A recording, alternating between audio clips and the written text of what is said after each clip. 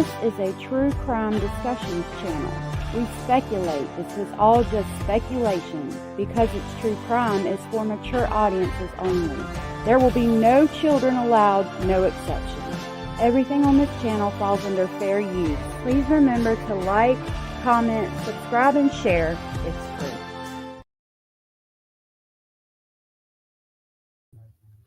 Good morning, everyone. Let me say hey to everyone in chat. Good morning, Anders and Eek, and I saw Pinto and Sarah Lee and Zio, and I think I saw Jenny Jen, Nolly. Good morning. Yep, and Jenny Jen. Thank you all for being here this Sunday morning. Yes, Sarah was talking about a little bit about this case, and I have a lot of the same feelings that she does. We're going to watch a documentary on this case. It's going to play some music. I've got to do an overlay because at one point it shows some things that I can't be showing on my YouTube channel because I will get in trouble. But it's just in the beginning. It is going to play music. It's going to play Metallica, which means hopefully I won't get a copyright strike. I know I can't monetize, which is fine. I don't care about that. But you will, I don't know how you feel about Metallica, but it is going to play some of that music. And it's important because that had to do with these boys being put on trial for something, in my opinion, that I don't think they did.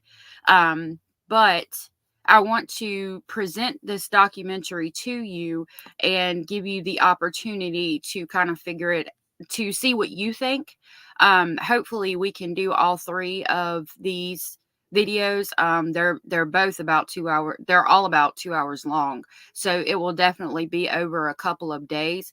I'll be picking back up on Delphi tomorrow. So I don't know when we'll be able to finish all of it, but we will get there eventually. So we're going to start with the first of the three. This is an HBO documentary that they put out some years ago, and it's called Paradise Lost. Now, again, let me, hold on. I want to give you a very heavy trigger warning because at the opening of this video, there's going to be some graphic things. It actually gets so graphic, I'm going to have to cover up one part of it. So it's going to jump into some, I mean, like right from the jump in the first 10 seconds, you're going to see some horrific things. So I just want to warn you about that. This video is from Leonardo Boeria. It's Leandro space Boeira.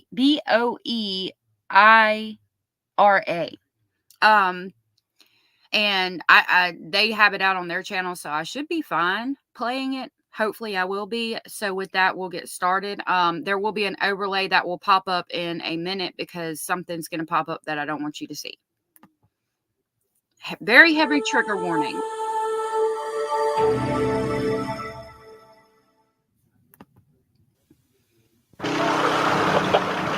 Okay.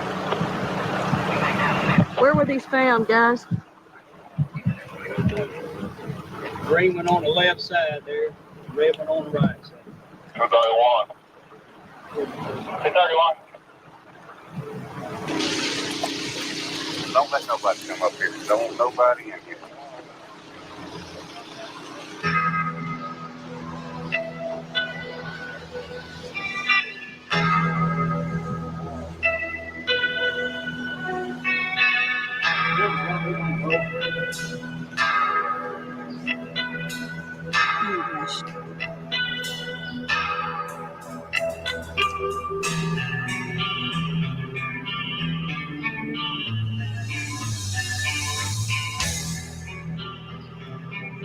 Hold on just a second, guys.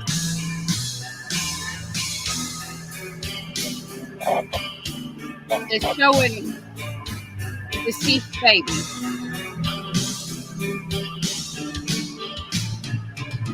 And I'm hoping this is the only part. If it shows it The police anywhere in else, West Memphis, Arkansas, confirmed today that 3 hopefully young we will boys have were to see brutally that murdered. graphic. The bodies of Weaver Elementary School second graders Stephen Branch, Christopher Byers, and Michael Moore were pulled from a shallow creek earlier today.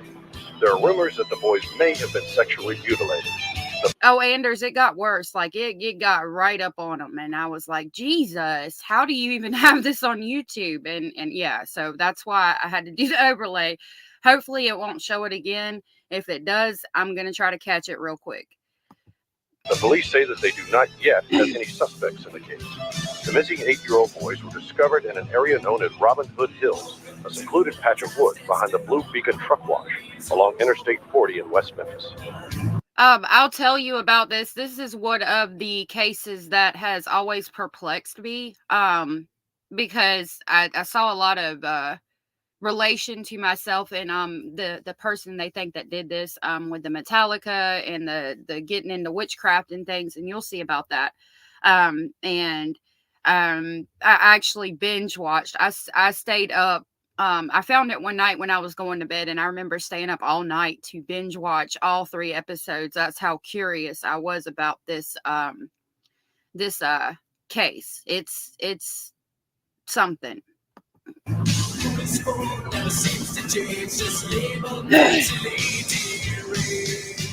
Imagine all the evil that you could think of, the how someone could be murdered.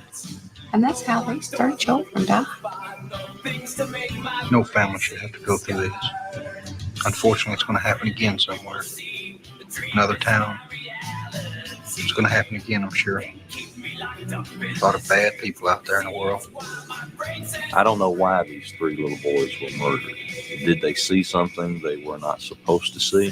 Did they hear things they were not supposed to hear? I do not know that. I see no reason. I see no motive for why these 3 little boys were murdered. Good morning, Jenny.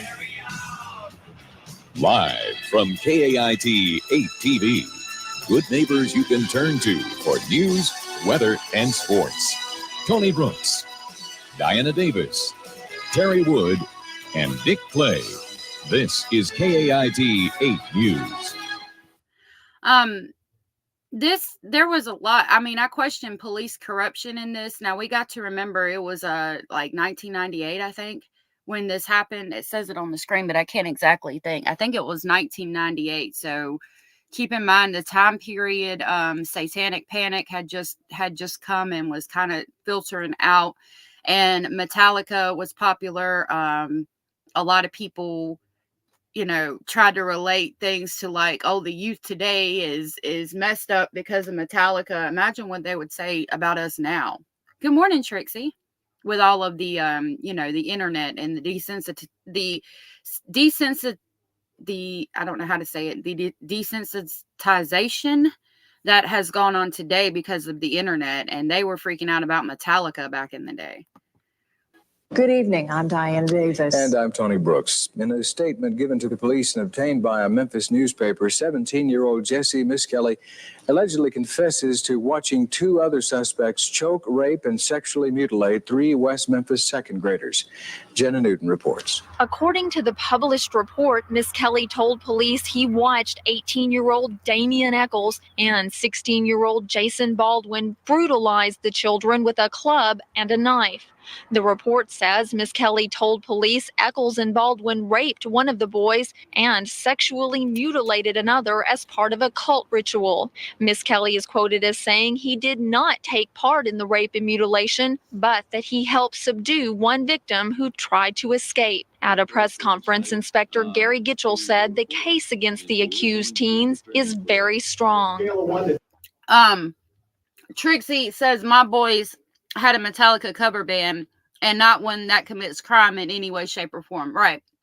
My husband was in a band too, and they would listen to Metallica and like rock out all night, and then they would make their own songs that sounded like Metallica. Out of 10, how solid do you think the case is? 11. It appears satanic worship may have played a role in the murders. Since the very beginning of the investigation, people all around West Memphis have come forward with stories of satanic cults. Reverend Tommy Stacy's church is down the street from where the bodies were found. 1 year ago, Damian Eccles told the church's youth minister he had a pact with the devil and he was going to hell. Now, Anders says, I think Miss Kelly had an IQ of about 70. Yeah, his IQ was low. And I want us to think about what we were like as teenagers. I was gothic. I listened to rock. I still listen to rock. I mean, just remember being a teenager, okay? And like some of the things you might have done.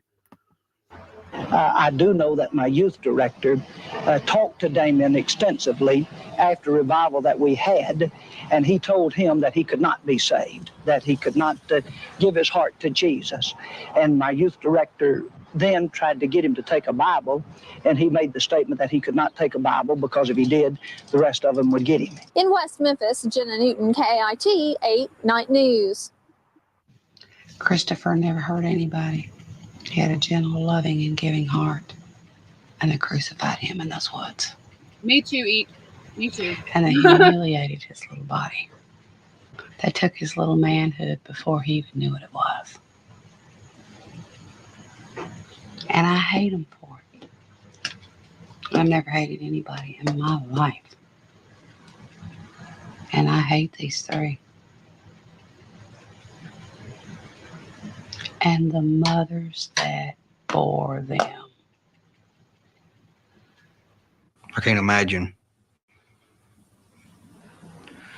what was going on.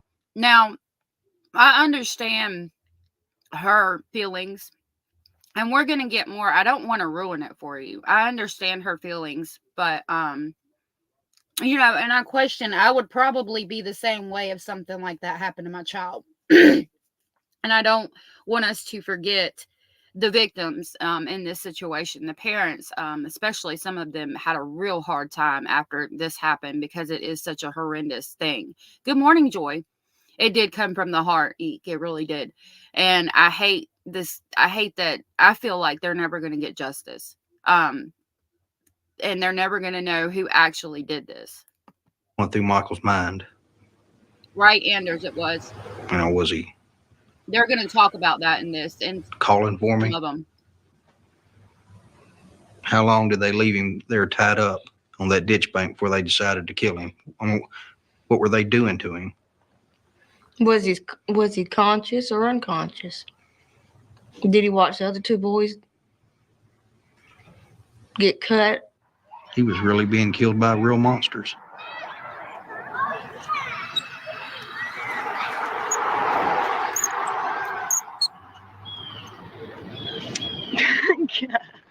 On TV. Now, Pam, first of all, what are you holding in your hand? In my hand, it's Stevie's Boy Scout. I got it back yesterday, and I've been wearing it around my head like this. Did he like scouting? Oh, he loved it. He loved it. Yeah. This woman, if it's the one I'm thinking it is, she had a drinking problem. So while she might be acting funny, we just got to remember that people have addictions, and none of us know how we would cope in a situation like this. I think they went to Delphi too. And that's a good thing. We should look in to see if they transferred to Delphi, no doubt. He loved it. Do you blame yourself for this? I have. I have been on a guilt trip about it, but it wasn't my fault. I was at work. Have you contemplated joining Stevie before your natural? Yeah. Have you thought about suicide? Have I? Suicide. I felt like dying. Why would a newscaster ask the mother of a child who was just brutally, horrifically mutilated and murdered? Why would you ask her that? I mean, keep in mind this was 1998, but damn. Dying, but not suicide. No, not suicide. Do you feel that the people that did this were worshiping Satan? Yes, I do. Why? And just look at the freaks. I mean, just look at them. They look like punks.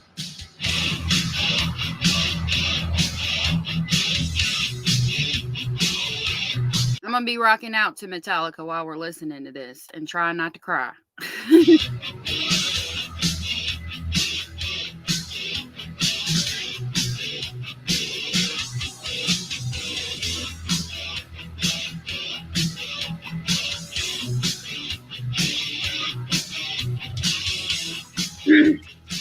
Well, Jesse told me he didn't do it.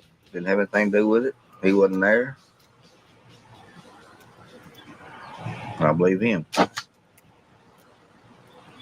I y'all. think I'm the eating cops just candy. can't find who done it,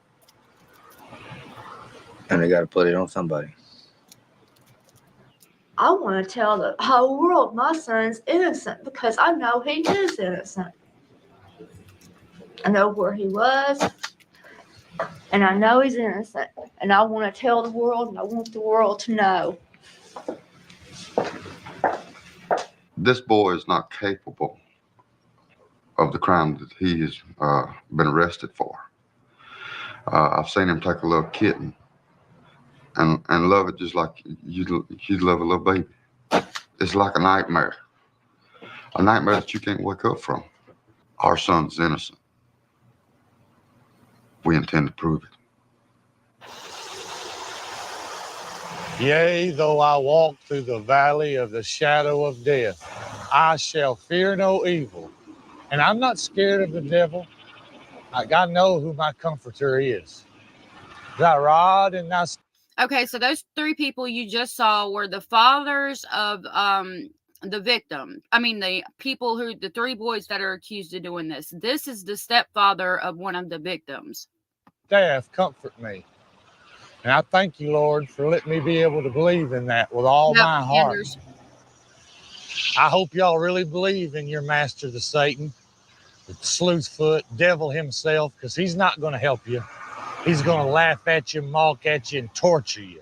He didn't need your help. The devil's got all the devils he needs. The good Lord said Lucifer and a third of the angels were cast from heaven. He didn't need them, but he took their mind and he manipulated them. And they prayed to Satan and they prayed to the devil. And they had their satanic worship services out here. And they had all types of wild homosexual orgies, I've been told. Y'all, all them wild homosexual orgies, y'all got to watch out for them, okay? Zayo's over here learning Portuguese.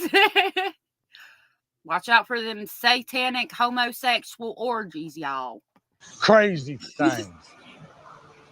To me, this place as I stand is like hell on earth because I know that 3 babies were killed right out here where I stand. I know my son was castrated and possibly laid there on that bank and bled to death. I know he was choked. I know one boy's head was beat in beyond recognition. I probably shouldn't have said that. I do feel bad for these victims, okay? But this man, I question him sometimes. But don't forget the victims in this. I know one little boy was skinned almost like an animal, cut, had to shave his head, had all types of injuries to the head where they just kept beating and pounding on them and killing them and killing them. It's like they enjoyed it. They killed them 2 or 3 times. Jesse Miskelly Jr., Jason Baldwin, Damian Eccles. I hope your master, the devil, does take you soon. I want you to meet him real soon. And the day you die, I'm going to praise God. And I'm Good morning, Overprotected. Make you a promise. The day you die, every year on May 5th, I'm going to come to your graveside. I'm going to spit on you. I'm going to curse the day you were born. And I'm sure while I'm standing there, I'm going to have other bodily functions let go upon your grave. I promise you, as God is my witness, I'll visit all 3 of your graves.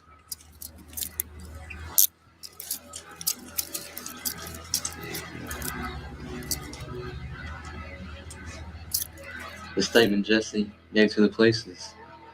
Good morning, Reese. It's nice to see you. Thank you for being here with us this Sunday morning.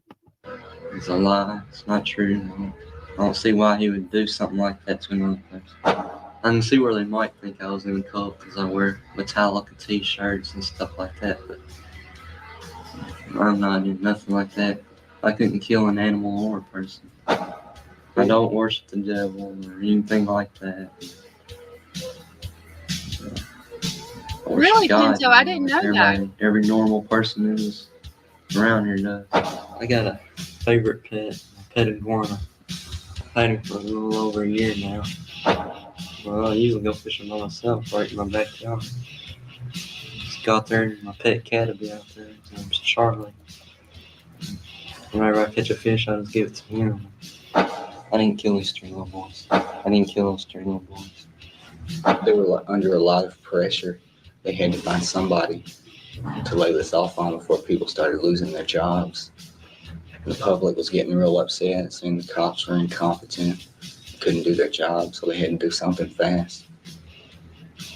It amazes me how intelligent he is to say that at 18 years old, because I would not have said that at 18 years old. I would not have thought to say something like that or made that connection. And we were like really the obvious choice because we stood out from everybody else. So it worked out to better advantage. Right, you.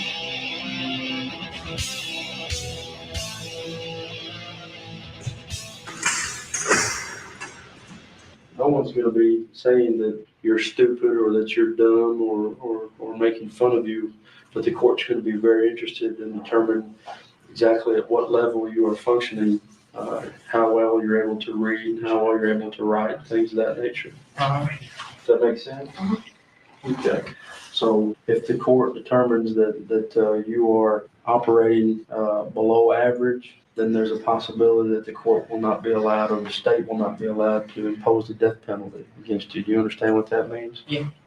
We've got about 10 weeks before the trial comes up in January. Yeah. Are you looking forward to having the trial? A little bit, not much.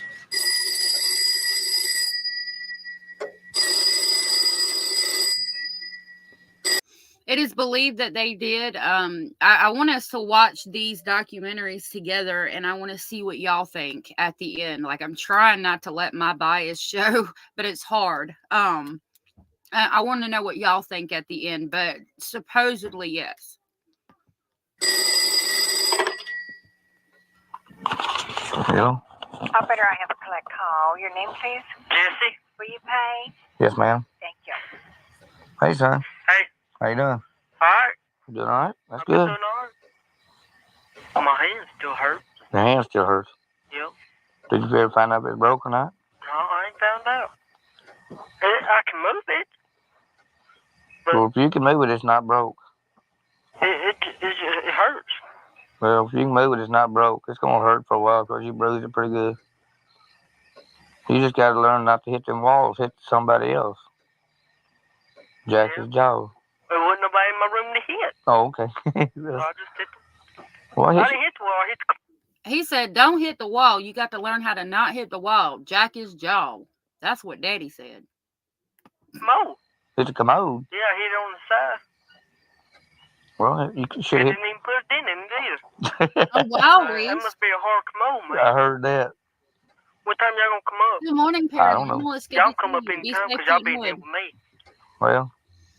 Well, we'll see you Saturday.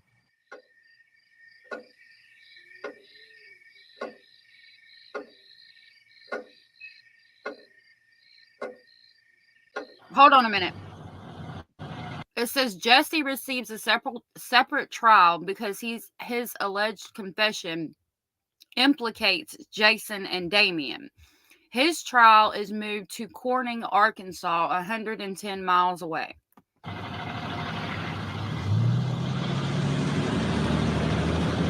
And it's going to talk about what happened, I think, before it talks about the actual trial. So you'll get to understand what was done and why they think that these boys did it.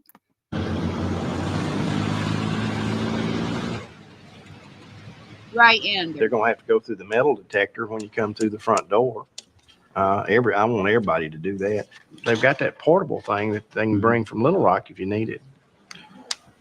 Like the airport deal. But we couldn't afford no $3,000 metal detector. No, So what I planned on doing was using 2 portables at this door. That's why I wanted everybody outside of lawyers, and I wanted them to come through this door. There's a potential Rooster, everybody's saying good morning to you. a problem area with the the strong feelings of the family, and that's to be understood. So security, not only coming in and out of the courtroom is a problem, but keeping the onlookers and the family and people segregated from the accused is another problem that you'll have, darling. My intention was to bring this boy in long before court, and have him inside. Obviously, I'm very concerned about security simply because of the death threats and other things that have happened. But Eek just gifted 5 memberships. Thank you so much, Eek. That was so sweet of you. Thank you. If you guys received a membership from Eek, please tell her thank you. Thank you so much, Eek. I really appreciate that. Thank you. That was so sweet. Thank you. I don't want to give the She is, jury isn't the she, impression Anders? if we have 20 state troopers and 50 county deputies and it's going to give the impression to the jury that my client is a very dangerous person, which he's not. And I don't want the jury to get the wrong impression. I don't want there to be such a circus in the courtroom with reporters and cameras that the jury forgets about what they're here for, and that is to administer justice. We expect the proof's going to show that this defendant confessed, that he was not coerced. We do not contend that the proof's going to show that every word that came out of his mouth was the truth. Well, ladies and gentlemen of the jury, this statement that Mr. and Ms. Kelly gave the West Memphis Police Department is a false story. The interrogation techniques that were deployed against Mr. and Ms. Kelly at the time of his statement on June the 3rd rendered him completely incapable. They broke his will. They scared him beyond all measure.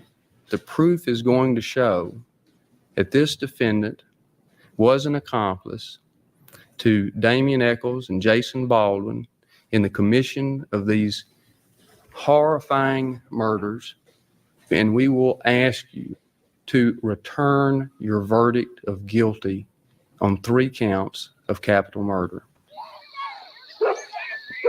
If I'm not mistaken, I just wanted to let y'all know, and I'm pretty sure I'm not, this was the first trial that the courtroom actually let cameras be in there. And that's how HBO was able to record this documentary. And I think after this, they vowed to never let that happen again. At least in this area in Arkansas. If I'm not mistaken, I could be wrong on the last part of that. I know it pissed them off that they were there and they made this documentary, but they had let them do it, and they thought they were going to show the cops in a glorious light, and they ended up not showing them in such a glorious light. And but it was the first time that they allowed the cameras in there, and it's because they were like, oh, we look at what we did, we're so awesome, we're so amazing. And I don't think so. We don't know what the truth is, but when it really gets down to brass tacks, his daddy and I are going to look him square in the eyes and say, son, did you do this? Was you even there? That's when we will believe. Well, if he told me he did it, which I don't believe he did, but if he told me he did it, he'd have to do his time. Suffer the consequences. If he admits to this, he would I be wonder where she's strictly at. on Hopefully his she's own. okay, Abellis. If you hear us, We wouldn't even thinking send about him you. $1 for a pack of cigarettes. No, you're wrong there. Yes, we would. No, I would. No. He's But- my son. I'll send him money. But he will have to do his time. I wouldn't give him a nickel. He's my son. Now, we could be talking He's my about, flesh and blood. we could be talking about my son. Well, If my son did something that horrible, no, I wouldn't give him a nickel. Let him you suffer. can't turn your blood away. I don't know how you say you could, and we're going to have a problem over this. But I know how it is being up there in jail without anything. Well, that's beside.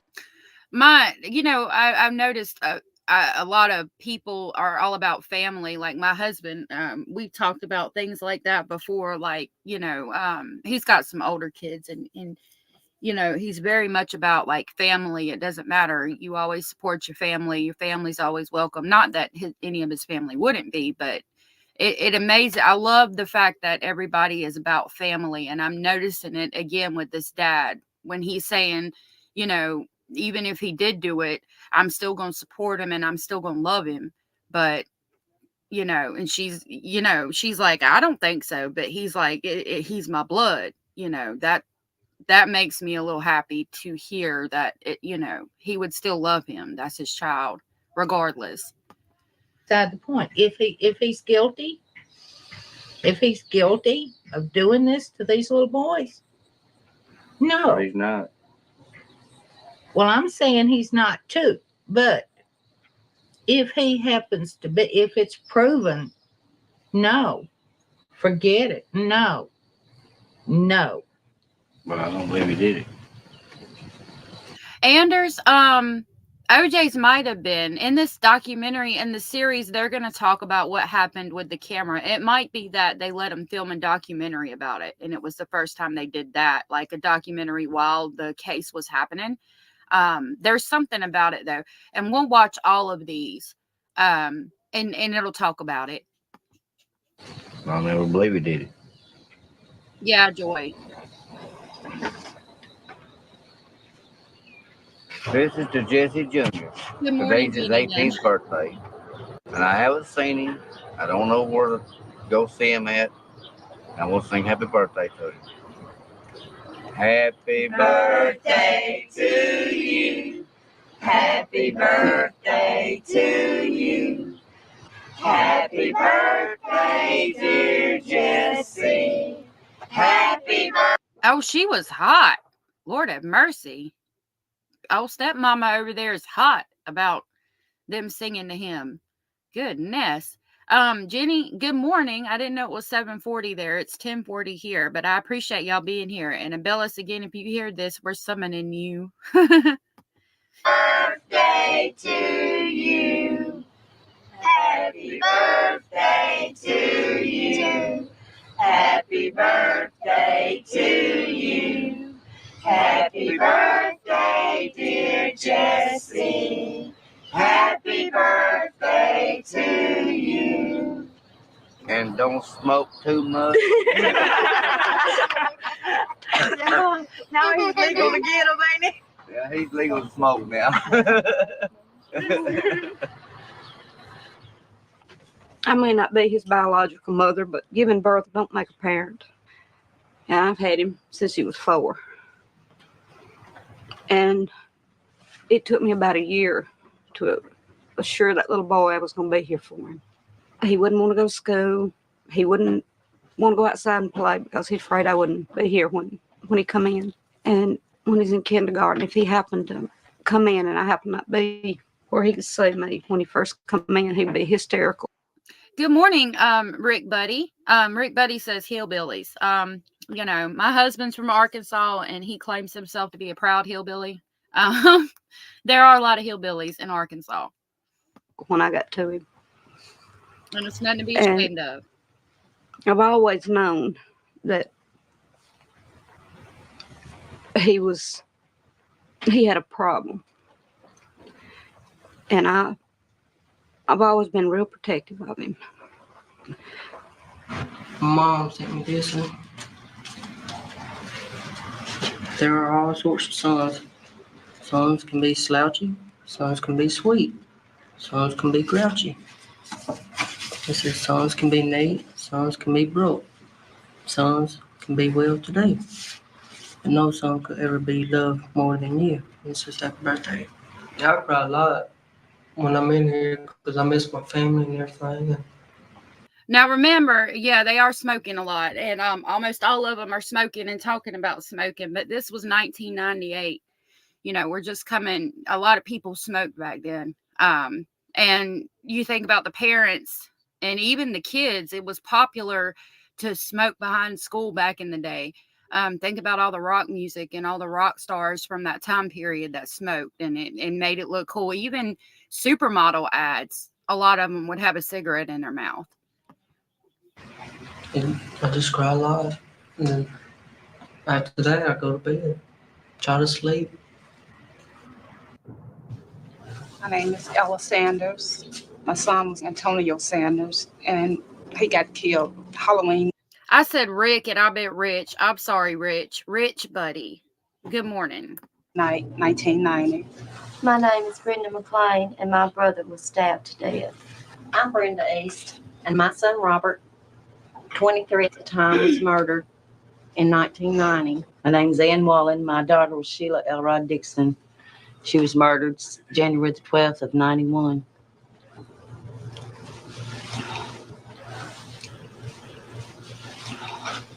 I'm Wanda Rainey. My daughter was murdered June the 27th. We think, we're not sure. They're calling it a crime of passion. He not only throwed her out and let her lay 2 weeks, he poured acid on her to deteriorate her body.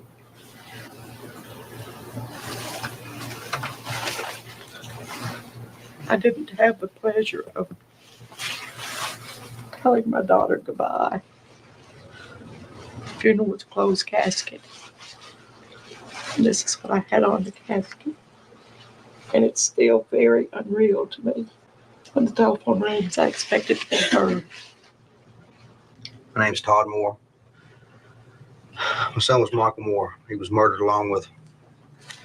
Please remember the victims in all of this. I think there was more than just the 3 boys that were murdered that are victims in this case, but all of the victims and their families, please remember them and say a prayer for them if you pray. Christopher Byers and Stephen Branch, May 5th, 1993.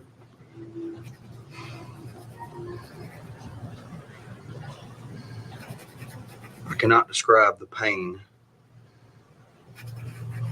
that my family has went through. You know, they didn't just kill my son, they killed part of me. That's amazing, Reese. They Good killed job. a part of my wife, her daughter. I'm so frustrated because it seems like they have so much rights. We have no rights, like it had in the paper the other day. Now, taxpayers of Crittenden County are going to have to buy them a suit because they don't want them to go into court looking like what they are, criminals. They're in. Eek says, anybody know where deliverance is supposed to take place? Now, I'm from the mountains, so you got to be careful, but you're funny. And Reese, good job. That is awesome. Unfortunately, I still smoke cigarettes. I wish I could quit. I'm working on it. I've quit a lot of things in my life. This is my last one, so it's taking a little longer. But that is awesome. I'm really glad to hear that. Congratulations. They're in jail. They should wear jail clothes. Why do they need to have a nice suit bought by the county so they look presentable? They don't want them in shackles and chains. You know, these are not boys that murdered our kids. You know, they stopped being boys, you know, when they planned this. And I sit there and watch their parents and stuff coming out of court crying, talking about their son's rights. What about our son's rights? Where in the hell was his rights out on that ditch bank? He had no rights. He had the rights to be brutally murdered, be beat to death, an 8-year-old little boy. Where was his rights? I'm Diane Moore, Michael Moore's mother. Last week in Flash Market, the Eccles man was in there staring me down like it was my fault that I had a child that his child could murder. We sat at Big Star, we seen the people that are supporting these people that look at us like we're scum, and these other people are just the greatest thing that they've ever known. And now they want to have them all just dressed up and act like little choir boys in court. And here you go. He didn't do anything wrong. My son didn't do anything wrong. He's just a boy. No. They made it legal in a lot of places. I wish they'd make it legal in North Carolina. I don't know. It might be legal in North Carolina. Solistic. That might be something to look into. But I don't think there's anything wrong with smoking green at all. June the 3rd, did you have Good morning, Fury Pesto. That was probably Eek that gifted you. assignment to locate a particular person? My assignment was to contact Jesse Miss Kelly Jr. At that time, was the defendant a suspect? No, sir. If he was not a suspect, why were you assigned to contact him? He was a friend with friends with Damian Eccles and Jason Baldwin. What, if anything, did he tell you during this conversation before the tape recording Okay, he had told us that he had attended some satanic cult type meetings that boys along with girls would attend. There would be sessions of sex, orgies, as he called them, that dogs and animals had been killed, and in fact, those animals, portions of them, have been eaten by the members. I believe as there's angels on earth, I believe there's demons on earth. And I believe as angels try to help people, I believe demons try to possess and hurt people to do the devil's will, just how angels try to help people to do God's will. Oh, worship the King, oh, glorious above, Fury said, "Oh my God, what happened to Gomer Pyle?" and gratefully sing His wonderful love. Our shield and shield. At this time, Mark is going to sing a song entitled Whatever It Takes. A beautiful song. Y'all listen to him as he comes and shares. Mark?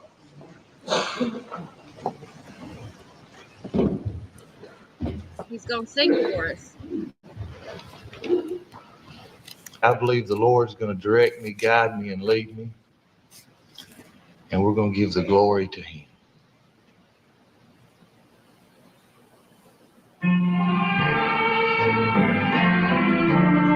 Solistic said only devil in Arkansas is the Clintons, no doubt. Have y'all seen what they did in Arkansas and Alma with the cocaine? Goodness. There's a voice calling me from an old He's got a nice voice. rugged tree, and it whispers, draw closer to me. I'm not going to listen to him. Leave this world far behind. There are no lights to climb. World far behind. Oh, there are no lights to climb. And a new place in May you will find. For whatever it takes to draw closer to you, that's what I'll be willing to do. For whatever it takes to be more like you, that's what I'll be willing to do. You from Arkansas, Solistic? That's awesome. Yeah, he does have a good voice. I'll take sunshine. There's no doubt in your mind that at about 5:30 p.m. Jesse was sitting in his squad car. down here. I had seen the police over there twice. I'd also seen little Jesse over there, and they had talked to him. He had talked to me. Police officer talked to him. Yes, sir. They had to find somebody to pin this on. This publicity was getting out of hand. Could you ask those folks inside to step out for just a second? I know that I've talked to each of you, if not directly, indirectly. We need to be very, very careful about who we talk to with regard to the media involved in this case. There are several members of the media who apparently have no ethics and have decided that they're going to do everything they can to dig up mud and sling mud. It's not going to do anything but hurt Jesse and his chances of receiving a fair trial. You, as friends of Jesse and relatives of Jesse, are prime targets for these members of the press. And if we just remember the one rule is don't talk to anybody, then we won't have to worry about it. Does that make sense? So again, I'd caution you not to talk to anybody in the press. It's just going to hurt us. Thanks. For my will to break, that's what I'll be willing to do. That's what. In all honesty, if these victims' families found God and that helped them deal with what happened, then more power to them, honestly. Because I don't know why it hasn't talked about it yet, but it is going to talk about what happened to them boys, and it's just horrendous. I'm glad they found God, and I hope that it helped them cope. I know a lot of them had trouble coping though, because of what was done, and it'll talk about it. I'll be willing to.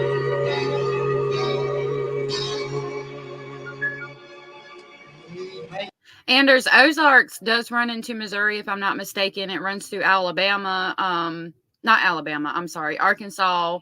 It runs over, I don't know exactly the states, but it's like Appalachia, where I'm from, runs through North Carolina. It goes into Virginia. It goes into West Virginia. It goes down, I don't know if it goes down into South Carolina, but it goes all the way up, like into Pennsylvania, I think, if I'm not mistaken. It like runs through several states, just like the Ozarks. Eat it up.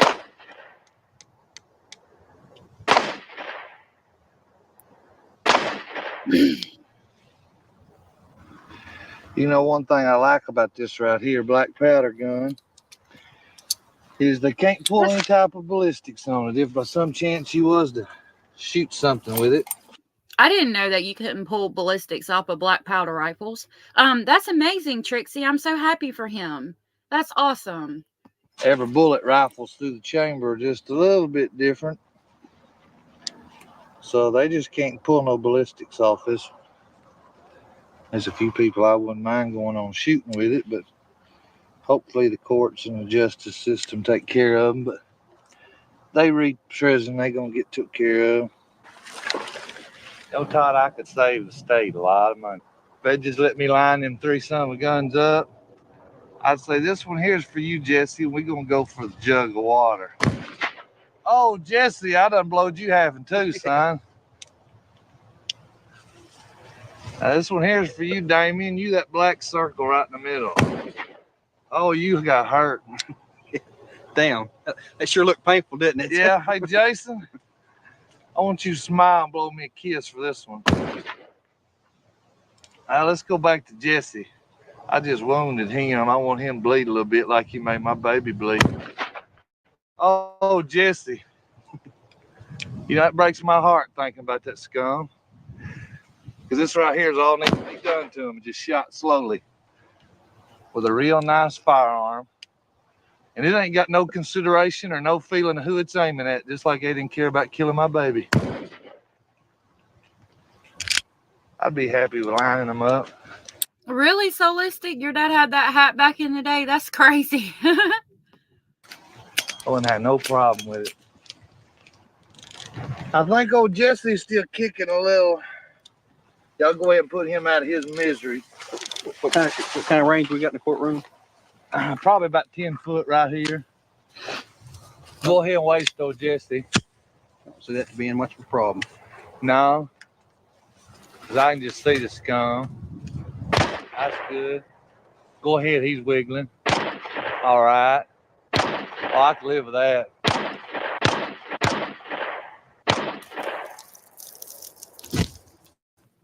During the course of these conversations, was anything shown to the defendant? Yes, sir. All right. And what was shown to him? Okay, there was a picture that Inspector Gitchell. I understand, his frustration and, wanting to do something to the people who did this, but we got to make sure we got the right people first. You know what I mean? Like, if you know for a fact that that's what happened and that they did it, of course, by all means, do what makes you sleep better at night and what you feel is justice. In my opinion, that's just my opinion. But make sure you got the right people first. Gitchell showed him. Okay. And what was that a picture of? One of the victims. When I showed Jesse this photograph, he he took it into his hand, and he just went back in his chair like this, and he just locked in on it, fixed in on the photograph, and just kept staring at it and staring at it. Initially, Mr. Miskelly denied any involvement whatsoever in this, didn't he? Yes, sir, he did. Okay. Officer Ridge, the photograph that was just introduced into evidence depicting one of the boys' bodies, that was shown to Jesse? Yes, sir. And this was immediately prior to him admitting and telling you this story about being present when the boys were killed? Shortly before, yes, sir. Why did you guys do that? There had to be a reason to do that. There are times when Jesse would not be talking. He's getting slower with information. He's telling us things that are just, it's over and over the same thing. Those techniques are used to evoke a response. You and Inspector Gitchell did these things to invoke a response. Yes, sir. Invoke confession. Invoke a response to keep him talking. Did it ever? Solistic says, I've been meaning to watch Ozarks, but haven't yet. I'm stuck on science and ancient history videos on YouTube and my selling videos. I haven't watched Ozarks yet either, but I've been meaning to watch it too. And I love ancient history stuff, especially ancient religions. Ever occur to you that Mr. and Miss Kelly has a mental handicap? No, sir, it didn't to me on that day. Did you have any special training dealing with people with mental handicaps? No, sir. Did it ever occur to you that this was going to scare him, showing a picture of a body? That it would scare him? I don't know. I guess he's scared into making a statement. Yes, sir.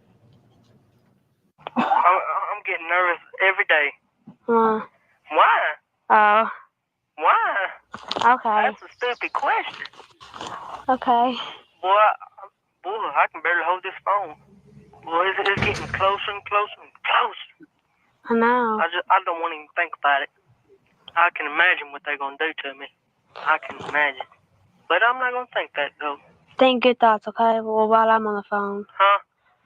Talk about something good while I'm on the phone. Hey. Yeah? You're supposed to be talking to me, not your friends.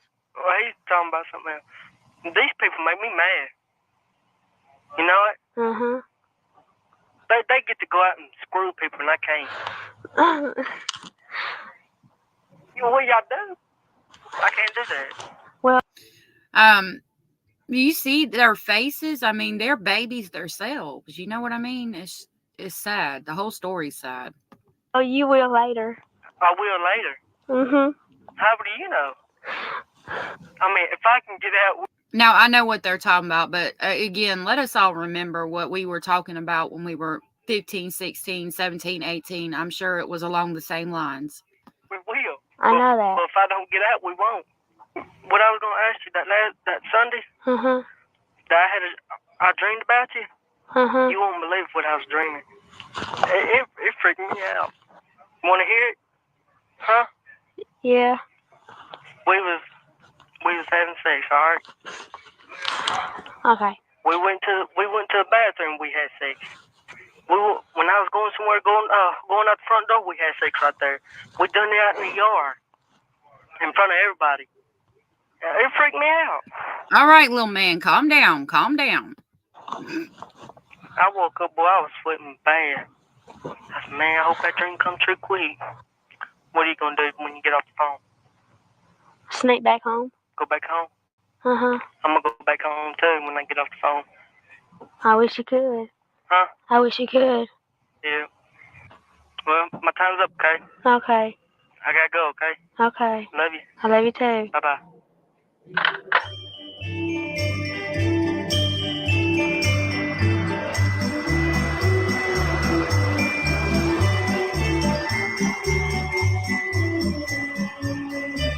Christmas right around the corner, y'all.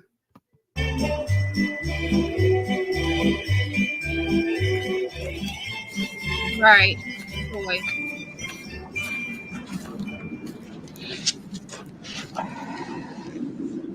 Can you get it in there? Yeah.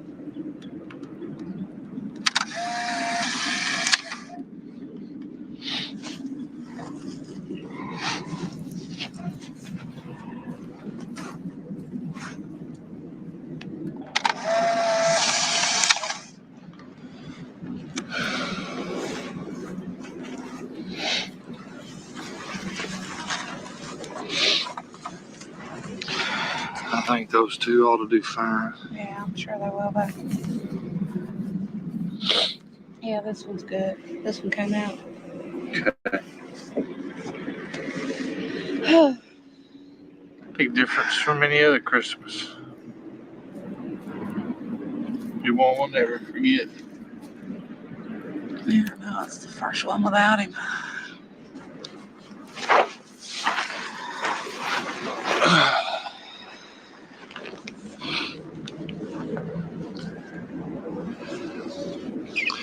Wish you could have been here to hear me sing lately. He liked to hear me sing.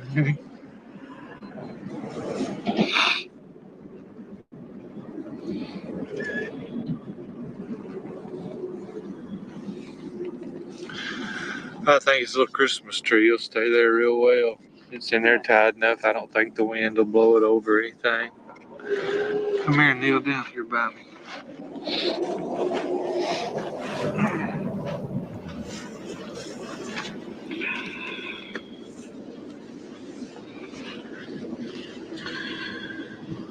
Oh God, why did you let this happen? Reese says there is a verse, I would dial the numbers just to listen to your voice. It's about jail calls. If you whisper, you used to could talk one-sided without paying. I didn't know that. I didn't know that. Please help us through it. God, please help us through this. This is a enlarged photograph of the crime scene. This is the ditch I where might the have to bodies were found. I might have to do an overlay. So just trigger warning, y'all might see some things. I don't know. Michael Moore was found in this area right here at the bottom of the screen. Steve Branch was found just behind where these trees are in the stream. And Christopher Byers was found just below that body right here. This is Exhibit 22, okay, which is the body of Michael Moore after removing him from the water where he was found.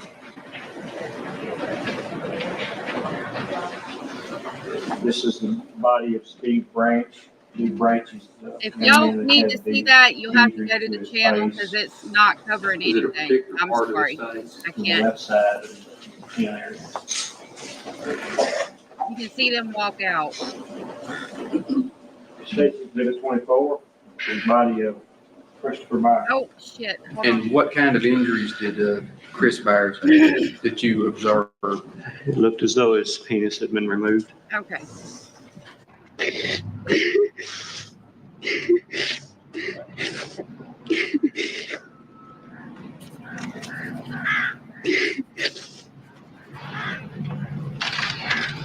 Now, I'll give you a spoiler alert. Some people think that the man that's standing with this woman right here possibly did it down the road, and they're going to talk about that. Could you see the pictures from where you were sitting? Yeah, that's why I had to leave. Why? Because I always, along with seeing my little boy the way he was, I always had that picture of what he looked like. Reese says, I escaped a home invasion in '88. I was brought up on charges. I'd like to tell my story one day. Reese, anytime you want to, you can tell your story. I'm going to drop the panel link. You reminded me of that if anybody wants to come up, but and talk, feel free. In my mind. But you never knew until now. You were worried early on that, and you said early on you really didn't want to know, but now you're hearing it. I mean, is it a lot harder than what you thought it was going to be to hear? It's a whole lot harder than I thought it would be. It's like going back to May 5th and reliving it all over again. If y'all want to see, like, I'm sorry I can't put that on my channel without it being covered, but if y'all are wanting to see the crime scene photos, because it's not covering up anything, like everything, the whole everything is shown up close and personal, and them little boys are in the nude, and I'm not. There's no, but if you feel like you need to see those photos to get an idea of the crime scene and what was done and all of that, the channel is right here and you can go watch it. I just want to let y'all know.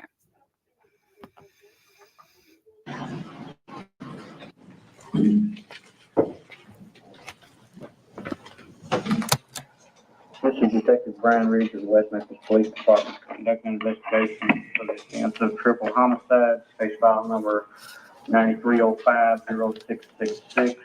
Currently in the office with Jesse Lloyd, Miss Kelly Jr. I'm sorry that happened to you, Reese. When I was there, I saw Damien hit this one boy real bad. Then he started screwing him and stuff. All right, you've got in front of you a picture that was taken out of the newspaper, I believe. It's got 3 boys. And these are the 3 boys that were killed on that date in Robin Hood Woods. Which one of those 3 boys is it you say Damien hit? The 3rd picture, which will be This boy right here? Yeah. All right, that's the Byers boy. Christopher. That's who you're pointing at?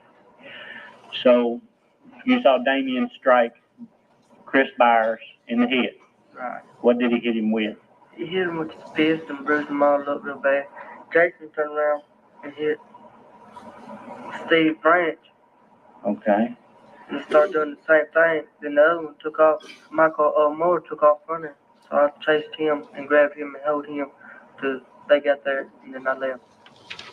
Inspector Gitchell, let's talk about the things that Jesse told you that are just absolutely incorrect. Now, on page 9 of his statement, Inspector Gitchell, Jesse says that the murders took place around noon. How did you know that was incorrect? Because the young boys were still in school. Did at any time when he was telling you these things that you knew were incorrect, did it ever occur to you that what he was telling you was false? His entire story was false? In Jesse's case, I feel like he did tell us a good bit of the truth, but then they also lessen their activity in a statement. That's just common, at least in my 20 years career. Is it common for the police to simply Notice how they said that he said it happened around noon when the little boys were still at school. Reese, I'm sorry. I'm sorry that some days are hard. But I'm glad you're dealing with that. I'm sorry you had to go through that. simply ignore these big obvious problems and just assume that everything else that he's telling you is got to be correct? Jesse simply got confused. You and I can tell the cops that we know what our rights are and basically go to hell. We're not going to sit here and take this and walk out. Jesse Miskelly has no concept of being able to leave a police station. I mean, the only thing that the prosecution has put on against Jesse is this wild story that he told the police. And I hope that the fact that there's no physical evidence linking him to the crime scene is going to have a lot of impact on the jury. And when we're talking about reasonable doubt. But I think you need to deal with the lack of physical evidence, not to just let them get away with the fact that they were in the water and it all washed away. A crime scene that clean has to be purposefully planned, done that way. Okay, that the fact that it looked washed down was not just happenstance. Right. Okay, It's probably something like you said. We can maybe somebody intentionally, purposefully, with great cunning and intelligence, tried to get rid of every spot of blood, semen, mud, footprint, anything that may have been there. They purposely tried to get rid of all that. An 18 and a 17 and a 16-year-old kid don't pull this off. You know, I think there's a lot of professional killers who don't leave it this clean. You know. I really do believe that if the jury hears what lust serial killers are like and what they do and how they leave crime scenes, the missing evidence, the souvenirs, I have no doubt that there's a serial killer running around that did these murders. I don't have a doubt about it. Hell, he may be in Idaho now, but I don't have any doubt about it. You know. There wasn't a lot. There was one more thing. There was a knife.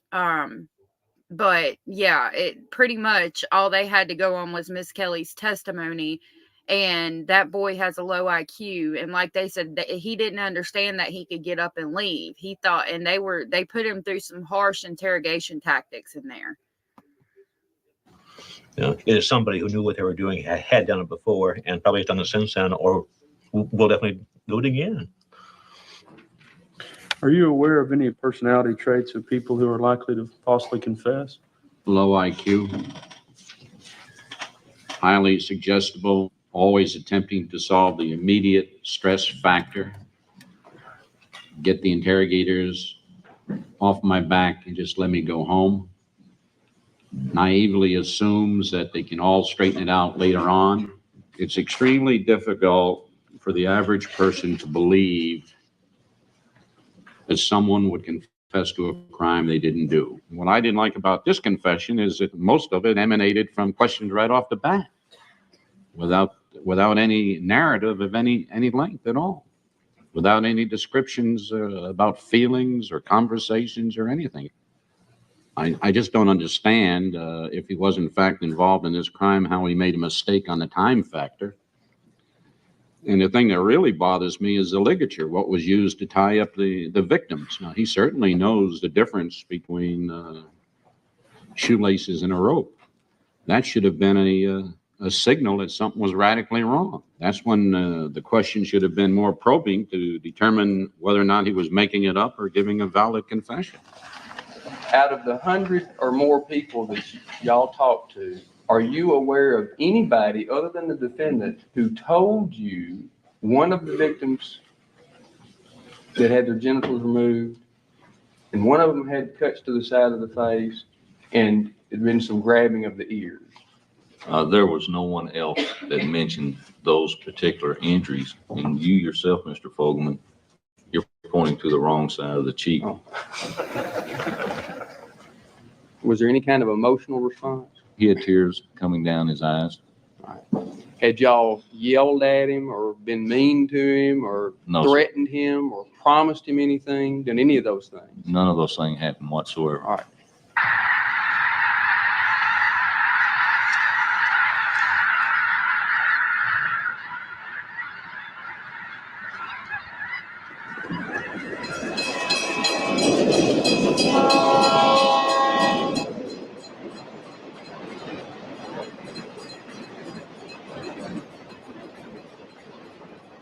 Dr. Offset, could you give I'm not sure who Brandon Dazzle. I'll have to look into that case. us some examples of the police being coercive, leading, or suggestive during the course of the interrogation? Yes, I can. Perhaps. Oh, Eek, I missed you. I missed you, love. I didn't know that you were here. I'm sorry if I didn't see you, but your device is disconnected. If you want to come back up, let me know. The most powerful example, in my opinion, is the example of the 8 revisiting of the question of the time at which the killings occurred. The first example occurs on page 3. Detective Ridge says, "All right, when did you go with them?" Mr. Miskelly says, "That morning." Detective Ridge asks, Eek, there's the link again if you see it. I'm sorry, love, if you were there for a minute. I didn't see you. Your device is disconnected and it wouldn't let it. You came up for a second, but then you were gone. So there's the link again if you want to jump up or if anybody else does. I'm not saying when they called you, I'm saying what time was it that you were actually there in the park? Mr. Miskelly says about noon.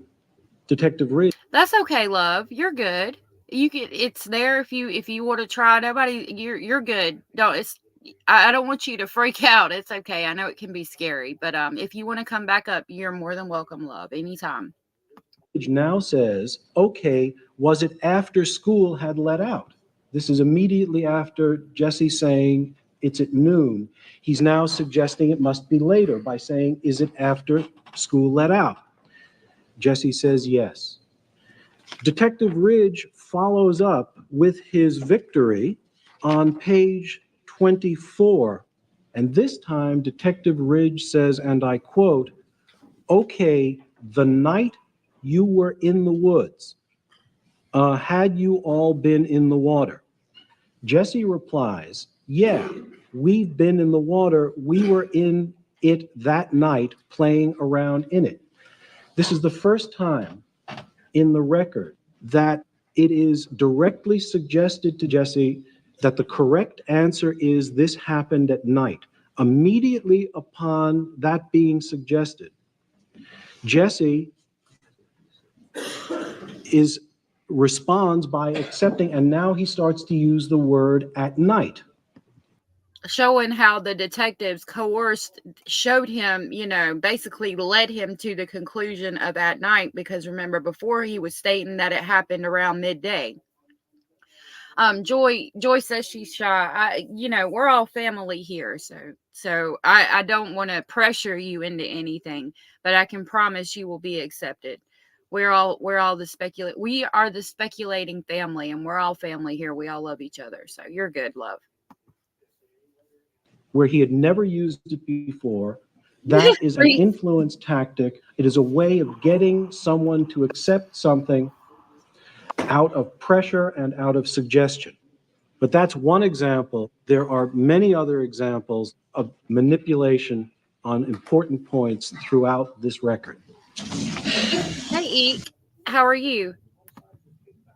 Hi, allegedly. Hi, how are you? I'm good. How are you?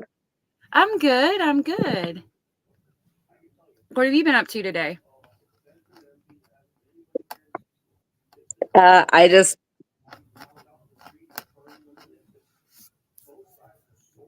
Okay, you want me to play this and then we can talk about it? I think you're cutting out. I don't want to make you uncomfortable. I'm going to play this and then let me know if you want me to pause so you can talk, okay?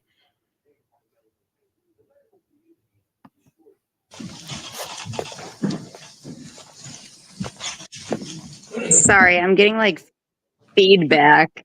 I don't know how to do this. Okay, you're good. I don't hear any feedback on my end. If you have YouTube open, you might have to close that because sometimes it'll echo in the background, but you're not giving me any feedback on my end. But I don't want to make you nervous, so you just let me know if you want to talk, and then I'll pause this and you can talk, okay? Because I don't want to make you nervous or feel like you're on the spot or anything, okay? Okay. Is your going rate approximately $300 an hour? No, that's not. What is it? My rate is $150 an hour for consultation.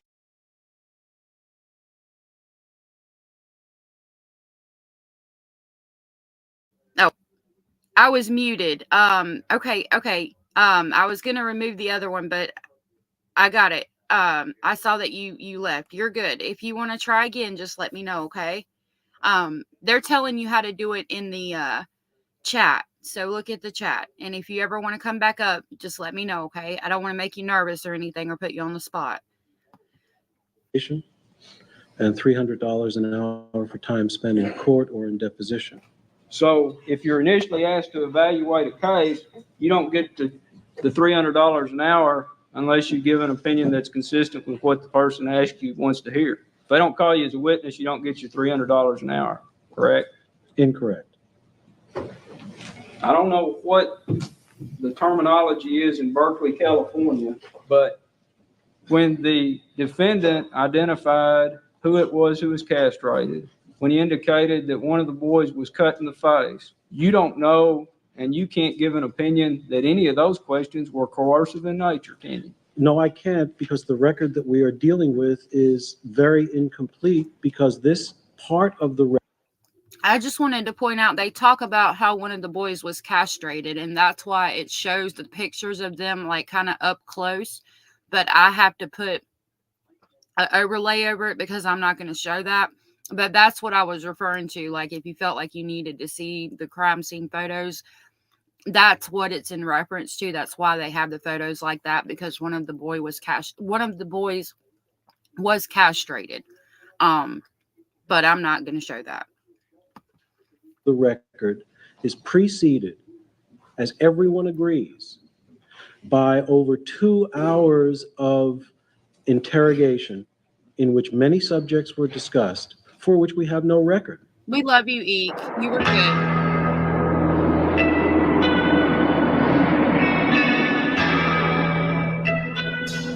It takes a lot to come up here, and I appreciate you coming up. That you were good. Your voice is beautiful. You were very brave, and thank you for doing that. I don't ever want to make you feel like you have to, but you did a really good job, and you were awesome.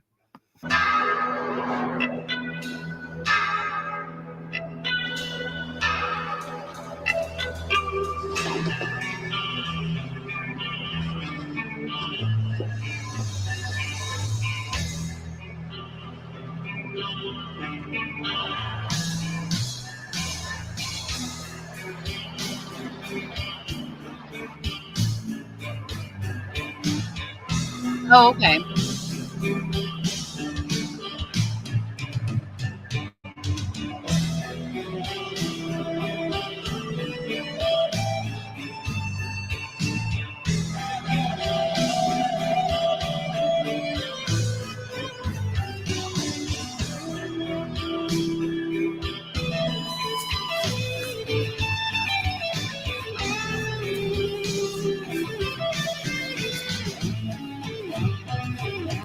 I dropped the link so you can. Oh, there you are. Hello.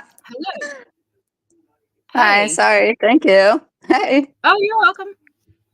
You sound better. You sound good. Thanks. Yeah.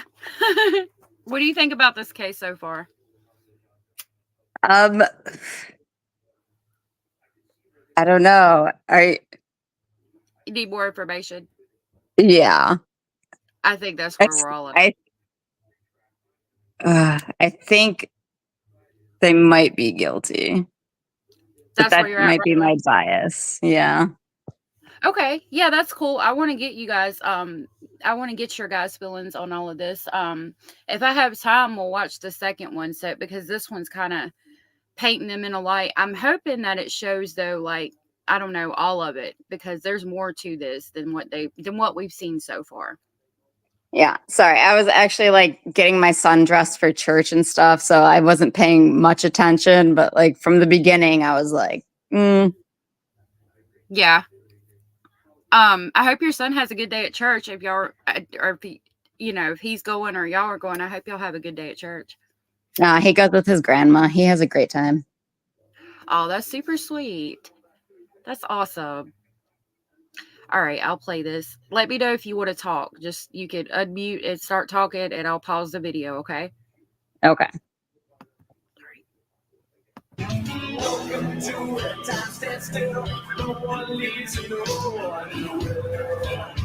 Who is for never seems to change. Just labeled mentally deranged. Dream the same thing every night. I see I free. The movie Devil's Knot, Reese, is based on this story. They had actors portray the family and what happened. This is where that movie came from. Yes, it's a good movie. In my sight. No doors, no windows, but no things to make my brain sing the sky. Sleep, my friend, and you will see the dream is my reality.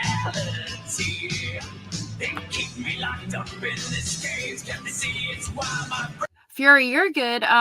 Thank you for being here. Eek, yes, this is Metallica. I love Metallica.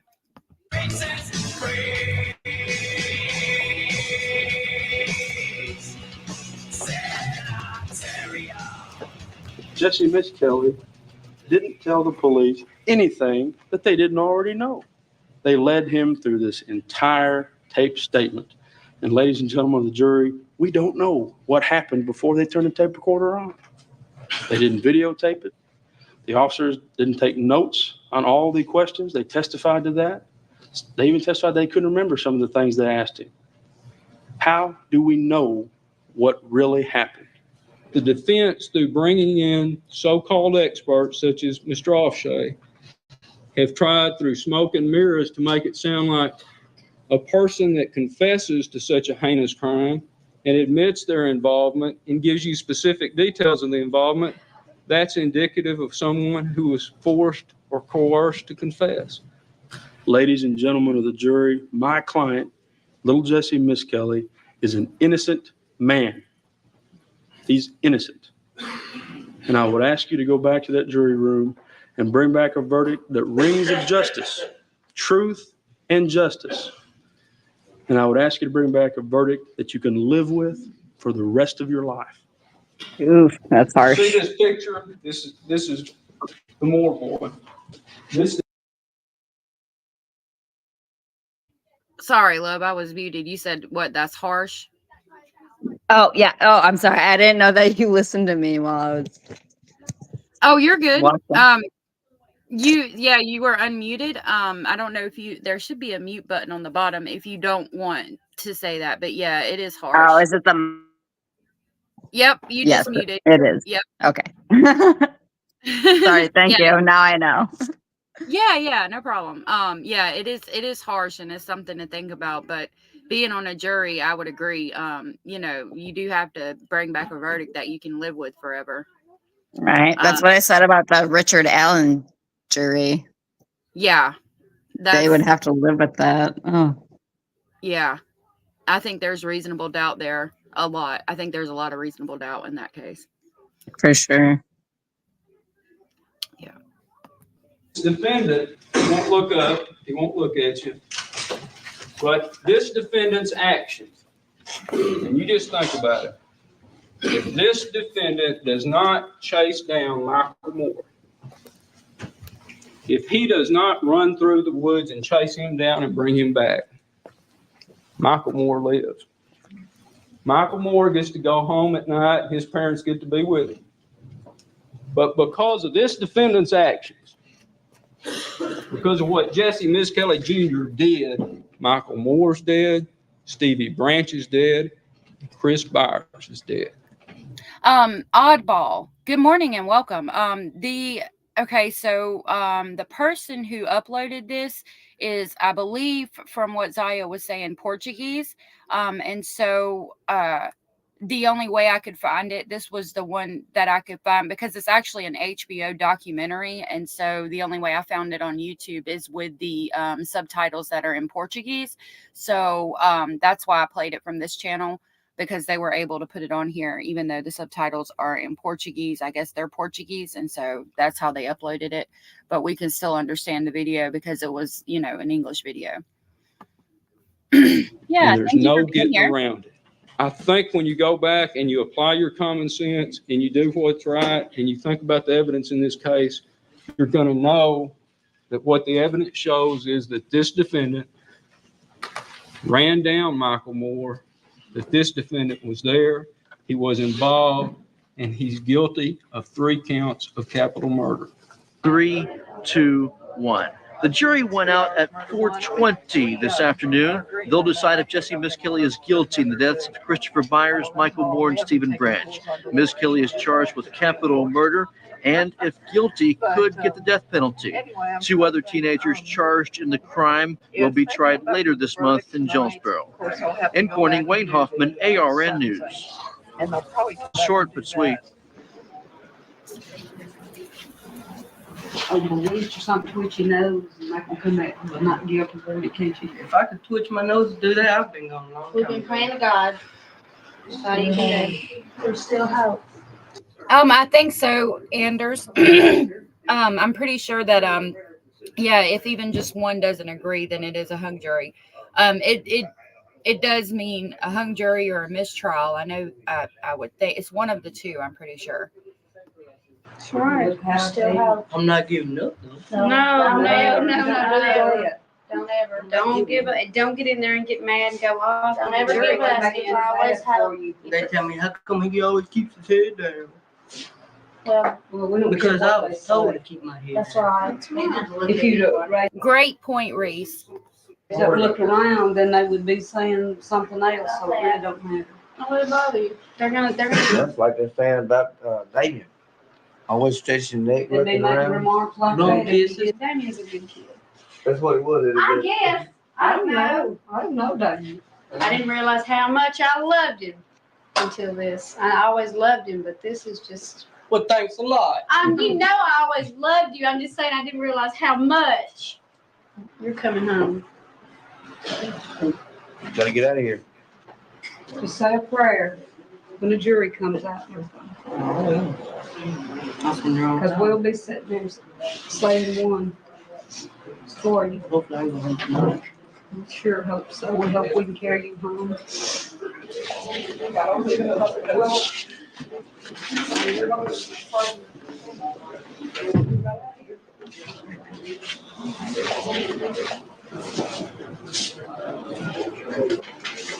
kind of hard. It's kind of hard.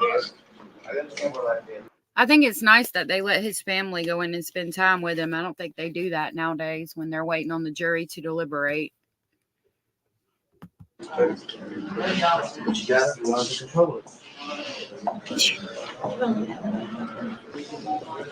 Yeah, with all those kids, Eek says the dad's smoking a cigarette with his unbuttoned dress shirt. With all them kids running around, the dad looks like he was a player back in the day. All right, ladies and gentlemen, I in the audience, I am acutely aware that your feelings are on edge, that There's a great deal of emotion involved, but the court It was 1994. I just wanted to fix that because I said 1998 earlier. cannot tolerate and will not tolerate any verbal outburst, any display of emotion whatsoever. And I recognize that that's difficult, and that's why I'm warning you in advance. The verdicts read as follows. We, the jury, find Jesse Lloyd Miskelly Jr. guilty of first-degree murder in the death of Michael Moore. We, the jury, find Jesse Lloyd Miskelly Jr. guilty of second-degree murder in the death of Stevie Branch. We, the jury, find Jesse Lloyd Miskelly Jr. guilty of second-degree murder in the death of Chris Byers. Signed by T.J. Williams, foreman. All right, Mr. Miskelly, if you could come around the front here, and Dan and... All right, Mr. Miskelly, did you hear the jury's finding and the reading of the verdict in your case? Yes. Do you have any legal reason or cause to tell the court why a sentence should not be imposed at this time? You don't have to, I heard you, but you need to answer out a little bit louder. No, sir. All right. Is there anything you want to say before sentence is imposed? You have a right to make any statement that you care to at this time. Are you satisfied with the service and advice of your attorneys through this trial? Yes, sir. All right. All right, based upon the jury's verdict finding you guilty of first-degree murder in the death of Michael Moore, you'll be sentenced to the Arkansas Department of Corrections for a term of life. In the count involving the death of Stephen Branch, the jury having found you guilty of second-degree murder, you'll be sentenced to an additional term of 20 years. And in regard to the death of Christopher Byers, the jury having found you guilty of second-degree murder, you'll be sentenced to an additional term of 20 years in the Arkansas Department of Corrections. That is, you will receive a life sentence plus 40 years. It's hard to think of how it would have gone any other way, but you never can tell with a jury of 12. They could have found a verdict of not guilty, and we had to sit there and tell ourselves, God grant us the serenity to accept the things we cannot change.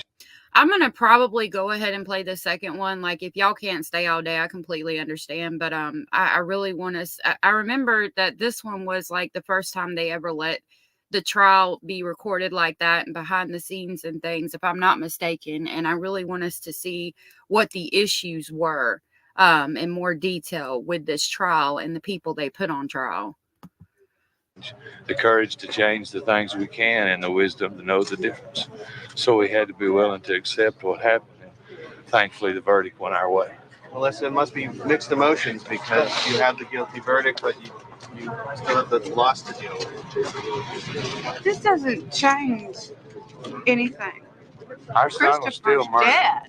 Our son And he was was still tortured to death by 3 murdering bastards on a ditch bank. He was 8 years old.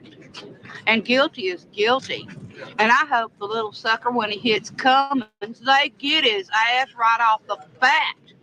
Because he deserves to be tortured and punished for the rest of his life for murdering 3 8-year-old children. Jesse, how come you kept your head down the whole time? Jesse, you held your head down.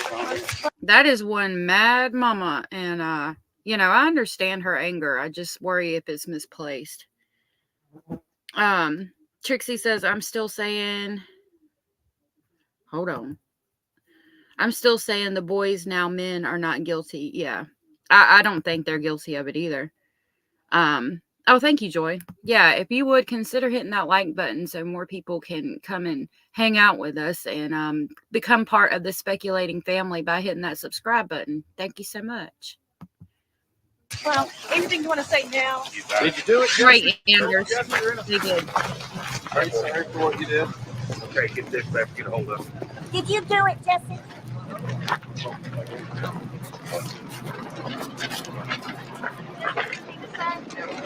How are you feeling right now? Jesse, you want to say?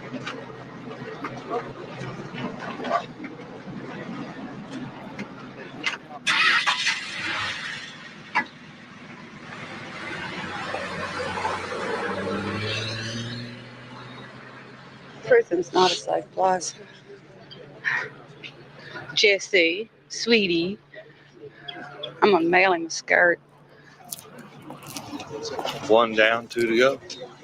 Hopefully. No, Eek, please don't, because you haven't been given all the evidence. I think most of the people saying that are the people who have like looked into this case.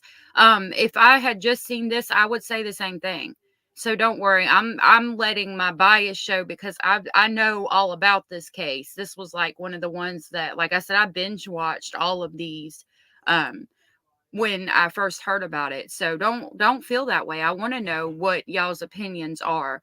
I don't think that I want to show all of the information because, like I said, right now, this does paint them in a guilty light. Hopefully the same thing will happen. I don't know. It'll probably tell us. I know the one went fishing and there was a knife found in that pond where he fishes at, but when you see the second one, and it's possibly later in this one, you'll understand why we feel that way. And if you still don't feel that way, that's okay. I want to know what y'all think because, y'all know how I feel about it. And when y'all get to see everything, I want to know what y'all think too. Happen to the next two, and we'll get the same verdict.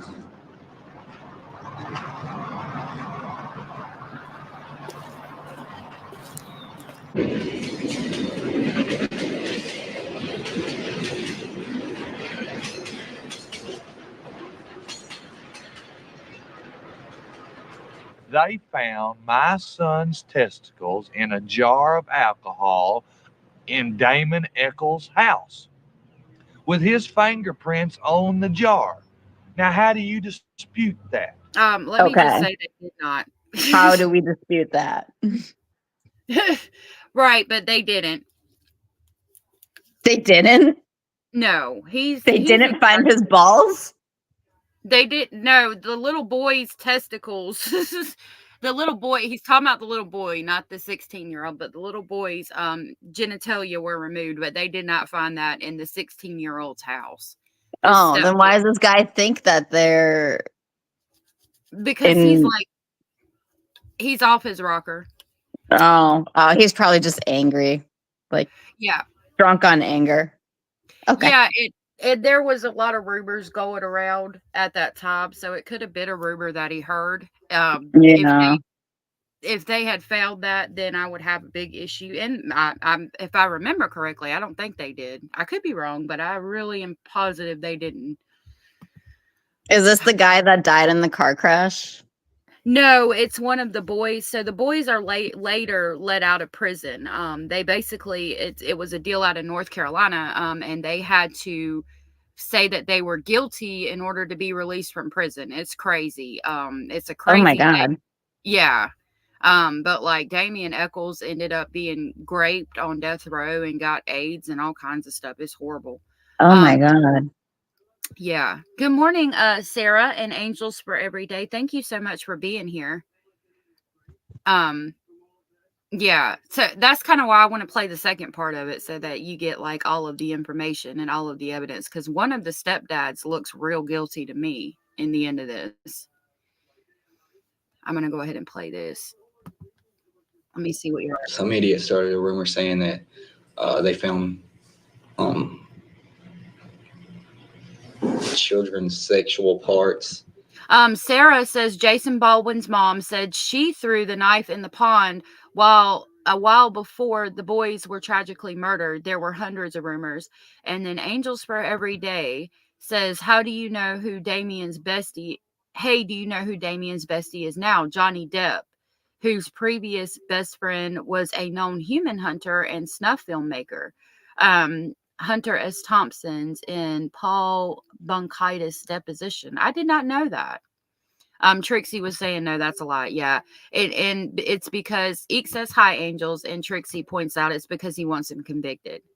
And then Sarah says, yes, John Mark Byers passed in a car wreck. He fought for the release of the West Memphis 3 later on until he passed away. Reese says that I had a good friend whose son survived an attack like this. He gave her many grandchildren. That's so sweet. I mean, it's horrible that he went through that, but I'm glad that he was able to survive and live a good life. And Anders says, Reese, I have heard that there was a kind of shack in the woods where the men had. Oh, yeah. Under my bed or in my house. And there was no body parts in my house or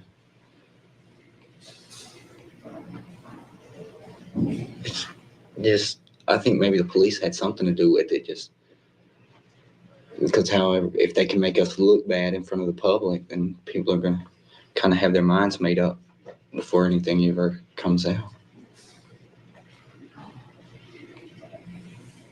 Okay. It says part 2, Damien and Jason are tried together. They both claim to have been at home with their families on the night of the Red Rooms. Right, Eek? I done smoked like 3, and I shouldn't be. What we want to talk to you about is all the stuff in the paper about a deal with Jesse. Right now, we don't know what his situation is, although we think that he is more inclined to testify right now than he has been at any point up to now. The Friday that Jesse was convicted, they questioned him, the officers who took him down inquired of him what had really happened. And apparently Jesse, contrary to somebody that was innocent that would say things like, gee, I've just been convicted and I didn't do it, and what a terrible injustice, Jesse talked all the way down there about how he committed the crime and the specific details. Unfortunately, we need his testimony real bad. If it was a perfect world, we would take what we have on Jesse and leave it, and we'd go and get the other 2 and get them and be happy, but it's not. And we need his testimony to be sure we get convictions on the other 2. I think we're going to negotiate his sentence down some in order to get him to testify. He's not going to, testify just out of the goodness of his heart.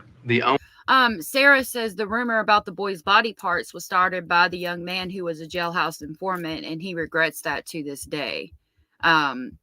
Sarah's done a lot of research on this case. Yeah, I remember hearing about that now that you state that. Yeah, and we'll find out why they regret it, and all that. That's why, I think the second part goes into more of the detail of, okay, did we really get the right people for this? The only way that I think that he will be willing to testify is if the life sentence is removed. Now, I do want to say all is not lost if he doesn't testify, but the odds are reduced significantly. We've still got some evidence. What we've got, besides Jesse, is we've got a fiber that was found on, Stevie's shirt that matched a fiber from Jason Baldwin's mother, what you call secondary transfer. We've got a fiber from a shirt, or a couple of fibers from a shirt found at Eccles' house. Found one of them was on the Michael's Cub Scout cap, another one maybe on the shirt that matched Damien's. Fiber evidence, it's in my opinion. Now, I didn't remember this part. That makes me question things a little bit. It's better than hair evidence, but they can't say that it came from that particular garment to the exclusion of all others. We've got the Hollingsworth clan that says they saw Damien and Dominique out on the service road. We've got some kids that say that Damien they heard him at a girls' softball game, overheard him say that he killed the 3 boys and that he was going to kill 2 more before he turned himself in.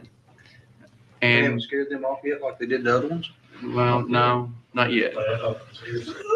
We've got a guy that was in jail with Jason. Sarah, who has done a lot of research, says the fiber was a generic Walmart robe hundreds of people had at that time. Did you know that Walmart originated in Arkansas? That's where the people were from that made Walmart. My husband told me that, and I found it really interesting. I did know that. You did? Yeah. Sorry. I just wanted to say that. I did. That's one of the things I know is that Walmart originated in Arkansas.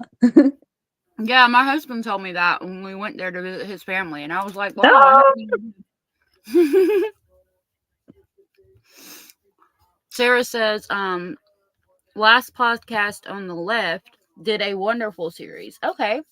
Yep, Bentonville. That's it. Yep, that's what he said, Bentonville. is where it started. Yep. I worked for a Sam's Club. Interesting.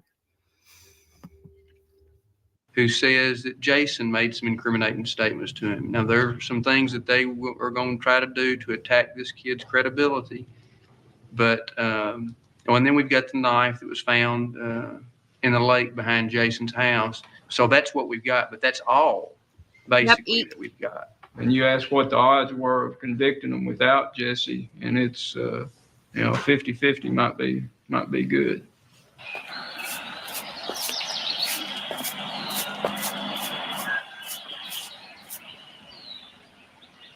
The only way he'll come up there and sit down in that witness chair and testify is if they cut him a sweet deal.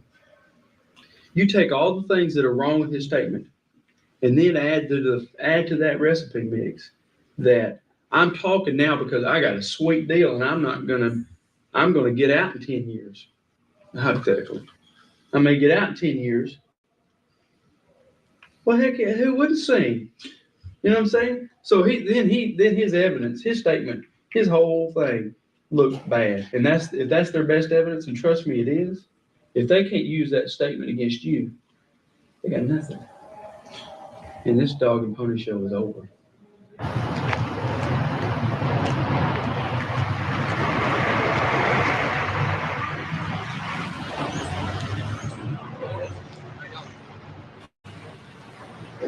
Morning. Good morning. Are the rumors false about Jesse turning state's evidence? Good morning. Is it true that Jesse's going to testify against Damien and Jason? It's false. I just left Jesse at the jail. Yeah, I was gonna say that. I don't know if you guys saw the Mountain Dew bottle there, but it was an old glass bottle. And like if you saw the girl talking on the phone, it was the old corded phones. I mean, it just really takes you back to 1994, you know? He told me that he was not going to testify, that he didn't want to get up there and lie. That the officers have been working on him real hard, but he wasn't going to listen to him, and this was his decision, was final. But he can always change his mind again. He has. And he's a very confused and scared kid, and the officers have scared him to death. Yeah, they have. Well, I told him last night, I said, Jesse, if you get up there and lie, I'm going to be in that courtroom. And you're going to have to sit there and tell that lie. When you know that I'm sitting there listening to you, when you know I know the truth that you are lying.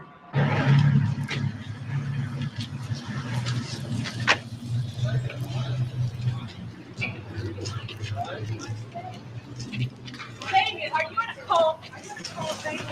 Damien, are you worried about Jesse testifying against?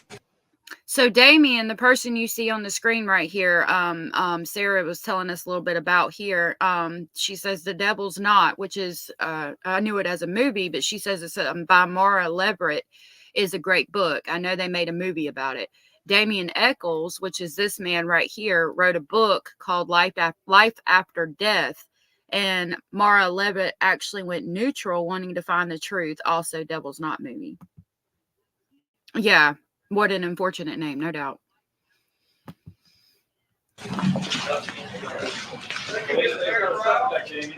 Oh, really, Joy? That sounds good. In looking at young people involved in the occult, do you see any particular type of dress?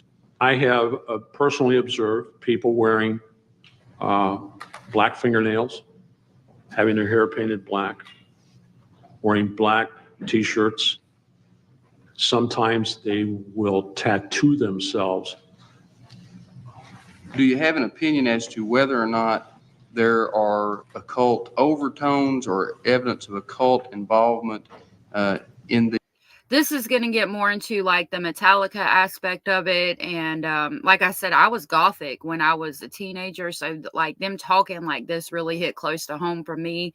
And I want us to think about, you know, how we were as teenagers, or, you know, maybe we knew somebody like this that didn't mean, you know, that dressed like this or listened to the music, because that was me. And, you know, I wouldn't hurt a fly. So we're going to hear a little bit about that. These particular murders. Well, the date being close to Beltane, a holiday, May 1st. Also, the day before that is Walpurgisnacht. Then you go into the fact that some groups, occult cult groups, will use a full moon. In several occult books, they will talk about the life force of the blood. Usually the younger the individual, the more pure it is, the more power or the force it has. A lot of times they will take blood and store it for other services and other use, as well as consume it or bathe in it. Now, the item that's drawn on the front, what is that? That is a pentagram. That happens to be a Wiccan or white witchcraft pentagram. Now, if you would open.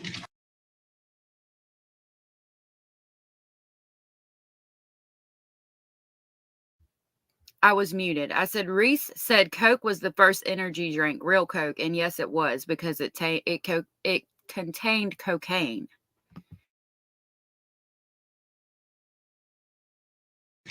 Look to the front page. Yes, sir. Now, explain what that is. That's confusion to me.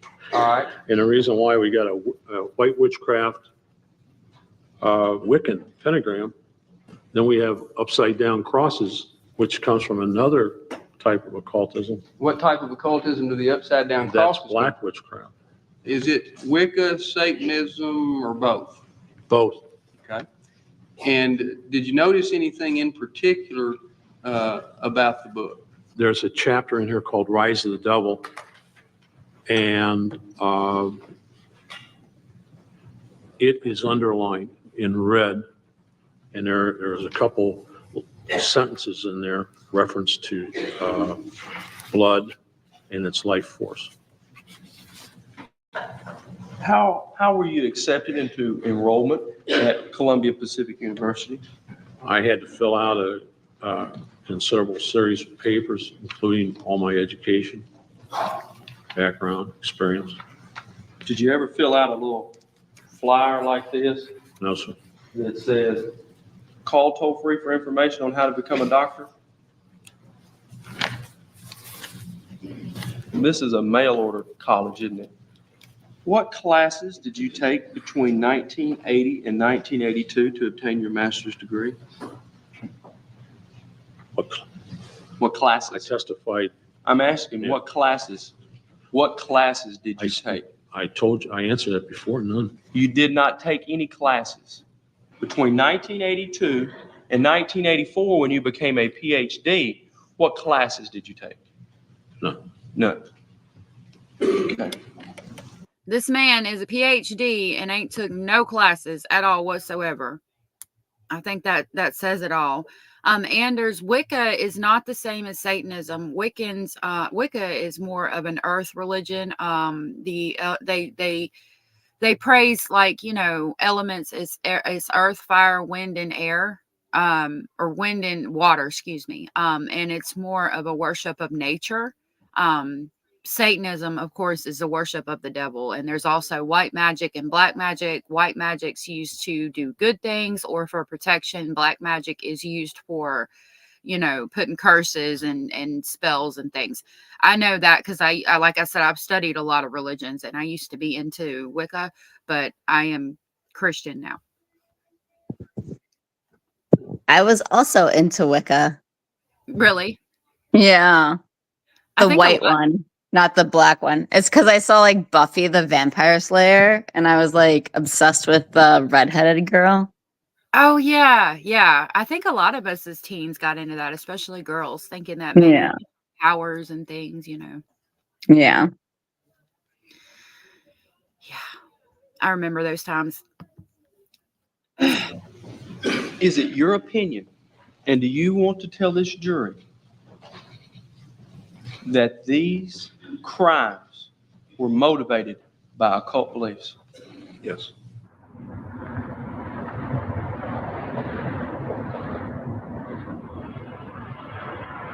We're not trash, by no means.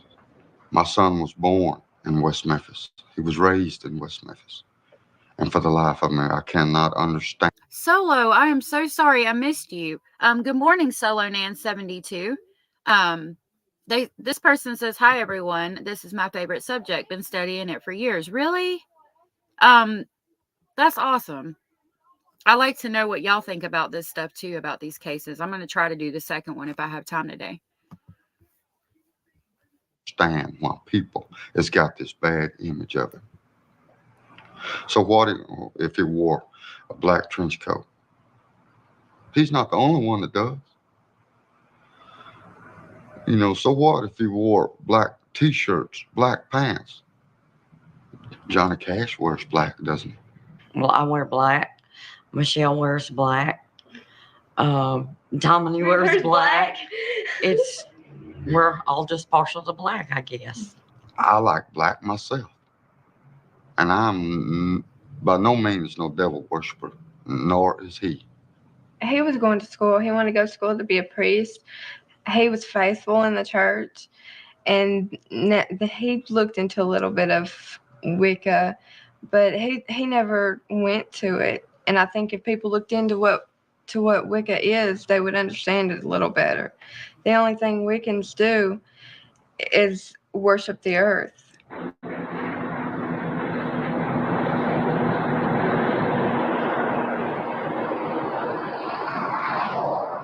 People probably think that I'm in Satanism because usually what people don't understand, they try to destroy. Reese says Roseanne Barr turned me on to Judaism. The entire Matrix is a pretty fascinating puzzle. That is really interesting. Is there someone named Sketch? I don't see Sketch. But hi, Sketch. I'm not seeing you. Sketch. Hi, Sketch. My husband said Roseanne Barr's family was taken out, basically overseas. That's interesting. I felt really bad for her when I heard that. And it was because they were Jewish, from what I understand. I could be completely wrong on that. But I know Roseanne Barr is Jewish, and that's interesting. Sketch, if you're here, I haven't seen you and I can't see you, but hello. I'm glad y'all are saying hello so I could say hi to you. Or ridicule. Oh, try to make it look bad or wrong. Okay. West Memphis is pretty much like second Salem right now. Because everything that happens there, every crime, no matter what it is, it's blamed on Satanism.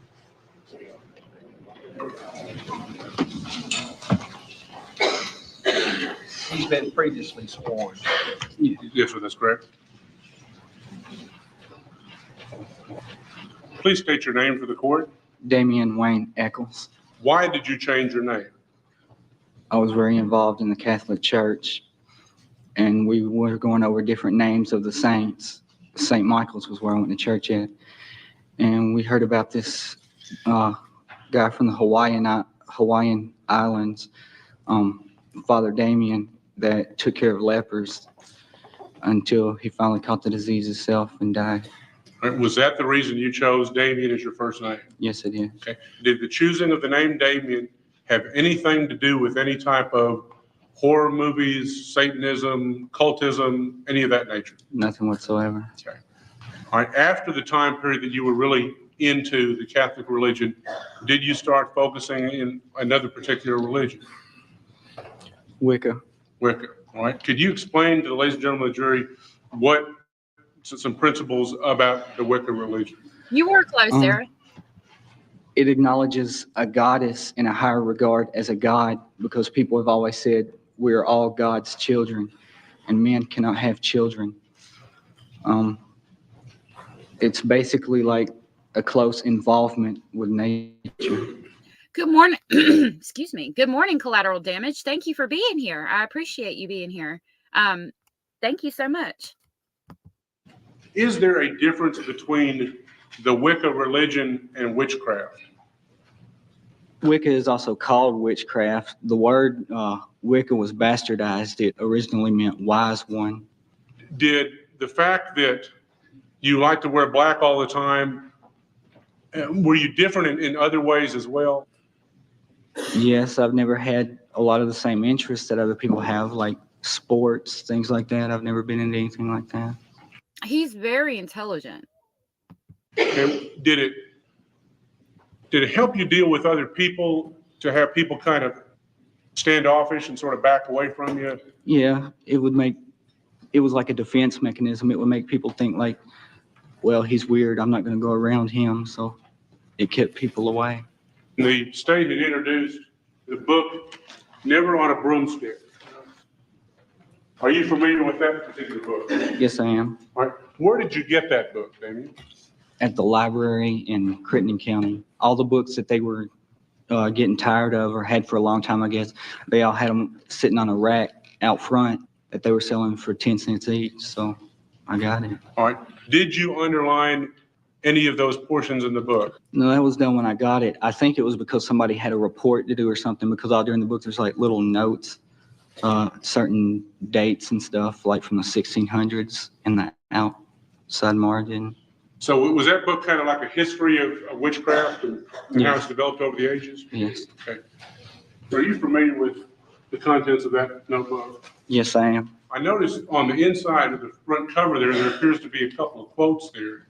Can you read each of those to the jury and then tell them where that came from? Reese says, folks always thought I was weird too. Most can't tell the difference between genius and insane. Exactly. I dressed the way I did to get people to leave me alone, because I mean, that's why I saw a lot of myself in him, because I was Wiccan, and I was Wiccan, but I dressed Gothic because I just wanted people to leave me alone. And he's saying basically the same thing. Life is but a walking shadow. It is a tale told by an idiot, full of sound and fury, signifying nothing. That's from A Midsummer Night's Dream by William Shakespeare.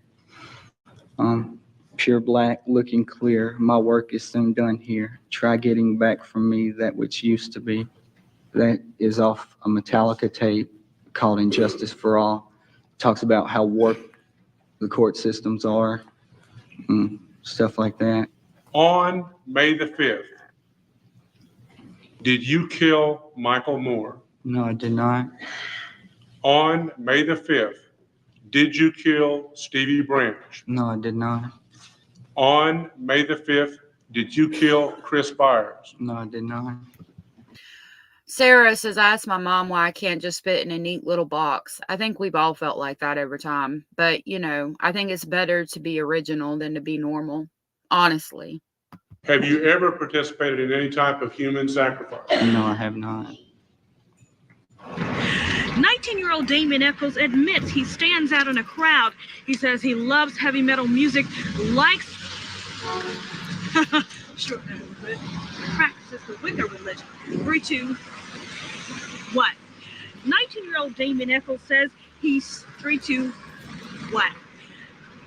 19-year-old Damien Eccles admits he stands out in a crowd. He says he likes to wear black most of the time, practices the Wicca religion, and loves heavy metal music, but he says he's definitely not a killer. I believe they did it, and if they were to be set free on the street, then they would have to look behind their back, watch behind their back to see if Pam Hobbs wasn't following them, because I'm just saying this as a human, you know, I believe I'd try to kill them too if they ever walked the street and I'm still alive. I believe I'd be stalking them to do to them. Probably shoot them and then cut them up. When I was down at the courtroom and Damien walked past me, I wanted to just go over there and take my hand and just claw down his face. Inflict any kind of pain that I could inflict on him. I know eventually we're going to have to forgive him. I know that and understand that. But when it happens in your home and you watch your wife lose her mind, you know, whatever happened Pay attention to this person right here, Terry Hobbs. to her, your home is tore apart, busted The up. stepdad that's talking. I don't feel it's fair right now for someone to ask me to forgive the ones that caused it. It takes some time, a long time, before I could forgive him. You say that it's going to take time. We don't know how much time we got. Pam, we wouldn't be. The one I'm talking about is the redheaded gentleman they were just showing on the screen that was talking. Yes, Anders, New Orleans is known for, well, it's more voodoo. That's where the voodoo, but again, voodoo is made out to be something that it wasn't either. A lot of unfortunately, there was people brought over from Africa and they brought their religions with them. And some of it is called voodoo. Some of it is called Santeria. I don't think that the religions that they believed in, that they brought with them and that they practiced here because they had no choice other than to be here because they were brought over on ships. I don't think it should be demonized like it is. Be able to see Stevie again. We have to forgive in our heart because the Lord forgave us. He forgave us. He shedded his blood for us. He shedded his blood for them. And Trixie. he just asked us to have a forgiving spirit. Now I refuse to serve sin and Satan. Because I'm going to see Stevie again. I'm going to be with Stevie again. I'm going to be with my mother again. I'm going to be with her mother, your grandmother, both of them. I'm going to be with all of my loved ones that have passed on and went to heaven.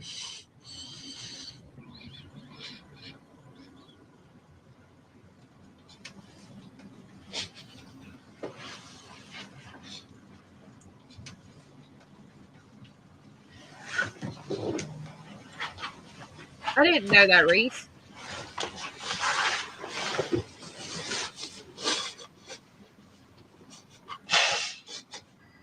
If you could speak to the families of these kids who think you did it, what would you say to them?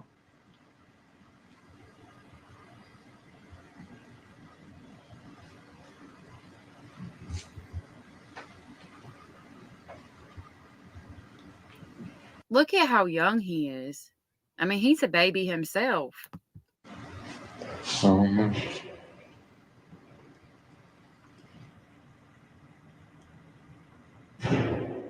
Jason was my best friend. We did about everything together. It was kind of like we even lived together most of the time. Stayed at each other's houses, wore each other's clothes. It was more like we were brothers. We used to go out and snake hunt all the time. Snakes and music were like about our whole life, really. We were like all the time looking for new groups that we would like or something. Our favorite kinds of music were like Slayer, Metallica, Megadeth, U2.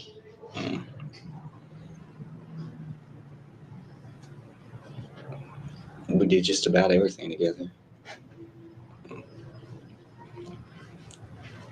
I want to draw your attention back to August of last year. Were you in the Craighead County Juvenile Detention Facility? Yes, I was. Okay, and what were you in there for at the time? Burglary. Okay. This is going to be the person that I think it was Sarah was talking about, the informant that said they had body parts under their bed. Damien did. That and supposedly regrets it still to this day. When you were there, was there a Jason Baldwin in the juvenile detention facility at the same time? Yes. Now, while you were in contact with this Jason Baldwin, was there anything mentioned about his involvement in the murders of the 3 8-year-olds? Yes. Well, we were sitting there playing spades, and I wanted to get to know everybody off in there. Because I don't know what we call it, but just wanted to get to know him. And I just straight out asked him if he did it, and he denied it the first time. Okay. Did you have an occasion again while you were in the detention facility to ask him, was he involved in the murders of the 3 8-year-olds? Yes. I think it was like the next day. I believe it was the next day. And can you tell us what the scenario, what was going on, what was happening at the time that occurred? Well, me and Jason Baldwin were scraping up the cards, going to our cells for lunch. I said, just between me and you, I won't say a word. Did you do it? He said yes, and he went into detail about it. You said he went in more detail. What did he tell you? He told me how he dismembered the kid, or I don't know exactly how many kids. He just said he dismembered them. He sucked the blood from the penis and the scrotum and put the balls in his mouth. Now, Michael, when was it that you came forward with this information? I'm not really sure. I believe it was like a couple months later. What caused you to come forward at that point in time? Why did Michael Carson no longer want to stay uninvolved? Why did you come forward in February this year? Because I saw the family on TV and saw how brokenhearted they were about their children being missing, and I got a soft heart. I couldn't take it.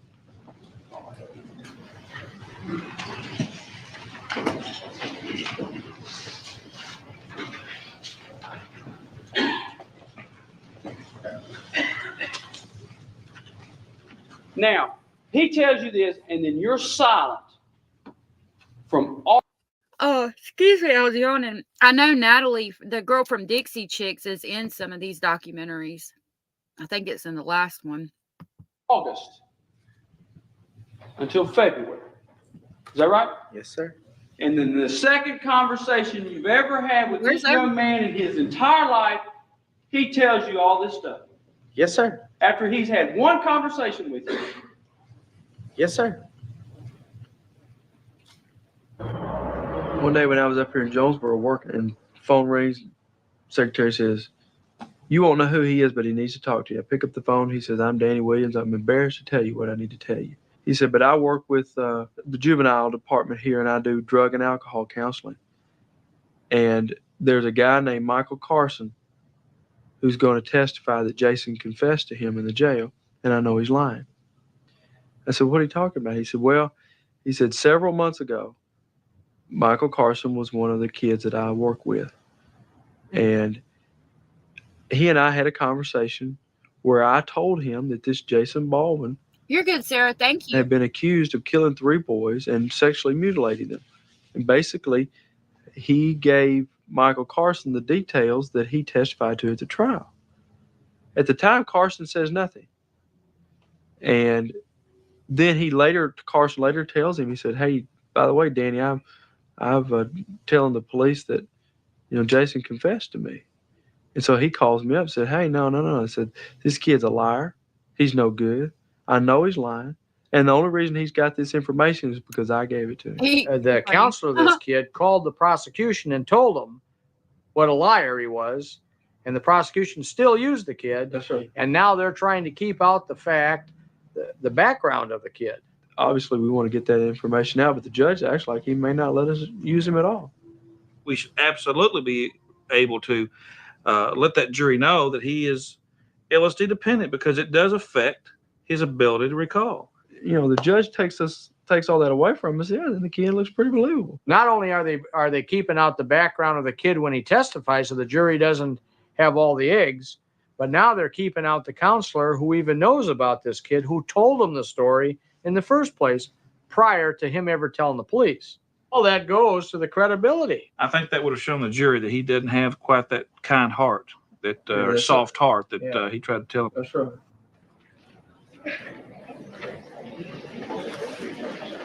This says 5 months after the teens were arrested, police divers found a knife at the bottom of a lake behind Jason Baldwin's mobile home. The prosecution contends that this knife was used in the red rooms.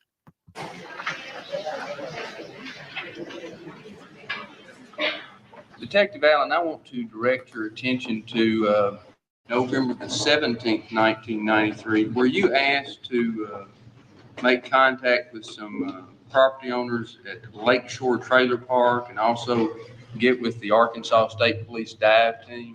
Yes, sir, I was. And after a period of time of searching, do you know whether any items were recovered? Yes, sir. All right. Mark for identification purposes as State's Exhibit 77, and ask if you can identify that.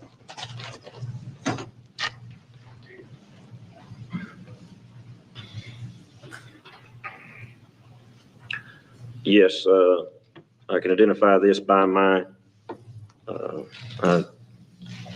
11/17 of 93 M. Allen that I put here. Where did you get the knife? I got this knife from a diver with the state police. How long did this search take place? Was I muted? How long? Yes, sir. I just read out what they what the thing said, that they found this knife 5 months after the investigation. Thank you, Eek.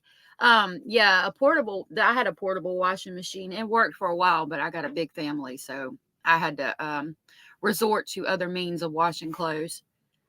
Oh, okay. Thank you, Eek. From memory, I'm thinking maybe 10:30 a.m. is by the time they got suited up and started to look. And you quit it, man? They located the knife at 11:35 a.m. So I had or 11:35. about an hour. About an hour and a half. Yeah.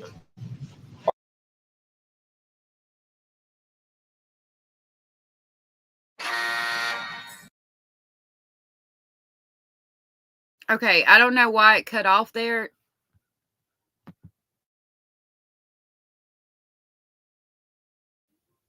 I knew it was going to do that. I don't know why it cut off there, but that I mean, it's pretty much going to give us the rest of the information. This is the start of the second part of the documentary. So we'll start this. I don't know if I'll be able to finish it because it's over 2 hours long.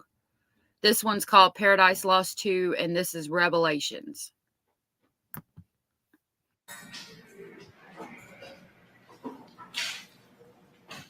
Oh, it said, sorry. It says in 1993, basically HBO filmed a documentary about this case. I didn't catch all of it, but I saw that much. The film told the story of 3 teenagers accused of satanic ritual killings of 3 8-year-old boys in West Memphis, Arkansas. The alleged ringleader was Damien Echols. Actually, after I thought about it for a second, it probably took off the last part because there's a lot of like blown up pictures of the children and what happened and all of that. So that's probably why they cut that off.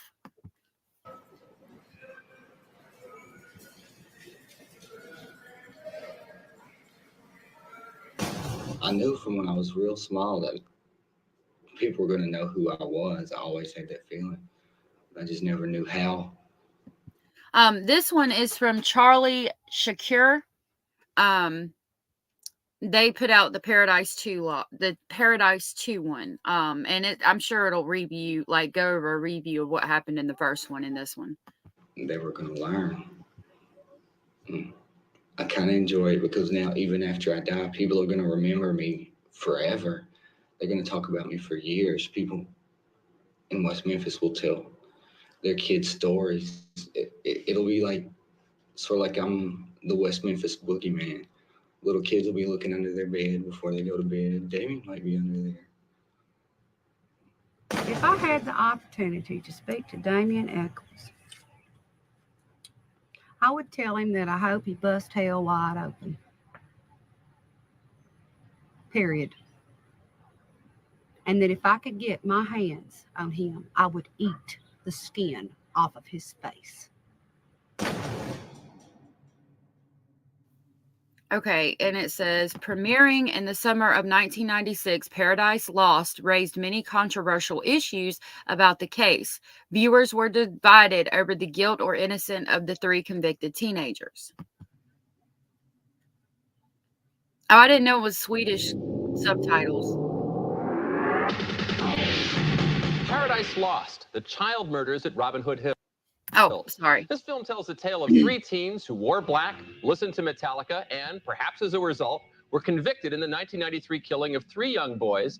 2 filmmakers with incredible access spent almost a year in West Memphis documenting the trial and the town. Everybody in the town and in the courtroom and on the jury are all blinded by their fantasies about satanic cults. The criminal confession. Are too many manipulated by the police? I'd be wondering if the These people are very passionate. true killers were actually captured.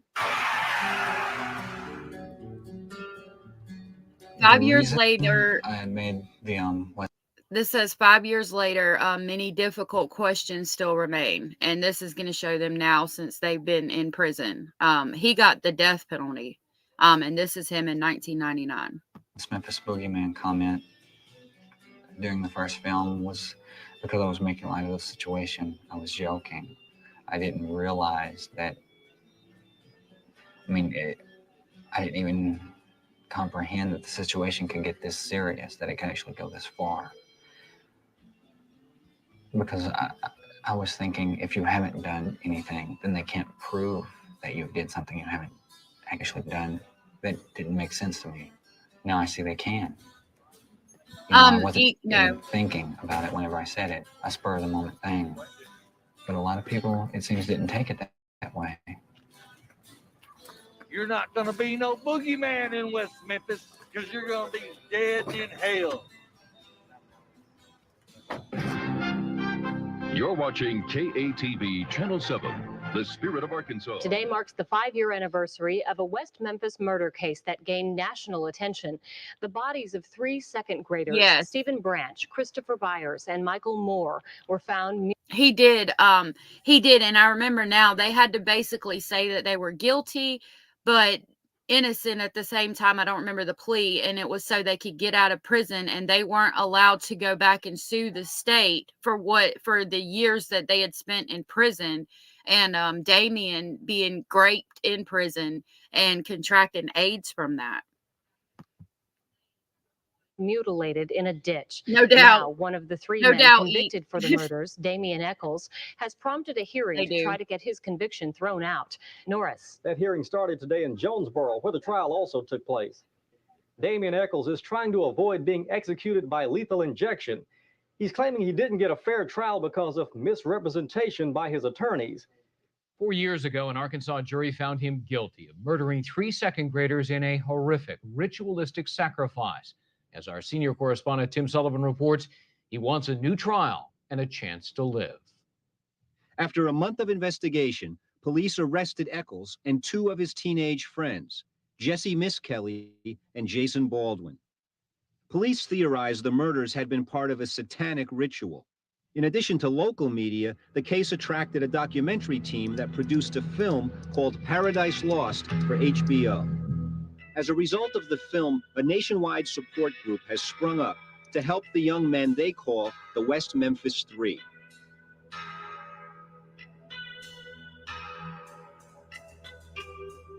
It says between May 5th, 1998 and March 19th, 1999, a series of post-conviction appeal hearings take place.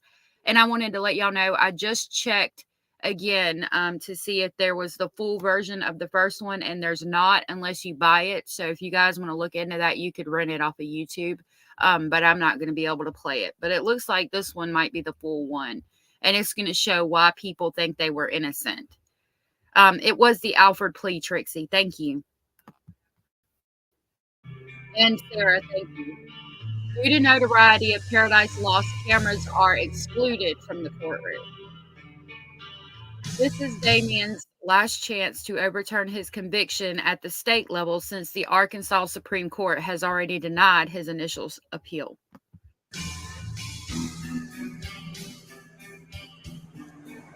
If the world would only know that this case is a travesty. It is a non-case. It is a case where someone is in prison right now because of prejudice. My son Christopher was the one that Jason Baldwin. Sarah says the Alford plea is basically an understanding between the accused and the state that there should be another trial, but there may not be enough evidence to keep them convicted. It's a crapshoot. They are still considered guilty. Right. And because of that, I feel like these boys will never get justice and will never know who actually did it. They have been granted permission to get evidence retested. I didn't know that, Sabrina. Jesse Miskelly and Damien Eccles murdered on May 5th, 1993, 5 years ago today. That's all we're really doing is trying to promote the case. You know, we're not experts, we're not lawyers, we're not scientists. You know, we just need to keep this case alive so people will do something. Where are you from? Los Angeles. Where are you from? I'm from Arkansas, Paris, Arkansas. And where are you from? Akron, Ohio. Mark, how do you feel about the West Memphis 3 support group? To me, it's like Jeffrey Dahmer fan club, Charles Manson fan club, Ted Bundy. You could name them all. Some people want to come to the rescue of a savage to get maybe their 15 minutes notoriety on TV. We get emails from all over the world, actually.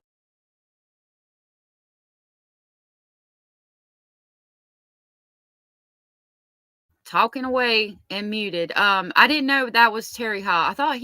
I don't think that was Terry Hobbs. I thought it was the other one. That was with I think it's Stephen Byers' mom. I'm not sure. The blonde-headed one that we saw them all sitting there talking. I know he's redheaded as well, but I think he looks a little different. Actually, it is, Reese. Everybody knows there's doubt about this case, but we just want people to look at it again and right. Thank you, Sarah. maybe question it. They keep wanting to find someone else to blame to get their 3 off.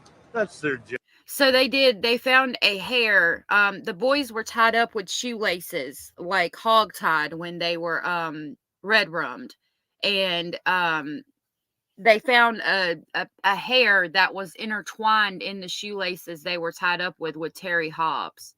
It's Stephen Hobbs, stepdad. I could be wrong, but I think it's the other guy, not this one, even though this guy is a little wacky, in my opinion. Job to take care of who they want, draw suspicion, do their thing, but the world knows who's guilty and who's innocent. Could you hold that out for me and let me get another shot? We would like to talk about the case. I'm here today because this is a hearing for Damian Eccles, the 5th anniversary of the tragic murders, which he was convicted for, but we do not feel there was really sufficient evidence to warrant that conviction. Yeah, they're guilty. They're guilty as they are, and that's an atrocity. We'd even want to say, where's the profit going for these T-shirts? It all goes to raise publicity about the case. Every penny of it goes back into doing that. Why doesn't the profit go to the victims' families? Son of Sam Law says that Eccles or none of these 3 can make any money out of it. It is going to the victims' families.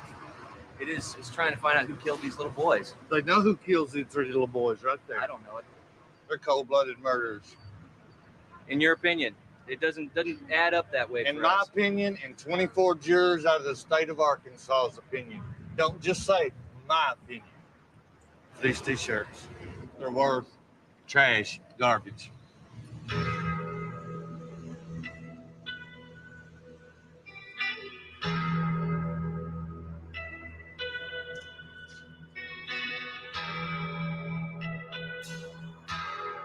Right, Eek? If they show them boys again, I'm going to have to cover it up. I got my overlay ready. I've been locked up 6 years for something that I didn't do. And sometimes the things that we go through that make us suffer are very good teachers. I think my suffering... It said this is when he was 19 and on death row. I didn't get the last little part of that. Hold on. Age 19 when convicted, now 24, sentenced to death.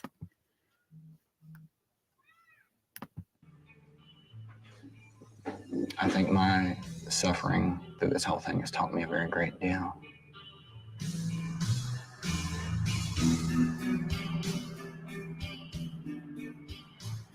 I have anger sometimes, but there's no one to direct it towards, so I just really try to stay focused on just going home, getting...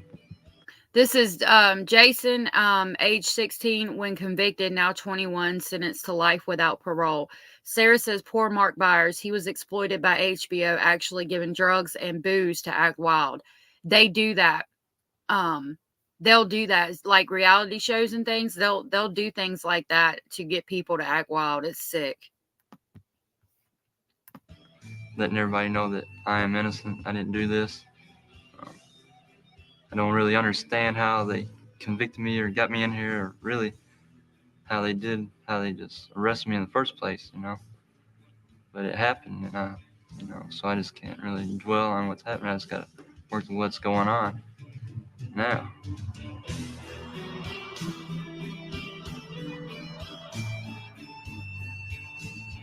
when they told me that I was going to spend the rest of my life in prison, at the time I wanted to tell them, look, I don't want to do that.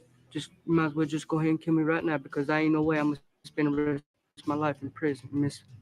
This is Miss Kelly, age 18 when convicted, now 23, sentenced to life plus 40 years. You can't trust TV networks or Hollywood. You can't even trust the news nowadays. Family, I just can't do that. But over the years past and everything, I done got used to it, done adjusted to it and everything, how the system works and all that. I adjusted to it. Basically, it's getting better and better by the day. I just got to adjust to it more often. And it's getting better. But I'm going to make it through it.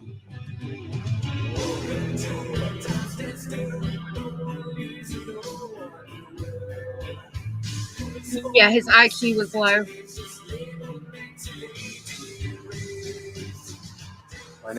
Think about hearing him talk and how easy it would have been. Like, he was a child, so he's going to look to please the adults in the room, and how easy it would have been for the police to get him to confess to something he really didn't do. Name's Chris Worthington, and I'm from Akron, Ohio. Deborah Shue, I'm from Murfreesboro, Tennessee. Kathy Bakken, and I'm from California. Grove Pashley, Grove Pashley, and I'm from Los Angeles. Anna Mosick, ANNAMACEK, from right outside Houston, Texas. I'm Ruth Carter, and I'm from Virginia. Bill Pritchison, Prichason, New Jersey. Gregory Fleming from Alexander, Arkansas. I'm Marcia Ian, MARCIA IAN, also from New Jersey. My name's Burke Sauls, and I'm an alcoholic. No, I'm Burke Sauls, BURKSAULS, and I'm from Los Angeles, California. I'd like it if you could all tell me why some of you have come from so far. Some, I think, have driven as far as from California, taken vacation time, spent money, and so forth, to come to this fairly obscure in many ways hearing. I think I saw Paradise Lost the night it premiered on HBO in August of '96. And it just made me so mad that a modern day witch trial was being allowed to occur in America. I mean, it's not just the fact that they were. Eek says, I see similarities with the Delphi trial. Right. I should have put that on my thumbnail because there is a lot of similarities. Me and my husband were listening to music last night, and I heard we were listening to some Johnny Cash. That song Hurt. It made me cry. That song always makes me cry every time I hear it. 9 Inch Nails originally did Hurt, but Johnny Cash's version of Hurt is way better. And then Metallica, we were listening to that, and it made me think about this case. And I was like, oh, we need to go over that because it's so interesting. They were making mistakes and getting the wrong people, it looked like. But the fact that people seem to be reaching their decisions, even the jury, because of things like emotions and prejudice and hysteria and their anger. And they weren't using the reason or common sense, or they weren't really even applying the law. And I just think that's the wrong way for things to happen in America. And I couldn't forget about it and just got angrier. And so finally I decided to look into the case. I wrote Damien and read all I could about it, and finally just kind of stumbled upon other people on the internet who felt like I did about it. It just made me cry. It really made me cry because I was thinking, how in the world can they sentence this guy to death with what they have, which is nothing? When I went to work, and they had caught the people that had done this, my boss at work, she just thought it was great. She was like, well, they caught those freaks that killed those kids. What a relief. Yeah, well, I mean, those are exact words. They caught those freaks. And I said, well, they haven't even done the trial yet. What makes you think they did it? And she was like, well, look at them. Look at the way they dress. Of course they did it. Like, golly, I better stay in the house then because it's not safe for me out there then. I think that's a real typical scenario. I didn't know that you lived 2 hours from Delphi. Probably not, because I doubt you'd be able to get in the courtroom. I think you're going to get the same information we would. Trixie says, yep, these investigators and Delphi investigators went to the same get your degree in 24 hours online school. No doubt. No doubt. People go through. She is first honest. join the list is that I watched Okay, Paradise Anders. Lost. I also wore black t-shirts. I was in Thank you for being here. I appreciate it. I don't know that we'll finish it out today. We might if I have enough time. If not, we'll continue on another day. But thank you for being here. an alienated teenager, and I think that might be the initial attraction that brings people in. But I think what's really important and that brings people together to the point where you travel across country to come to Jonesboro, Arkansas on your week of vacation are the more important issues, such as justice, such as a corrupt, incompetent police force and justice system working in a vacuum here in Arkansas when nobody's watching. That's why I'm here. I don't want them to think they can operate in the dark, kind of like a mushroom, and grow.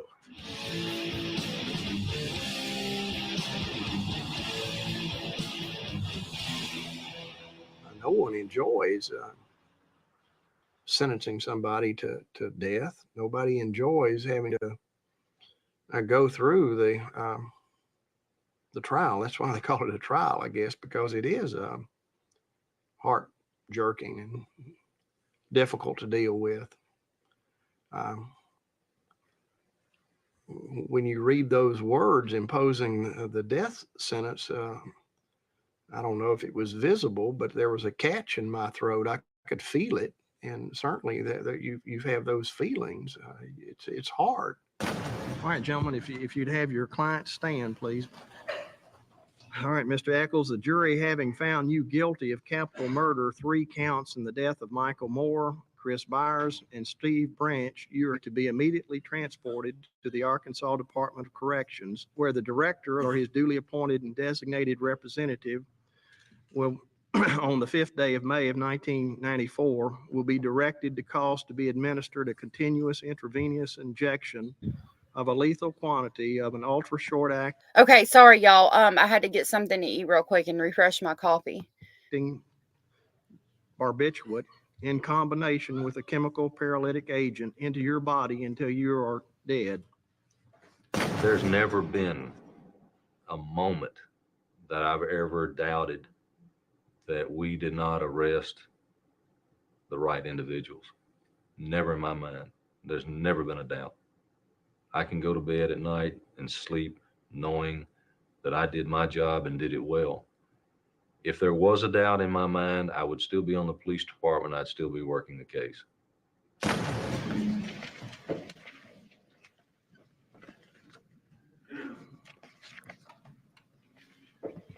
Eek, I was going to tell you, so for the people who are saying they're innocent, we've seen this one. You hadn't seen this one yet.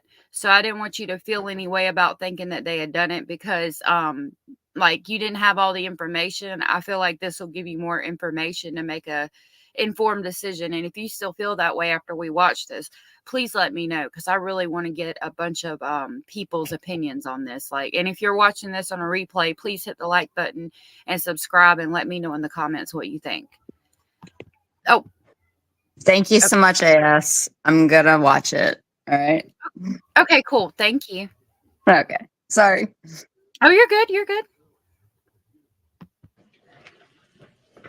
It says one of the keys to the prosecution's case was Jesse Miss Kelly's alleged confession, which implicated Damian Eccles and Jason Baldwin. The police department conducting an investigation for the attempt of triple homicide, case file number 9305066. Miss Kelly, whose IQ is 72, was questioned for over 12 hours without legal representation or access to his family. Only the last 45 minutes of the interrogation were actually recorded. 66, currently in the office with Jesse. I'm so sorry, Reese. Kelly Jr. What occurred while you were there? When I was there, I saw Damian hit this woman. Good God, Reese. I am so sorry. He started screwing him and stuff. What did he hit him with? He hit him with his fist and bruised him all up real bad. Jason turned around and hit Steve Branch Okay. And started doing the same thing. Then the other one took off. Michael Moore took off running. So I chased him and grabbed him and held him till they got there, and then I left. Well, I was telling them, I don't know nothing about it, and they just kept on egging it on. Finally, I just said something where they'd just leave me alone. And finally, I told them, I chased them and everything and caught them and brought them back. But none of that happened. You can't kill nobody and don't leave no evidence. You can't do it. I don't care who you are, you cannot do that. There was no blood, no fingerprints, no nothing at the crime scene. You just can't kill nobody like that. I don't care if you. I think normal IQ is like between 120 and 150. If I'm not mistaken, I could be wrong though. Reese, again, I'm so sorry. That is awful. I am so sorry. You're a genius or nothing. You just can't do that. Inspector Gitchell, let's talk about the things that Jesse told you that are just absolutely incorrect. Now, on page 9 of his statement, Inspector Gitchell, Jesse says that the murders took place around noon. How did you know that was incorrect? Because the young boys were still in school. Did at any time when he was telling you these things? Yeah, 70 is low. I don't know. Let me look it up on my phone just to be sure, but I know he had a lower IQ. I'm going to look up the normal right now and I'll tell you in just a second. Yeah, they did though. Reese says no evidence how they convict someone on a false confession. Right. And you can tell it was false because he stated that they did it around lunchtime and the boys were in school. They went out to ride their bikes after school. And that's when it happened, when they didn't come home that evening. And I don't know why they didn't play that now that I'm thinking about it. That part's in the video. Y'all should, like, if you get into this and you're interested in it, definitely go rent the original Paradise Lost on YouTube so you can get the whole first video. Sarah says coerced confessions are a thing. That's why there's the Innocent Project and similar programs exist. Yeah, the Innocence Project has done a lot of great work. Things that you knew were incorrect? Did it ever occur to you that what he was telling you was false? His entire story was false? Jesse simply got confused. This is a classic example of how police can produce a false confession. I'm so sorry, Reese. They threaten Jesse. They tell him that he knows things that they know he knows. They use the polygraph. They tell him that he's flunked the polygraph when he didn't. They use that to convince him that his situation is hopeless. They upset him enormously by showing him these horrible photographs of these dead children. And then they give him the option of being with the bad guys with the consequences of that, or joining the police. And at this point, all he wants to do is get out from under the pressure. So now all he has to do is agree with what they tell him, and that's how they set it up. Initially, they're going for a false witness statement. But once they have him talking. Amy, hello, Amy, and welcome. Amy says normal IQ is between 85 and I think average adult IQ is between 85 and 115. And you are absolutely right. I apologize. Amy is right. Normal IQ, from what Google says, is between 85 and 115. So I was shooting it up high. So he's a little bit below, well, I mean, about 10 points down below normal IQ.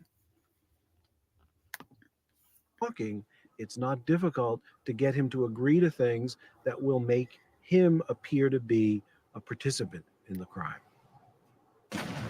Out of the 100. Sabrina says they told him the effing polygraph could read his mind. Good God. And the fact that he believed that, again, gives us some idea into his intellect. She says he failed one question.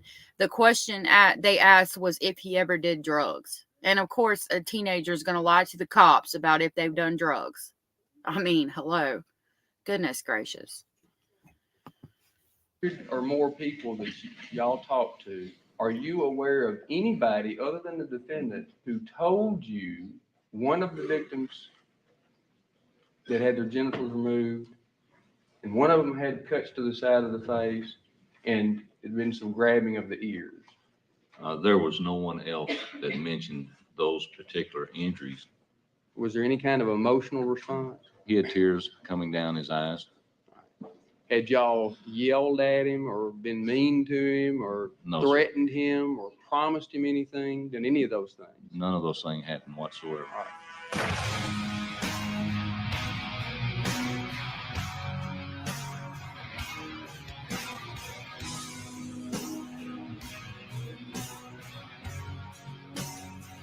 Hopefully, y'all don't hear me singing. Of the 6 original defense attorneys, only Dan Sidham, who represented Jesse Miss Kelly, continues to work on the case. Well, I was down at prison a couple weeks ago and seen Jesse. And he tells me that you come down about every Sunday. Yeah. I try to boost his morale up. Just hang in there for me. We're doing everything we can. Sometimes it seems that things are kind of progressing at a snail's pace, but that's unfortunately the wheels of justice. There is no justice. Well, I got to tell you that I had to ask myself whether I still wanted to be a lawyer, but it just lit a bigger fire under me and made me want to get up and fight that much more. So, Well, they didn't let you present your case up there in court. I noticed that. but we got to have hope. Without hope, we don't have a chance. I've made a Yeah, Metallica. I like songs that are not as mainstream. Like my favorite 2 songs in the whole world are by Alice in Chains, and they're called Rotten Apple and Nutshell. They also did another one in another band called Mad Season. And they did River of Deceit, but there's another song on that album I really love. But my favorite Metallica song is called Bleeding Me. And I love that song. I listen to it over and over, like all the time. made a promise to that kid of yours that I'd never give up Yep, the fight. got I good don't Southern intend to lawyers. do that. Maybe the quickest way to get Jesse out of that prison is to catch a killer. Yeah, well, I think everybody knows who's done it, but ain't nobody saying anything.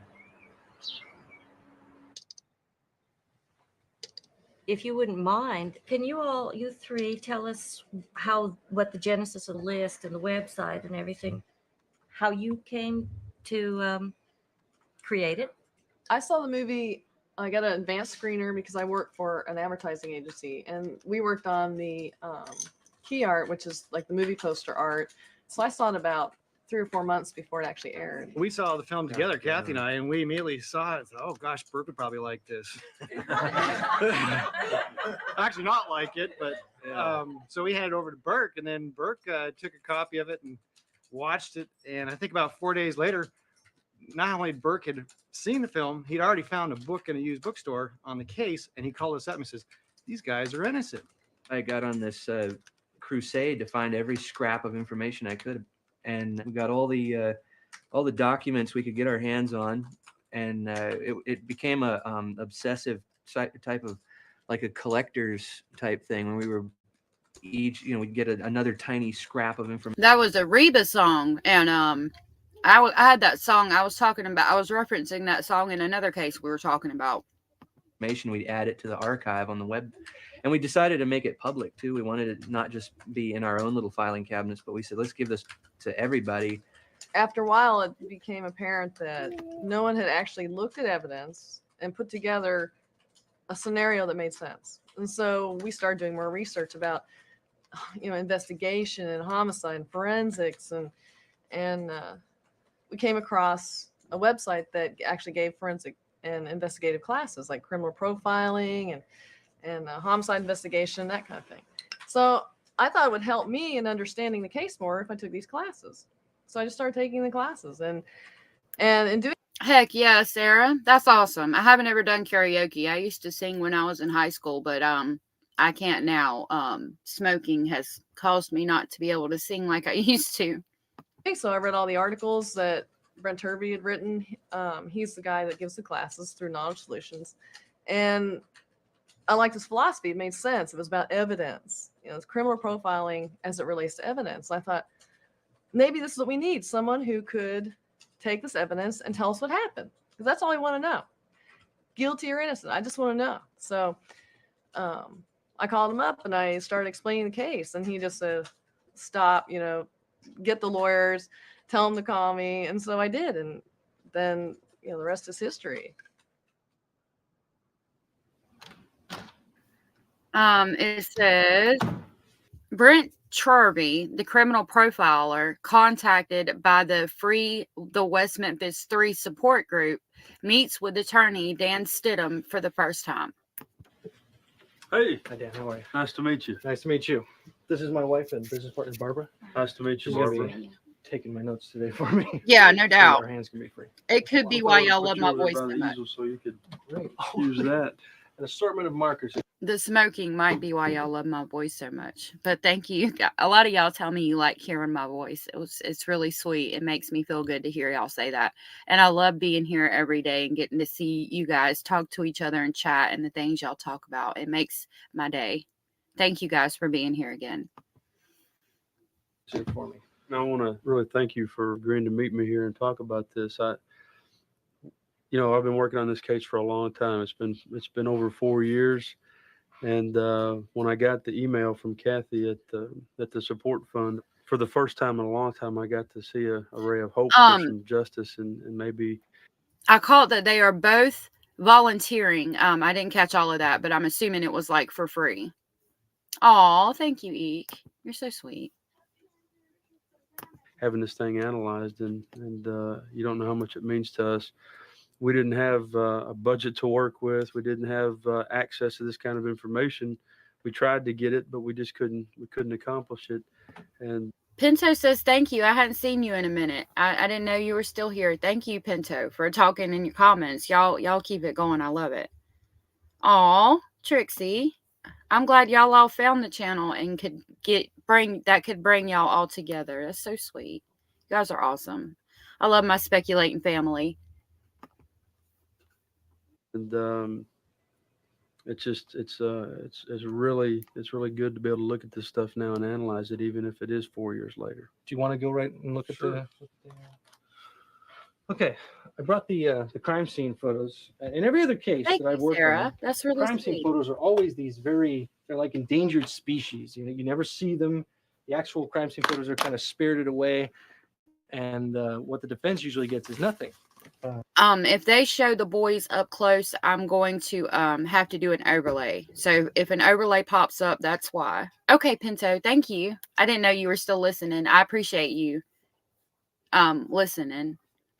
Or color photocopies that are really bad. In this case, I was very surprised to receive all the actual crime scene photos. One of the cornerstones of the prosecution's case was that this was a ritualistic, satanic cult homicide. Do you say anything here from the crime scene characteristics which would be indicative of Satanism or ritualistic homicide by a cult or anything of that nature? Most certainly not. There's a definite lack of ritual element to this crime. It's very unfocused in terms of the nature of the injuries. It's very much a reactionary type of behavior, not ritual.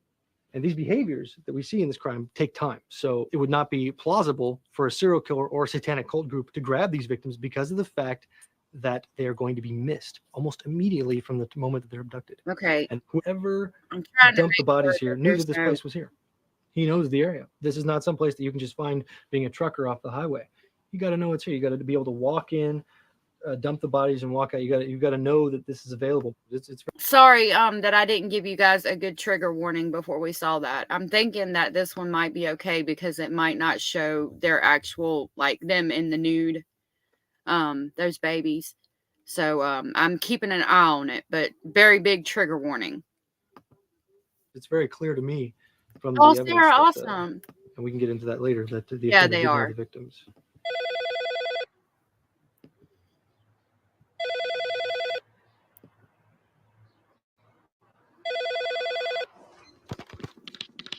Hello? This is the MCI operator. I have a collect call from Damien, who is in an Arkansas correctional facility. All calls other than properly placed attorney calls will be monitored and recorded. All right. Am I on speakerphone? Yeah. Yeah.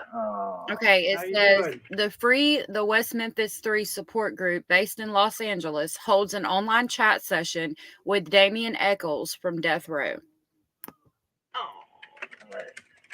So there's like about 15 people saying hello right now. Hello, Damien. It's a conspiracy. Hello, bro. Everybody, everybody's saying hello now. Yeah, they were referencing in the other one that he changed his name to Damien, and they were saying it because of the what is it? The Omen. That little boy's name was Damien, and he was supposedly possessed by a demon. They used that against him in court.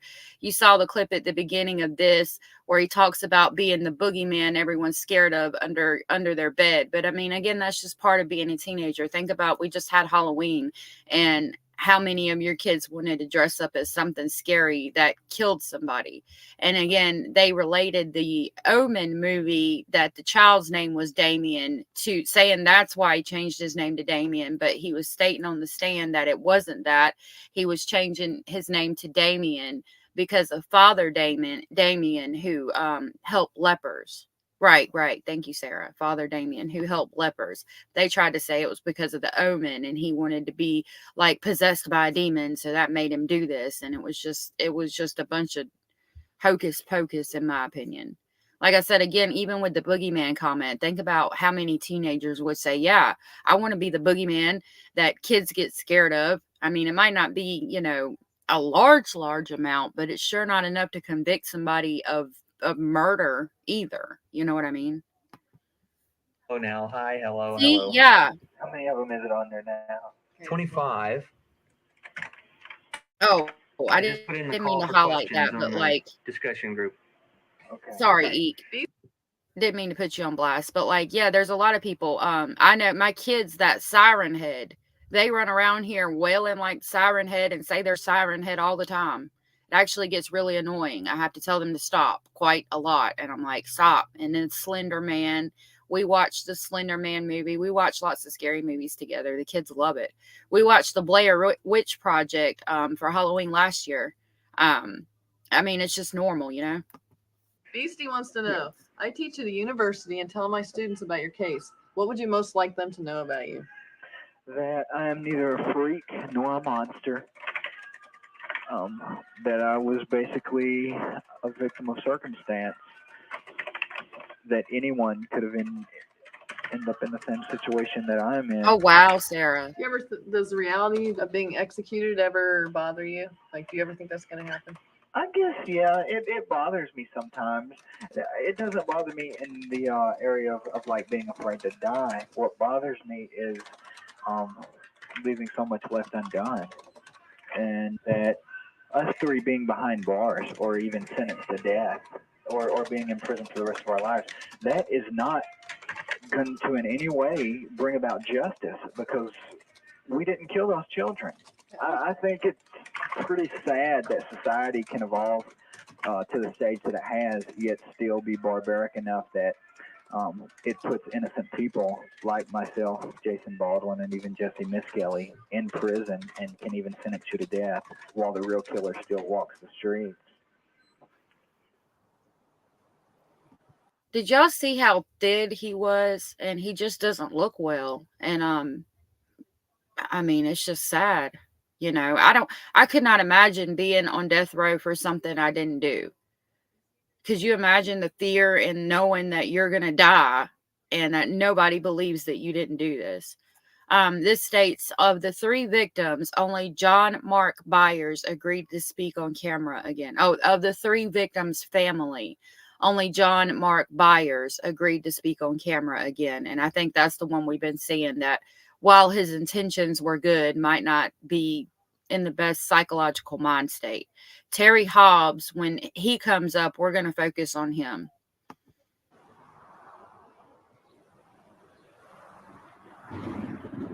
Really? That's interesting, Reese. Yeah.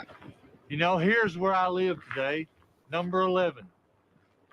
An apartment somewhere in the state of Arkansas. That's good enough. I came from a real nice big home with all the amenities and luxuries that you could have to what I like to call my humble, modest studio apartment. A giant 300 square feet. A bedroom, a living room, a kitchen, and a bathroom. But there's benefits to it. It takes me 5 minutes to vacuum, 5 minutes for the air conditioner to cool the place down, and I don't have to walk far to go to the bathroom. So it's a good little spot to live to be by yourself, to control your thoughts, your emotions, and to live the rest of my life as God sees fit. As I look at all these dark clouds roaming in on me today, it can very easily remind me of May 5th, 1993. This half was a bright, sunshiny day. This half became gloom and doom. And as the dead I didn't know that there was a state that was like all YouTube people. That's really interesting. That's where I need to go. I want to move to Wisconsin. I want to go to the mountains where I can just live quietly in peace off the grid with some solar panels and rainwater and a little garden and basil and my family, and I would be over the moon. death and destruction rolled into West Memphis, Arkansas and consumed 3 babies' life and killed them. It's kind of like this. Reese, I've been there. I lived in a hotel room for a good year. It's nice because like you people come in and clean it. It don't cost much. You can pay a monthly rate. So I understand. This cloud front is rolling in and cooling off today and consuming me as I stand here in the wind amidst the storm. And the storm is what I have been in for the last 3 years. But thank God there's a bright side on the other side. I've been down in a lot of low valleys and people have tried to take me out. But I'm still here. Jesse, Jason, Damien, those names ring in my ears daily. And I still hate you. Oh, did I miss that? I didn't know it meant white. That Forever meant and a day, YouTubers. shall I still hate you? Byers, when he's running around cussing me and telling me that I should go to hell and stuff, seems like he's play acting, trying to divert the attention, trying to play the role that he should be of an angered parent. When really, I believe he's the one that did it. The murders of 3 West Memphis boys last year shocked all of Region 8. During the trials earlier this year, we empathized with the parents and relatives of those little boys. And because of It really is, television, we Reese. were able to see and hear the emotions those parents were going through. Now the parents of one of the boys find themselves once again under public scrutiny. Jenna? Since the trials, the Byers moved from West Memphis to Cherokee Village. Now, they say they wanted to start a new life, but now they face criminal charges. They're accused of taking $20,000 worth of property from a neighbor's house. Police have witnesses who claim they saw the Byers loading stolen items into their pickup truck, and when police searched the Byers' house, they found a few of them. Mark and Melissa Byers face additional charges in their old hometown. West Memphis police have 13 warrants for the Byers for allegedly writing over $700 in bad checks. The Byers also face other charges. When they moved to Cherokee Village, the Byers became good friends with their neighbors, John and Donna Kingsbury. Problems began when Mark spanked the Kingsbury's 5-year-old. I took the fly swatter and I just the plastic end, just on the back of his blue jeans. And I said, now you get home. You've been a bad boy. But the Kingsburys say the whipping bruised their son. We did have Lord have mercy. This is crazy. I didn't know that all of this had happened. This is crazy. Goodness gracious. to have a restraining order put on them because I was worried about my family. Mark Byers' problems began in July. He's been charged with contributing to the delinquency of a minor. Police say he stood by holding a gun and allowed a teenaged friend to assault John Shaver Jr. According to a police report, the teenager used a closed pocket knife in his fist to assault Shaver. The fight sent Shaver to the hospital with a concussion. Lord have mercy. He's standing by holding a gun, and he said, now you get on over there and you whoop his ass. And the dang boy's holding a knife in his hand. That's damn near like brass knuckles, because you hold a lighter or a knife or something in your hand and it makes your punch harder. Goodness gracious. He's standing there with a gun, making sure the boy don't leave, and he gets his butt whooped. My Lord. Heaven help us. Byers admits the knife was his. He also admits there was Goodness. a gun in his car.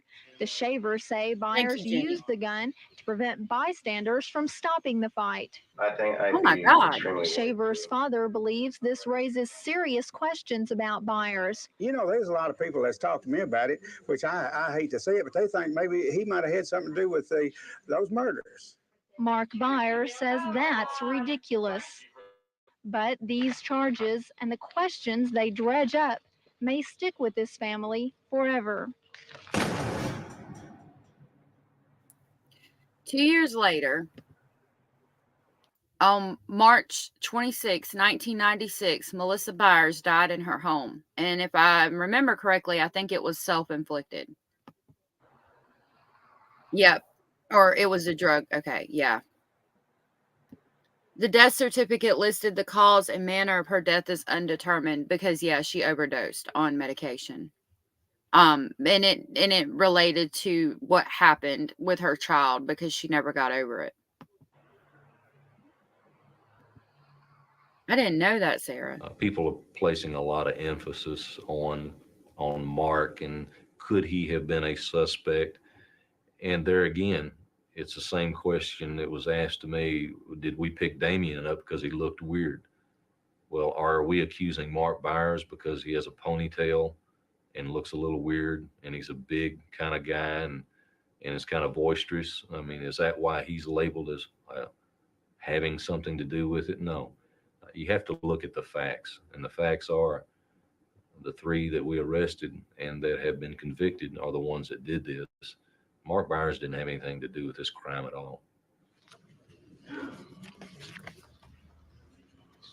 During the original trial, Mark Byers gave the Paradise Lost filmmakers a used hunting knife as a gift.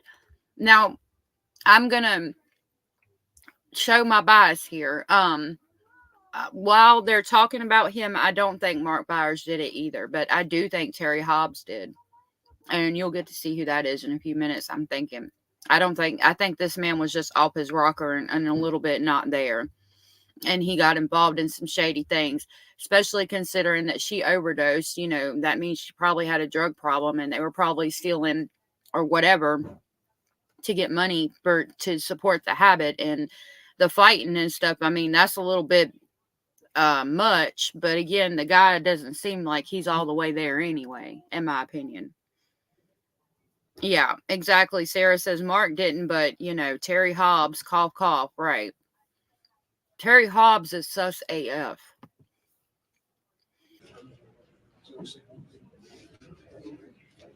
Right, Sarah. Since the knife appeared to have blood on it, and because his son Chris had been castrated with a knife, it was turned over to police. Right, I remember there was only one that was castrated, and it was her son. And I think that, like, if I remember correctly, he wasn't supposed to live. When he was born, there was complications, and he wasn't supposed to live. And she always suffered with the fact that, why, God, did you give him to me just to take him away? Oh, Mark Byers had a brain tumor. That explains more too. Who did you receive this knife from? I received it from, how did I actually receive it? Who did you receive the knife from? I received it from Joe and the people with HBO Productions. Here, this red area here, this is the shaft of the penis. And here is where the scrotal sac and testes should be, and they're missing. So what we have is that the skin overlying the penis, the head of the penis, has been carved off. It's gone. It's not there. I apologize. See, I had probably stretched. Single worst case of sexual mutilation I've Sorry seen. for that. Oh, hold on. So this stab wound right here, this one right here, it's a nice elliptical shape there. Nice stab wound right there. See those little Sorry, y'all. I had of stretched abrasions out that come and along the top there, didn't catch that. off Hold the on a side minute. there? Those indicate movement. Now that is either the person stabbing the knife in and twisting it, or the person who's being stabbed is moving. I am And a so lot of sorry, them, y'all. at all kinds of funny angles that mean to me that the kid was moving around. Dr. Peretti testified at So Miss Kelly's sorry. trial in Corning that this could have been. I am terribly sorry about that. I had laid back and was stretching, and then I sat up and I was like, "Whoa!" And then it doesn't move as fast as I click it. So I sincerely apologize for y'all seeing that. I'm so sorry. Been done with a knife, or it could have been done with a sharp piece of glass. 2 weeks later, he Oh testifies yeah, that collateral. this Thank you for someone being is here. someone who has a great deal of knowledge of Right, anatomy, Sarah? Like, and I that the take a penis stretch and then is there it skinned is. meticulously, which would take Right. a great deal of time under laboratory conditions. What can you tell me about that? On really close examination, this is why I brought you the magnifying glass, because I want you to look right here. Hold on a You can minute. see the impression of the handle of the knife as it is being plunged. See that little Yep, squareness there right there? it is. And so whoever Hold on. did this went like this and grabbed it and just went like that. And that's how they cut it out. No precision, no accuracy, no skill required to do that. And it actually, to me, it's consistent with what is a fishing knife that's got the blade on one side and the serrated When top he- on the other. Because of the movement involved and because of the When depth. he was talking, the overlay was over it. Basically, he mimicked like if you were to like hold a knife, like like you see in serial killer movies, and they just stab and just stab back and forth. That was the motion he was making that y'all weren't able to see. Depth. That right there is something that only somebody who's like really angry is going to do. This is not. I'm gonna this is keep not it a- on my This overlay. is not an page for act a of second. deliberation or an act of that's well thought out.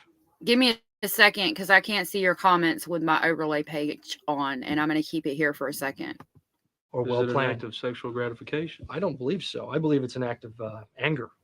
Mr. Byers, I need to ask you about defense exhibit number E6. I think we're good now. This particular folding lock blade Kershaw knife. If I can approach the witness, Your Honor. Yes. So on January the 26th, did Gitchell tell you, let me explain a problem we had, and you need to answer this for me. We have found That's blood a on well-deserved this knife. name. I don't remember if he said there was or not. Did you have any idea how human blood was on that knife? Well, yes, I would have an idea. I cut my thumb. All right. And you recall stating, I have no idea how it could have any human blood on it. You recall giving that answer? Yes, sir. Then do you recall stating, I don't even remember nicking myself with it, cutting the deer meat or anything? Is that the answer you gave? Yes, sir. And is that the truth? I might not have remembered it at that time when he was questioning me, but I could have remembered it later on in the day and talked to him about it. Okay.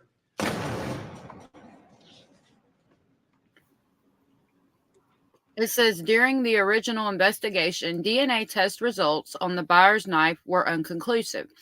As a result of the testing process, the blood evidence was destroyed, preventing further analysis. No doubt, eat that cranium.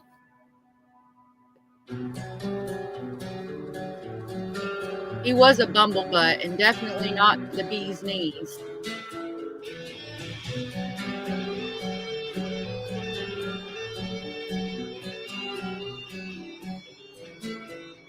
Mark Byers, everywhere he goes, trouble follows him. Well, didn't him and his wife break in these houses, get these statues and all this stuff? This is Damien's family, and this is where Damien was living when they came and arrested this child. Yeah, and then they just got slapped on the wrist. And he can get into as much trouble as he wants to get into, and they just never do anything to him. And he's apparently not that great of a person, because from hearing people talk about places that he wants to live or houses that he wants to get, the neighborhood freaks out and they don't want him living there. Pretty much no. I tell you what really worries me about Mark Byers is he's got a thing for knives, like the knife he gave to HBO. And then later on, he gives a teenage boy a knife. That's Jason Baldwin's mama. If you had a child that was brutally murdered by a knife, you wouldn't be giving another kid a knife to fight another kid and then hold a gun on them and make them do it. I mean, Well, I wouldn't go far enough to say that Mark Byers murdered these little boys, but I think he had something to do with it. And I just can't figure out what. And I think there's a lot of people that probably do know. I had 3 or 4 people come to my house to look me up to tell me that they believed that my son was innocent and that they personally knew Mark Byers and that they believed that he was capable of, of doing a crime like that. And they said they had been to the police, but the police wouldn't listen. And I feel really bad about what happened to Melissa Byers because it concerns me that maybe she found out something that she shouldn't have. And I'd like to know what really happened to her. So what she's saying here is that she's concerned about Melissa Byers basically dying, because she thinks that she could have found out something that implicated him, and he might have overdosed her, basically.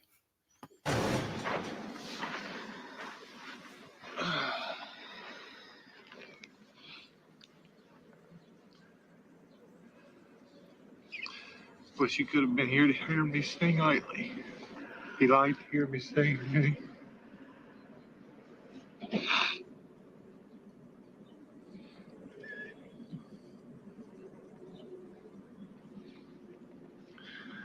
I think his little Christmas tree will stay there real well. It's in there tied enough. I don't think the wind will blow it over or anything. Come here and kneel down here by me.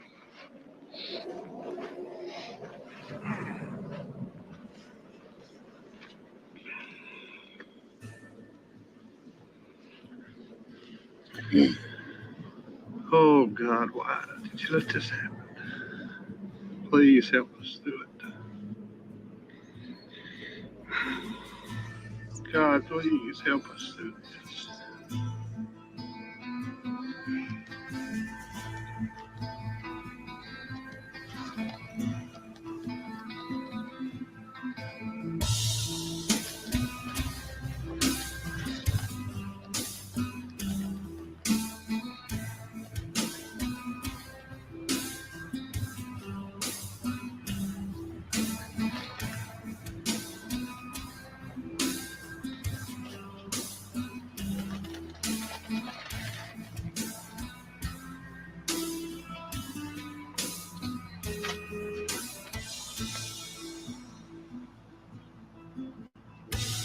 Watch this over dramatization if it's the one I'm thinking about. I do too.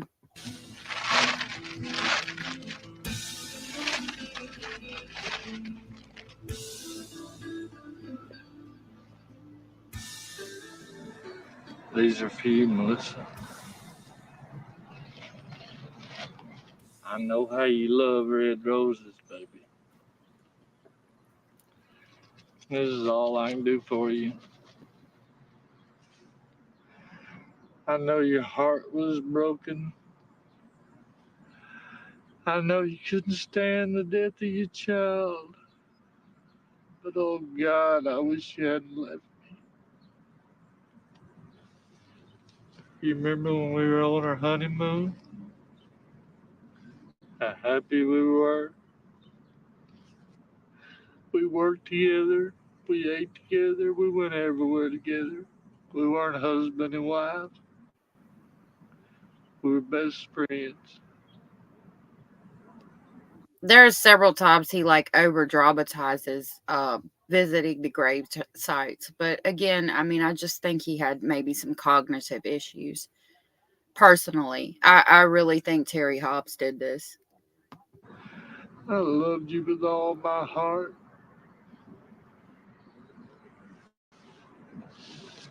You remember when we opened our jewelry store? We had finally accomplished something.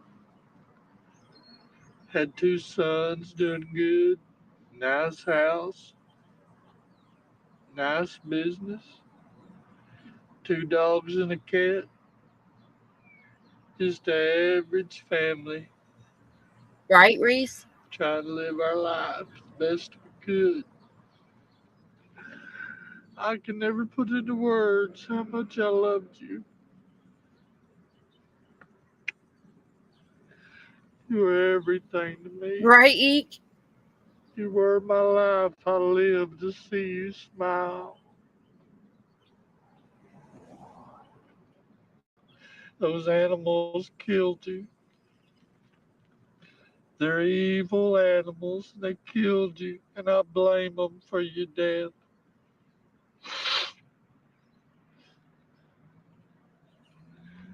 And all for you morons, infidels. Look at him looking into the camera. Like, yeah, I'm with Eek. Like, what the fuck are you doing, dude? And fools that think I had anything to do with it. Go to hell! Go to hell! I love my wife more than any man could love his wife on the face of the earth. I'd have died for her. I took care of her. She was my life. I didn't do anything but love her. And for all you sick son of a bitches out there that think I had anything to do with her life, go to hell! Go to hell, y'all. Go to hell. All right. Think what you might, but you can kiss my ass.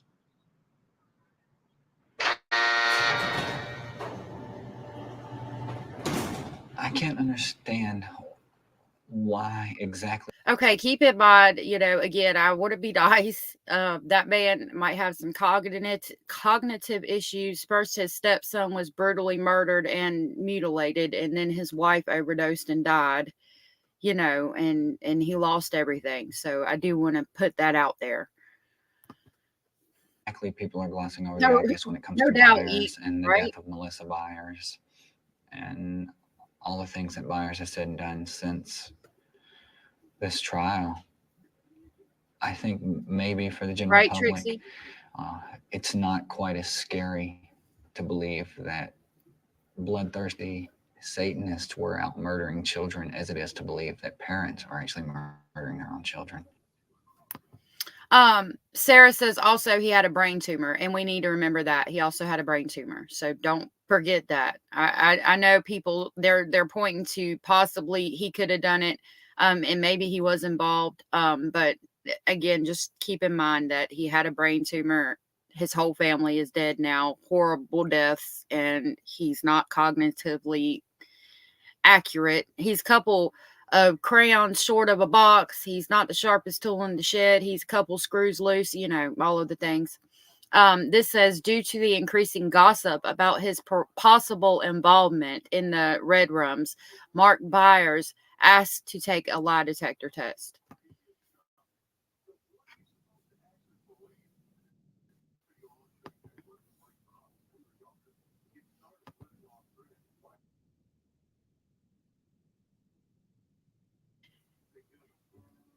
Now, you're aware that you're here to take a polygraph test today.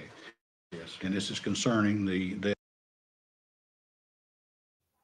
My unmute wasn't working. And it said that he asked the filmmakers to record it. No, they don't. Brain illnesses do not absolve you of crimes. They don't. And we do need to keep that in mind. That's a great point, Eek. deaths of 3 boys. Yes. At West Memphis in 1993. Yes, sir. Okay. You're also aware that an audio and video record's been made of this procedure. Correct. So you got any problem with that? No, sir. If you do, I want to know about it now because I don't want anything bothering you. I don't have any problem. Okay, that sounds good to me. Mark, what we're going to do today, we're going to talk about what happened in West Memphis. We're going to talk about you, where you come from, who you are. Okay, sir.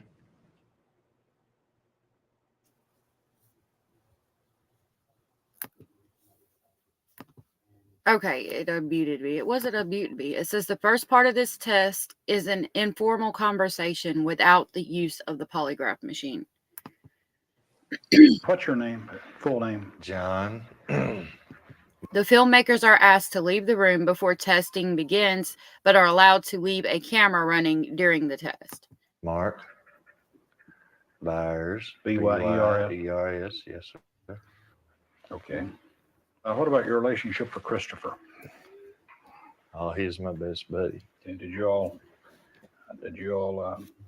have disputes like father and son have? I'm sure. Well, In the beginning, of course, he was little, but when he got up 4 or 5, he started having behavior problems. And Melissa didn't know what was wrong with him. I didn't know what was wrong with him. In hindsight, now I can look back and say, boy, if I'd known that, I'd have never spanked him, or I'd never given him time out, or I wouldn't have done anything You say you like that. spanked him. What was your intent when you spanked him? Was it your intent to hurt him? Oh, no, sir. To discipline him? Discipline. Did you ever hurt him? No, sir. Son, I know there's thousands of eyes watching what I'm going to do. I know I made mistakes. This is the crime scene, July 10th, 1993. I'm sorry about the yelling. One of the neighbor kids is yelling, and she does that all the time. So I apologize about that. But like Trixie said, he is a drama king, so everything is going to be over dramatized that he does. Again, this is at the crime scene in July of 1993. Mistakes. I'm not a perfect father, but I know I loved you with all my heart. And I know I tried to keep you from getting hurt. I know. Yeah, Eek, she's okay. She talks really loud, like she'll stand out there and she just like she sings, but she sings like at the top of her voice, screaming. So she's good. She's out there playing with my kids right now. She's just very loud. She's a very loud child.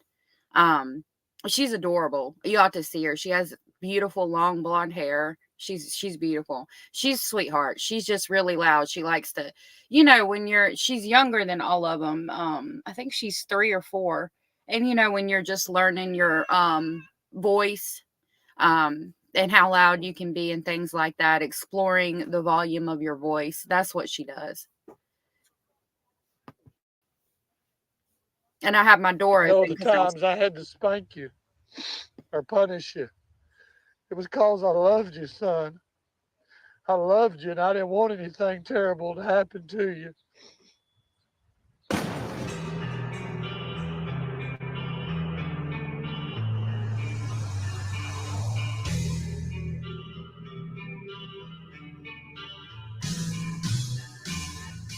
With your knowledge of the amount of blood that was lost from not only Chris Byers, but these other boys who've had some they're going to bleed as well, won't they? Oh, yes. Okay. Do you have an opinion as to whether or not you could clean up that amount of blood at a scene in the dark? Do you have an opinion as to that? I think it would be quite difficult to do, to have injuries of this nature without having any blood. I mean, They just showed a picture. I would question that Page. about the blood.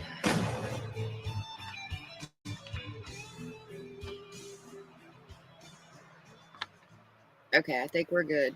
One of the bodies was discovered in this area right here.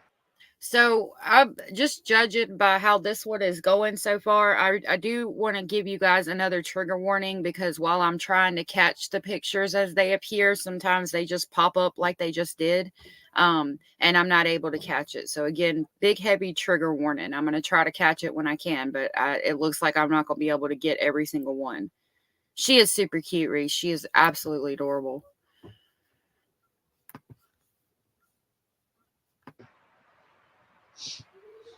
There's a place up there on the hill where those 2 trees grow together right there. Mm-hmm. That was one of the other reference points on the crime scene diagram. The prosecution, their theory was that the murders occurred here in the creek bank, and that actually the homicides took place here on this little kind of plateau area, and that the defendants threw water up on the bank and washed all the blood away. The water was about this high. And the water, and the theory being that the water would hit the bodies and wash the blood back into the river? And wash away the evidence. Okay. I'm not sure exactly how that would work, or why they would think it would work. Unless they had someone throwing water at the same time the castration. You could use a garden hose on the bodies and you wouldn't get all the blood away. I mean, that's like, there would have been so much blood. The amount of blood at this crime scene, if this had been the place where Chris Byers alone was emasculated, there would have been so much more blood than that. And plus, they're saying basically the boys died on this hillside, and there was no blood there. And they're saying basically that the killers took water from the creek and washed away the blood, but it's just not possible, is what they're pointing out here. Peroxide, yeah. I learned that trick. Well, I probably shouldn't say it on here, but it'll ladies, it gets rid of blood in undergarments. I'll leave that at that. I think you got it. Just They wouldn't have been able to see it. It would have been an incomplete job. So this is only a disposal site. 2 of the kids did die here because they were put in the water and they drowned. But this is a disposal site only, not a primary crime scene. It says the making of Paradise Lost has become an issue in these appeal hearings. Both the prosecution and Damien's new defense attorneys declined to participate in this film. I'd have to say that the making of the film Paradise Lost was This is the judge, and he's going to talk about, I know Anders isn't here, but he's going to talk about basically how it got messed up by, he says the trial got messed up by HBO being there and the problems it caused for them to film this trial.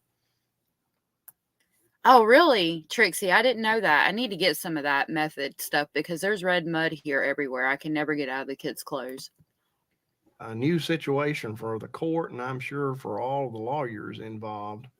I think I had indicated to the producers earlier that if either the defense or the prosecution had objected, there wouldn't have been any filming in the courtroom.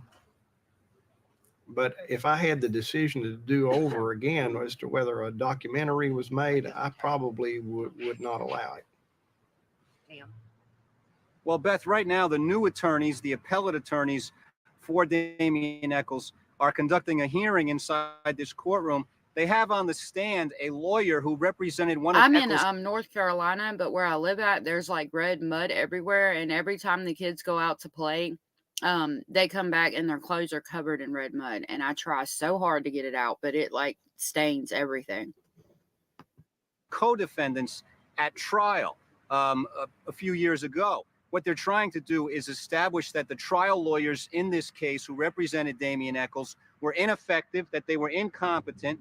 The main argument is that they had a conflict of interest because they agreed to cooperate with filmmakers who were making a documentary about the case, an award-winning documentary called Paradise Lost. It was produced by HBO. The argument these attorneys are going to make is that because Damien Echols' trial lawyers made an agreement to cooperate with those filmmakers, and the allegation is that they accepted money from those filmmakers, that created a conflict of interest, which made them incompetent and ineffective to assist Damien Echols at trial. We expect that when the prosecutors cross-examine... So they basically says the trial was botched because they accepted money from the film producers for the making of the film. And red mud does make nice clay. I've actually made clay out of some of it.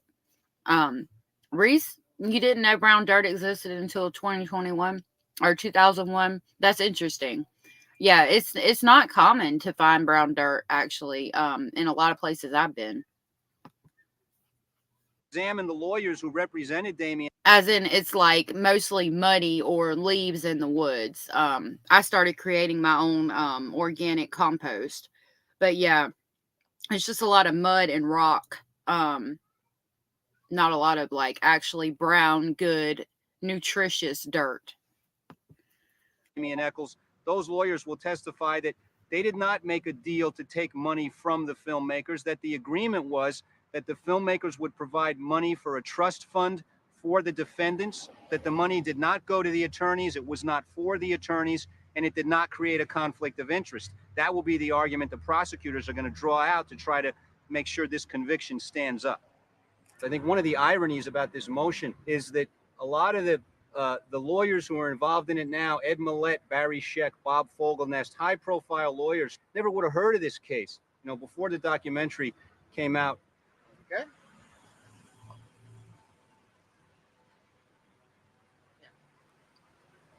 It says 6 months after the production of Paradise Lost had begun, the filmmakers gave equal honorariums to the 3 families of the victims and 3 families of the defendants. Okay.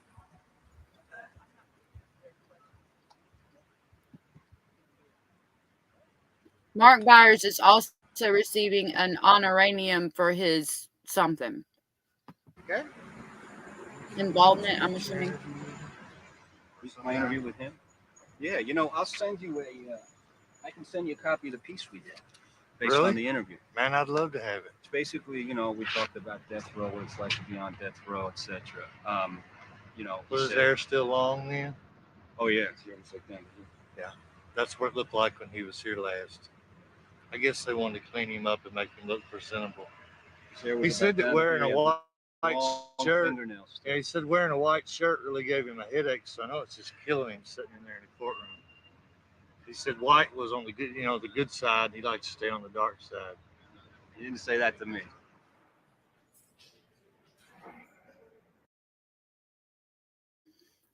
This is going to talk about what I was saying earlier. It says, while on death row, Damien claimed he was raped repeatedly for over a year.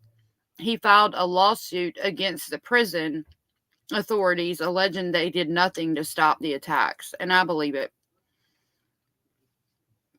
If you think about being on death row, I mean, death row is just people that are going to die in prison, and they put them all together. I don't know if they keep them segregated now, but back then they put them all together. So if he's on death row for killing children, and some of these death row inmates have children, yeah, that's what happens. He would have gotten raped.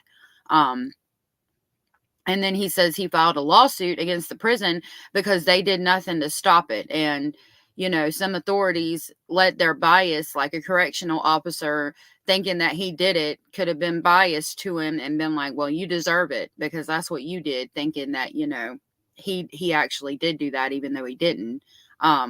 Or, you know, whatever, regardless of whether he did or didn't, I don't agree with that, you know.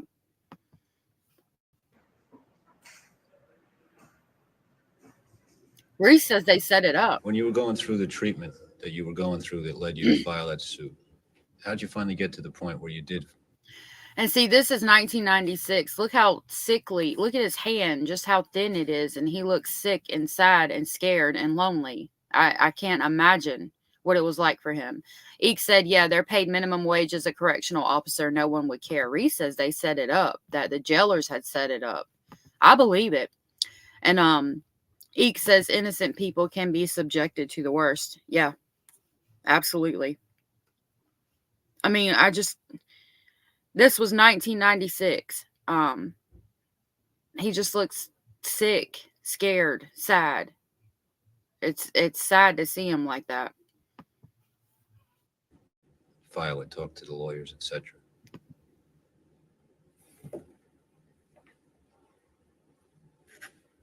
I don't really even know. I mean,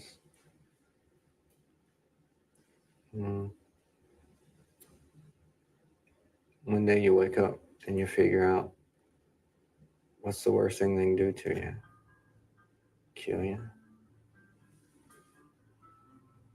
You know, sitting here on death row anyway, what else are they going to do to me?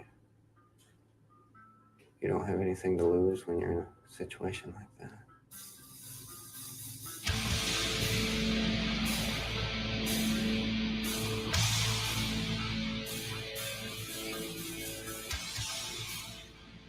I went to see Damien yesterday, and for the first time in 4 years, I got to touch him. I got to hug him, and it was hard to believe how much he had grown taller. He was at least a head taller than I was. Can't believe you had to go all that time. I didn't know that, Reese. That's interesting. It's smart. Without even being able to give him a hug. He's 20-something years old, but he's still my baby. And that's what it felt like when I put my arms around him.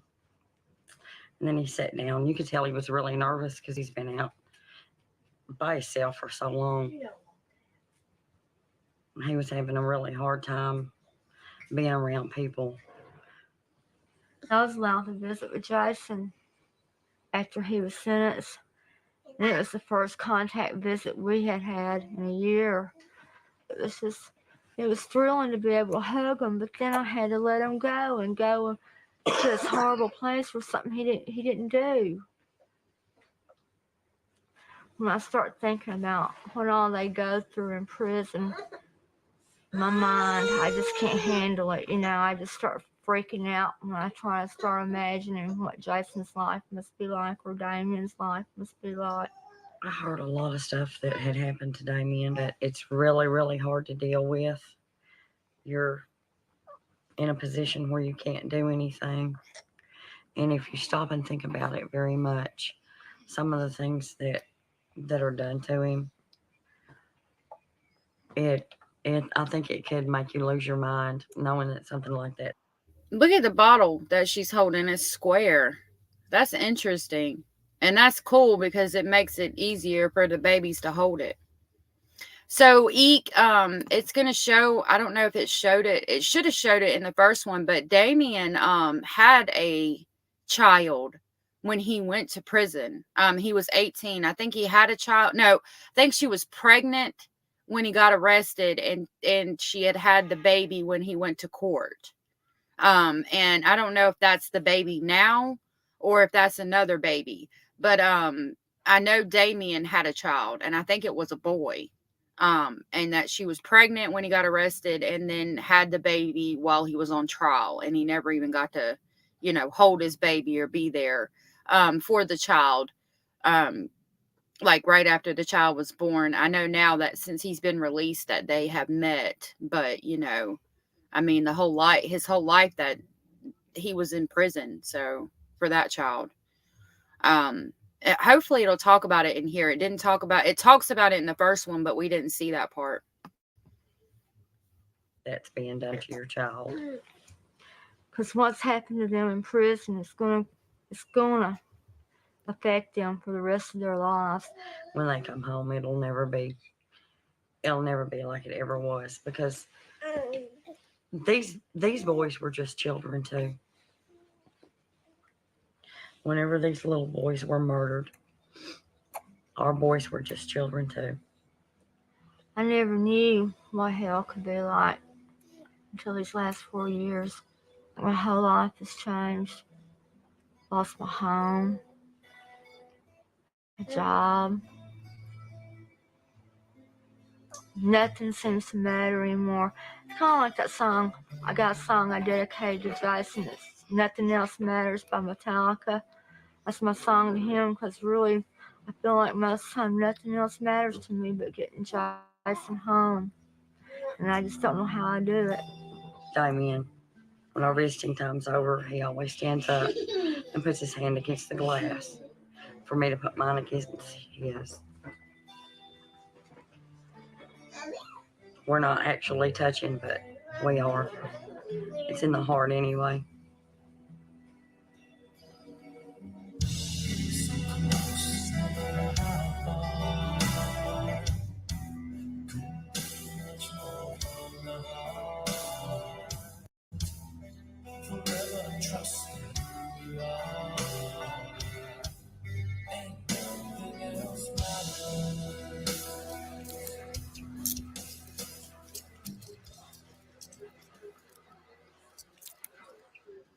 If you could speak to the families. Eek, I agree with that statement. If you are in that situation and you've done everything you could possibly do to try to get out of it, or stop having children and bringing more children into a poverty-stricken situation, then it's different. But if you aren't taking responsibility and trying to change it, then something has to give. You got to do something to try to make your situation better. I know a lot about that, believe it or not. The jail tower does look like 100,000. They get loans and grants and all of these things for stuff like that. Of these kids who think you did it, what would you say to them?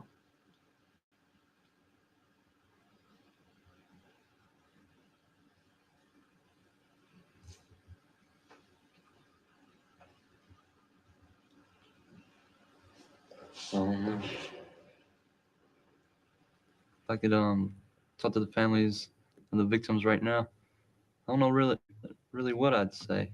This is Jason. We just heard his mama talking, and she was the one that was saying, you know, if I could dedicate a song for him, it would be Nothing Else Matters from Metallica. That woman that was saying that was his mama. Just they were led to believe by the police that we done it. So I understand if they hate us, you know, hate me, but I didn't do it. You know, I didn't have anything to do with it. I'm sorry that your kids are dead. I'm sorry about that.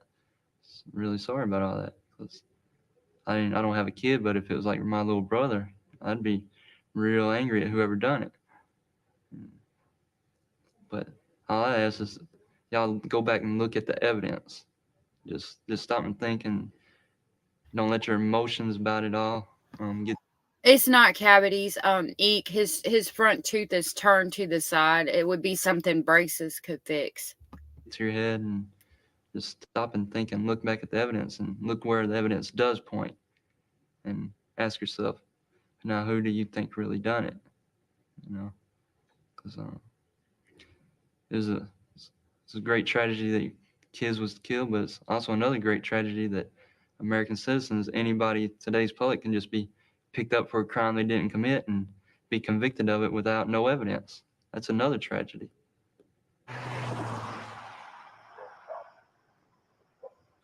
In this particular case, you have the fortune of having what appears to be bite mark evidence right there in the face that was not You're good, originally Eek. mentioned, documented, or what Let me have you. grab But this, these type of overlay. bite marks are there are two kinds. They're Oh, the wait a minute. ones. You're oh, talking about bite marks on the outside of That's this right. victim's face, not That's right. not superficial No. bite marks on the inside of the mouth caused by No. their own teeth. Not superficial on the inside caused by their own teeth. There are what appears to be bite marks all over Trigger certain warning, parts of these sorry. children's bodies.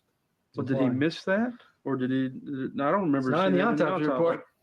And the great thing about bite mark evidence is like it's just as good as a fingerprint, and it's better than DNA because bite mark evidence indicates a specific person committing a specific behavior. The bite mark indicates that you bit somebody at a certain spot at a certain time. So if we have somebody biting this individual here, a certain person, we have a specific behavior tied to a specific person.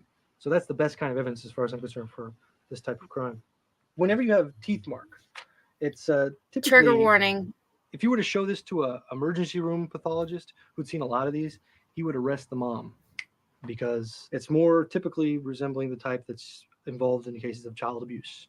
We have In this a case, with mother Lamont. of a victim who is no longer alive. Right. Melissa Byers has been dead since March of '96. I don't see any reason why her autopsy should still be being sealed. They claim they're still conducting a criminal investigation, but you know, how long does it take to? Again, in this particular case, since what you've told me is that the death is undetermined, they can keep it open as long as they want. But the problem is, if they're keeping it open, that means they don't know whether it's a suicide or a homicide, and that means it's undetermined, which means it's an equivocal death. But it's important to this case, and the reason I originally asked you for the materials is because I'd like to know if there's a connection. I'd like to see her wounds. I'd like to see if there's any wounds on her. I'd like to see if there's a connection between this case and that case. And the reality is, I would like also if you get a forensic odontologist in here. So they're stating that most of the time with the bite marks evidence, it's a parent that does it, basically, is what they're saying. And they want to see if the man we've been seeing speaking, if his wife that overdosed or was intentionally drugged to death, if she had bite marks on her, and basically trying to figure out if the stepdad, the person that we've seen talking this whole time, did it, trying to figure that out. At any point in time, they can yank her teeth and see if they match any of the bite mark impressions, because we need to at least, if there's nothing wrong, if there's no connection, we need to establish that there's no connection to these deaths. I've wondered, why it's been almost 2 years and I have called everybody they've told me to call about getting a death certificate or an autopsy report on my wife, and they won't release it. Newspaper people have called, they won't release it. They won't say it's still pending. What's still pending? If they can't say cause of death wasn't anything but a heart attack, all they have seen. Right, Eek and Reese, it could be bottle rot. Kid was a prescription medication medication that she was taking was found in her bloodstream and a foreign drug. They never would release what the foreign drug was. I don't know. I mean, I don't know what caused her to die. They won't tell me. And I think that just gives people suspicion. The police up there, they didn't care about us. They didn't care about her dying, and they still throwing gas on the fire because if there ain't nothing to hide, why won't they give me the paperwork that I'm entitled to? Is that or bring charges against And you, if they, one or the other? they ain't got no charges to bring against me because I didn't do nothing. I know that. I ain't got a doubt in my mind on that. But that's like you said, that's not the point. 2 years, and they won't release it. They're just holding it open so people can sit out here and draw their own conclusions, and tell it like they want it to go. Because people would rather talk any day of the week about somebody else than to sit and talk about their own problem. I mean, what do you think it makes me feel like when I hear people say, "Oh, I believe you killed Christopher. I believe you had something to do with killing Melissa." You know, going on what this man we see in the picture right here just said, I think that's something we should all remember. It is a lot easier to talk about other people than to look at ourselves. You know, just daily affirmations or thoughts for the day, not related to the case. It's always good before we start talking about other people to think about ourselves. That's a good thing to say. Listen, I can't tell you how it hurts.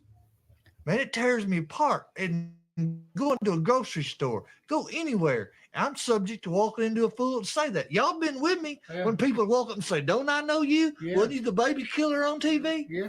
Well, I've been in 2 fights myself over it. What was it? Because, well, in a bar one night there in Mark Creek, dude come up and said, "Yeah, sorry, Mark Byers. Hell, them boys didn't kill his kid. He was in on that. He was probably the regulator on it." Excuse my French, but I stomped his ass right there on the spot. Well, you know, I've had an ignorant woman. She was a school teacher there in West Memphis. Taught Jesse Miskelly in his GED, you know, his alternative school. Yeah. And this woman showed the movie Paradise Lost and talked about how that I was basically guilty for it and that the police and everything framed them three and there wasn't no cult. And Jesse Miskelly was a good, loving boy and just such a kind person. Those 3 animals took my baby from me and they took my wife from me. And I self-destructed. And buddy, I'm telling you about, I got downright mean.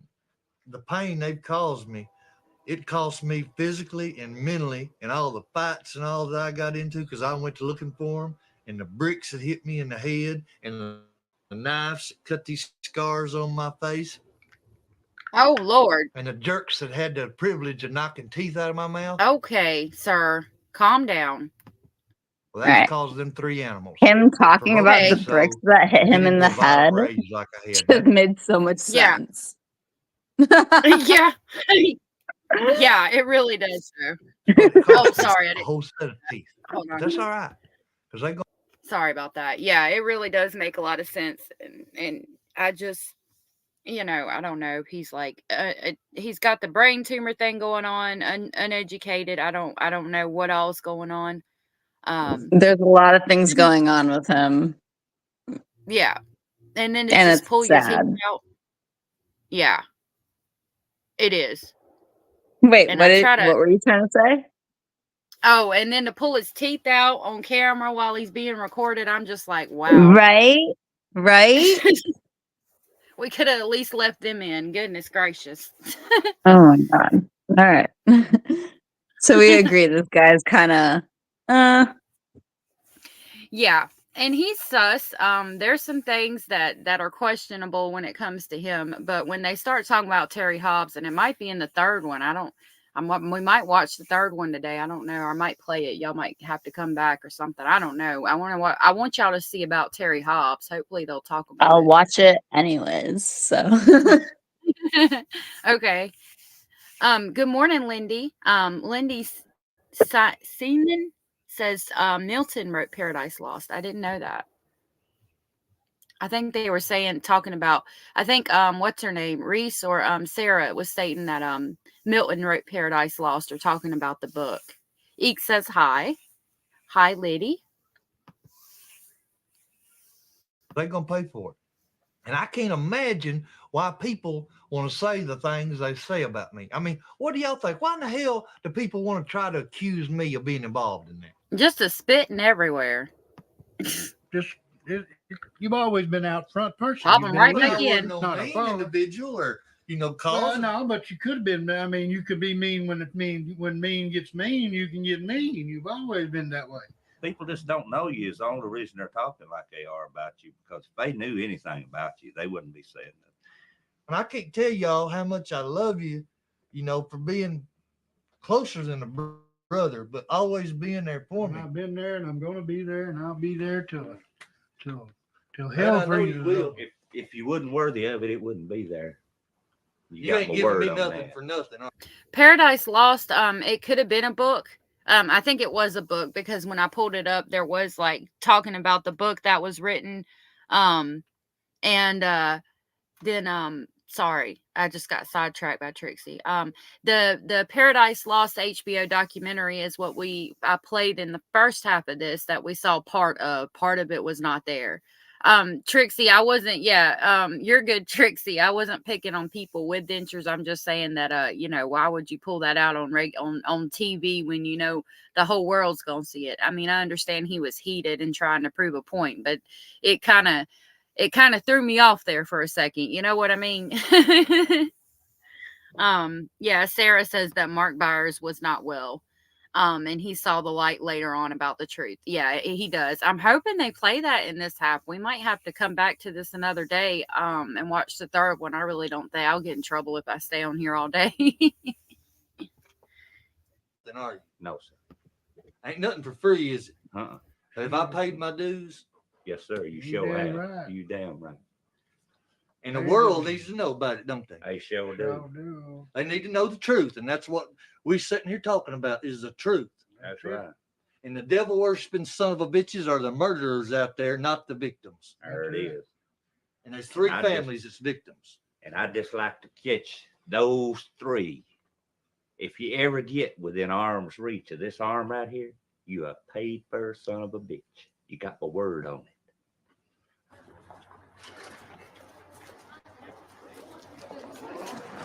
Marion, how much hope do you have of a favorable ruling?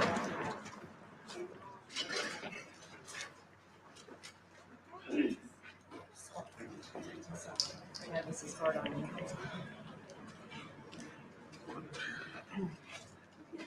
Why is it so important for you to be here, for your son to see you in the courtroom? There's no reason for them to be here. They were falsely accused. The West Memphis Police Department did a botched job just to get these boys arrested. Somebody had to be arrested. It's ridiculous. Do you feel like the HBO film affected this case? I think it helped a lot. I think it helped. Yes, I do. It helped your son. Yes, I think so. Why is that? I just think that it shows enough of both sides to where you can kind of see a personal side of Damien. Do you feel like that his attorneys, that his former attorney did not do an adequate job? Well, from what I'm seeing, it looks like he didn't. Yeah, I know in the third one they do get released, and this stepdad did support them in the end. What is the personal side of Damien? You know Right, better than Sarah? anyone. He's very much like myself. He usually keeps to himself, and he doesn't really ever bother anyone. We're both very private. Now, it's funny you say that. My husband, his grandpa played the banjo, and he said that the sheriff from the town and a whole bunch of them would come over to his grandpa's house and sit on the front porch and play their guitars and their banjos and things. So it's funny that you said that, because my husband talks about that. And he was raised by his grandpa, so he remembered being little and seeing the sheriff and his grandpa and all of them sitting outside playing the guitar and banjos and stuff on the weekends. So it was funny that you said that. So what do you hope happens when this wraps up? I hope everyone can see this for the joke that it really is. Thank you.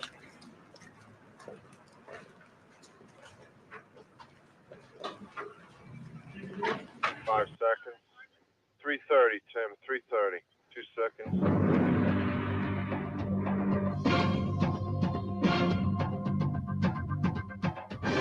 Daniel Stidham. He defended one of the three individuals convicted in this case, Jesse That's super Misskelley. sweet, Sarah. For being with us. All right, Damian Eccles. He received money which was supposed to aid in his defense. How does this harm his trial, his right to a fair trial? In my opinion, Greg, it didn't. I personally don't subscribe to that point of view. Interesting. Let me turn now to Ray Brown. He was a veteran criminal defense attorney and our colleague here at Court TV. Is there a conflict of interest here, Mr. Stidham, who was involved in it? Himself doesn't think so. Let's get to the real question, Greg, which is... Look at Court TV back in the day. That because this country is in many areas so Look at strongly in this favor of death penalty, that we underfund. Look how different it was. It says court, and then there's a little TV beside the T. A little T in between the R and the T, and a B on the end of the T. That looks way different than it does now. Because we watch Court TV here a lot. Fund the defense. I think Mr. Stidham can tell you that he earned something like $19 an hour for his representation of his client. The lawyers for Eccles got a little bit more. But nowhere near the money needed, and $1,000 limit on money for experts in a case that is fairly saturated with scientific proof. So this is the kind of case in which we have to look at the question of whether the defendants were given a war chest, because it's really the argument of the defense here that in fact the lawyers for Eccles were forced to make some kind of an agreement that involved letting their clients' conversations be overheard because they didn't have the resources to fight the case. Not something to be lightly tossed away or endangered. Daniel Stidham. If you had had a lot of money, what would you have done with it? Well, we would do some of the things that we're doing right now with regard to the forensic evidence. All right, Dan Stidham, anybody who defends somebody in a capital death penalty case, I take my hat off to you. You're deserving of many thanks for that, regardless of the circumstances, guilt, or innocence. And thank you for being with us. We appreciate it.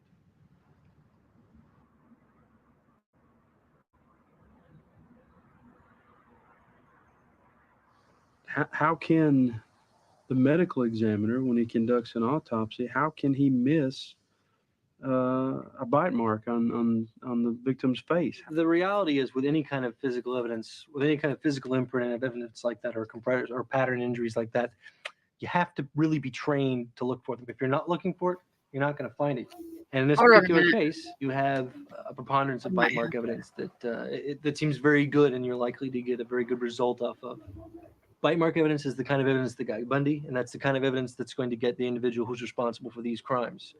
We really have to be careful to protect the information that we have in that report and not. I don't understand how they didn't pick up on the bite mark evidence either, because it's very prominent in that photo that we saw.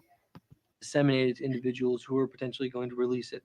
Because in my experience, in cases that I've worked on, when there's an offender who finds out there's bite mark evidence that's potentially going to be used against them, even in prison, they're going to be making a visit to the prison dentist, and they're going to have those teeth removed because they do not want that evidence linked back to them. They know that bite mark evidence is just as good as a fingerprint in the court of law. Now, Mark, are you married? No, sir, I'm widowed. My wife passed away March 29th of 96. Sorry. This is back to the polygraph. Hear that. March 29th of 96. Where was this at? In Cherokee Village. Cherokee Village. Natural death? Cause of death undeterminable. What do you have any feelings about it? I mean, yes, sir. What are that, if you want to reveal it to me? My wife had given up her will to live after our baby was murdered, and yeah, the police would have them imprinted, but he's saying that the prisoner themselves would be trying to go to the dentist and come up with a reason for the dentist to pull the teeth so that they couldn't recreate the imprint if it was something that he's saying, because they know that it's as good as a fingerprint. So the inmate would go to the prison dentist and try to get them to pull the teeth. Yeah. she just didn't want to live anymore, and she got into an addiction, and I think the addiction helped Drugs? kill her. Yes, sir. What type? Delata. Have you had any other problems with the police? Not major, no, sir. You've had problems? Is that what you're saying? I don't. Oh, well, speeding tickets. I got a DWI one time after my wife was murdered. Nothing really major. No. No you know. robbery, no Oh stealing? no, no felonies or anything like that. Okay. From what I see, what you're telling me is you are not a hateful, mean person. You're not the kind of person who goes around causing distress to people. You don't steal. You don't. You don't go out of your way to harm people. No, sir. Or anything like this. And pretty you much- said there was maybe one time ever that you had hurt someone in a fight or something. I didn't know that. Sarah says they have discredited bite mark evidence quite a bit since then. They also said the bite marks were that of an alligator, or along that basically an alligator got them, and that's what caused the mutilation and some of the bite marks, which is possible for sure. Oh, I'm sure. In football games, I hurt Well, people. Yeah, but football's one thing. But did you go out there meaning to hurt somebody? Oh no, I went out there for the sport of the game. And if you do something, I think that kind of comes with the territory. if you doesn't get it? hurt, it comes with it. Now, if someone intentionally low blocks you or trips you to injure you, that's one thing. Do you ever do that? No, sir. I played tight end. I caught the ball and ran. Did you ever want to hurt somebody? Yes, sir. There's 3 people right now I'd like to hurt. With the exception of those 3 people. No, sir. Sarah says alligators and snapping turtles. I didn't pick up the snapping turtles. Thank you. There were a number of people that looked like good suspects initially, like a phone call would come in and you would start checking on it and it was like, hey, we may have something here. And then you'd find out, well, no, there's no way this person could have done it. So, I mean, it was like I think at the time I referred to it as an emotional roller coaster. You just had ups and downs, and that just wears you out. I know for a period of time. She says the area was actually called Turtle Hill due to the high number of alligator snapping turtles in the bayou. I didn't know that. Eeks says snapping turtles were her worst fear in Florida. I like snapping turtles, but I don't know about swimming with them. I'm more afraid of alligators and crocodiles and things. And sharks. A couple of weeks into the case, maybe 2 to 3 weeks into the case, at that point, I was personally feeling like Damien was responsible for this. And I got to the point where I could see him at the doorway of my bedroom. I'm sure a lot of that had to do with just being exhausted physically, mentally, and no sleep. But just really even becoming a little paranoid and terrified myself. I think Gary Gitchell has an overactive imagination. I believe deep in his heart that he knows. I'm with Damien on this. The doggone sheriff is saying that he was starting to think that Damien Eccles was going to be the boogeyman under his bed, and I'm over here like, sir, calm the F down just a minute, Mr. Sheriff man. Goodness. Get out of here with that. That we did not commit those murders, but now it's too late for him to come forward and say that, to say he made a mistake at this point in time. I mean, right. It's just something he can't do now. So I think he's kind of been playing this part for so long that now he probably believes this part he's been playing himself. He's fooled himself into thinking it's true. Damien Eccles, again, is a really intelligent person. I have never been bit by a turtle eek. If you have, I'm sorry. That sounds horrendous. Ooh, that would suck for sure. This reads, because Paradise Lost has been introduced into evidence at these appeal hearings, Damien is allowed to view the film for the first time, 3 years after its premiere on HBO. So this is going to talk about the first time he's seen it.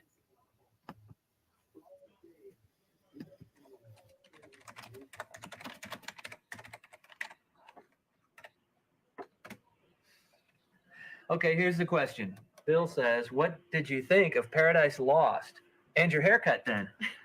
That haircut was actually given to me about 5 minutes before the hearing by a woman in the back room with a pair of plastic scissors. I was not... Wow, that's crazy. Glitchell was a bumblebutt too, definitely. And definitely not the bee's knees. Sarah says alligator snapping turtles look like ancient dinosaurs. I've seen pictures. They do. That's weird to have a documentary about yourself that you've never seen. Yeah, they wouldn't let him see it in jail. So I could understand that he hadn't got to see it before, but I'm glad he did finally get to see it. Not to blame for that haircut. As for the movie itself, it was very emotional for me. Sarah is saying Glitchell is quite a bumblebutt. So not bubble, but bumble. And that's why I was saying he's not the bee's knees either. I think I went through the entire range of emotions while I was watching it.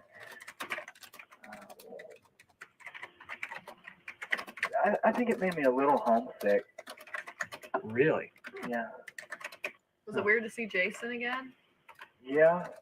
He didn't even look like I remembered. I guess because so many years have gone by that I had begun to forget what he looked like until I saw him on there. And, I mean, when I was looking at that, we were both children. We were still kids. The entire way that I carried myself back then, my entire demeanor back then, as compared to now, I think I've changed a very great deal. Did you feel roped into doing Paradise Lost, forced into it, or did you pretty No, much trust I these thought guys? I wanted to do it.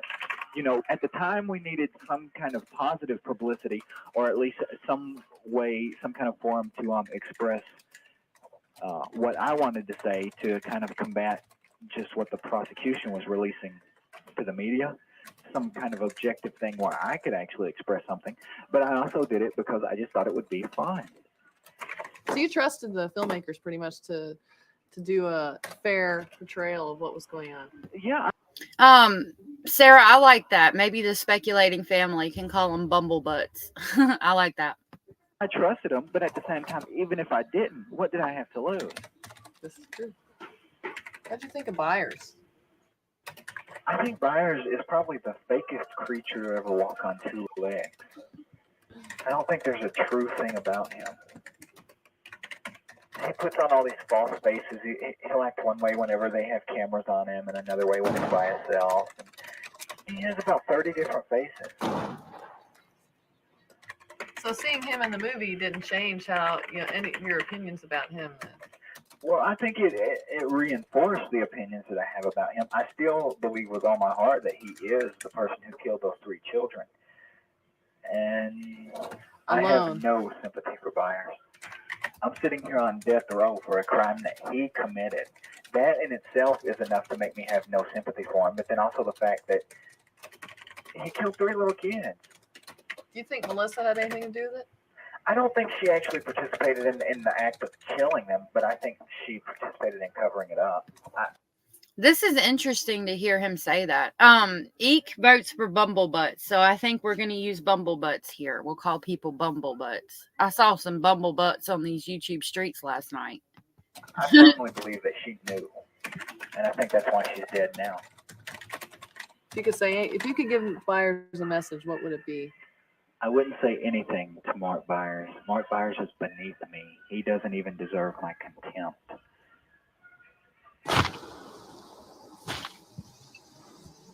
It says Mark Byers returns to the crime scene for the first time in 5 years. Now let's watch the Drama King in full effect.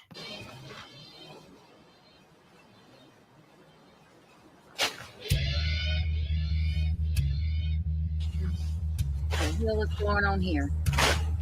Goodness, sir.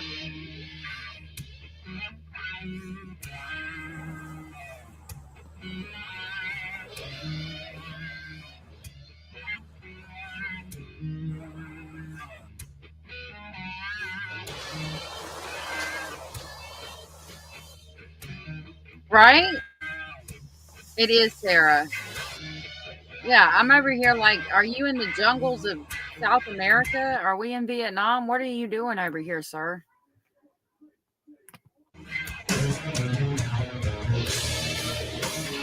Hold on, y'all. Hold on. Sorry. See, it keeps popping up. Let me try to... Yep, hold on. Sorry, y'all.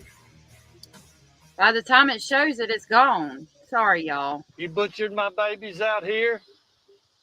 I swore I'd stand at your grave and cuss it. Oh my gosh. Well, I'm doing it a little bit early.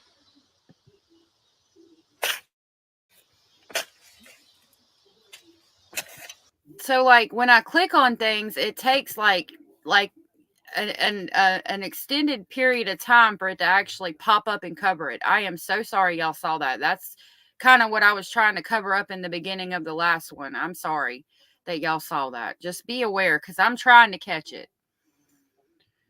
I'm gonna bury you three Me too, bastards Sarah. right here and send you to hell. He's pretending to dig their grave. Goodness. Stop it.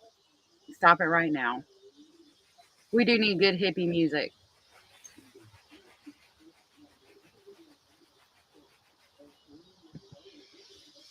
This crime scene tape, I come off what they stretched in front of me when they found my babies out here.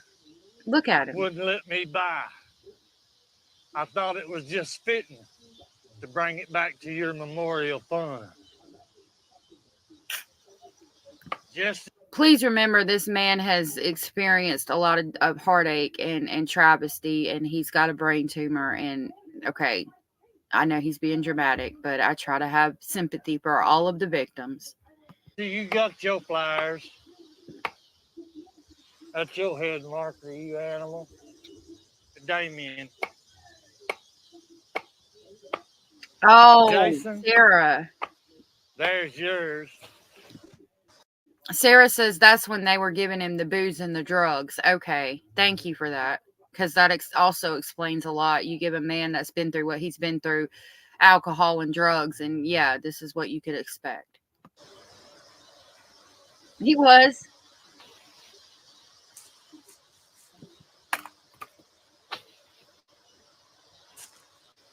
You want to worship the devil? See him. I'm going to give you a farewell party. Now we're going to have some fun. I'm going to try to help send you on your way. You done got all my blessings, which aren't none.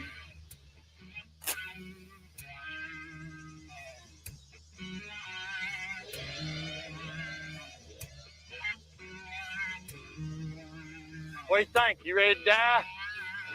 Fire for fire. Death for death. Live through this fire, you animal. They are shitty, and they was shitty of them to give him booze and drug, and knowing that this man already had some mental stability issues, and to do that to get him to act out more in these videos, especially while they're trying to paint him as guilty of something, is horrendous to think of. What ain't hot enough for you?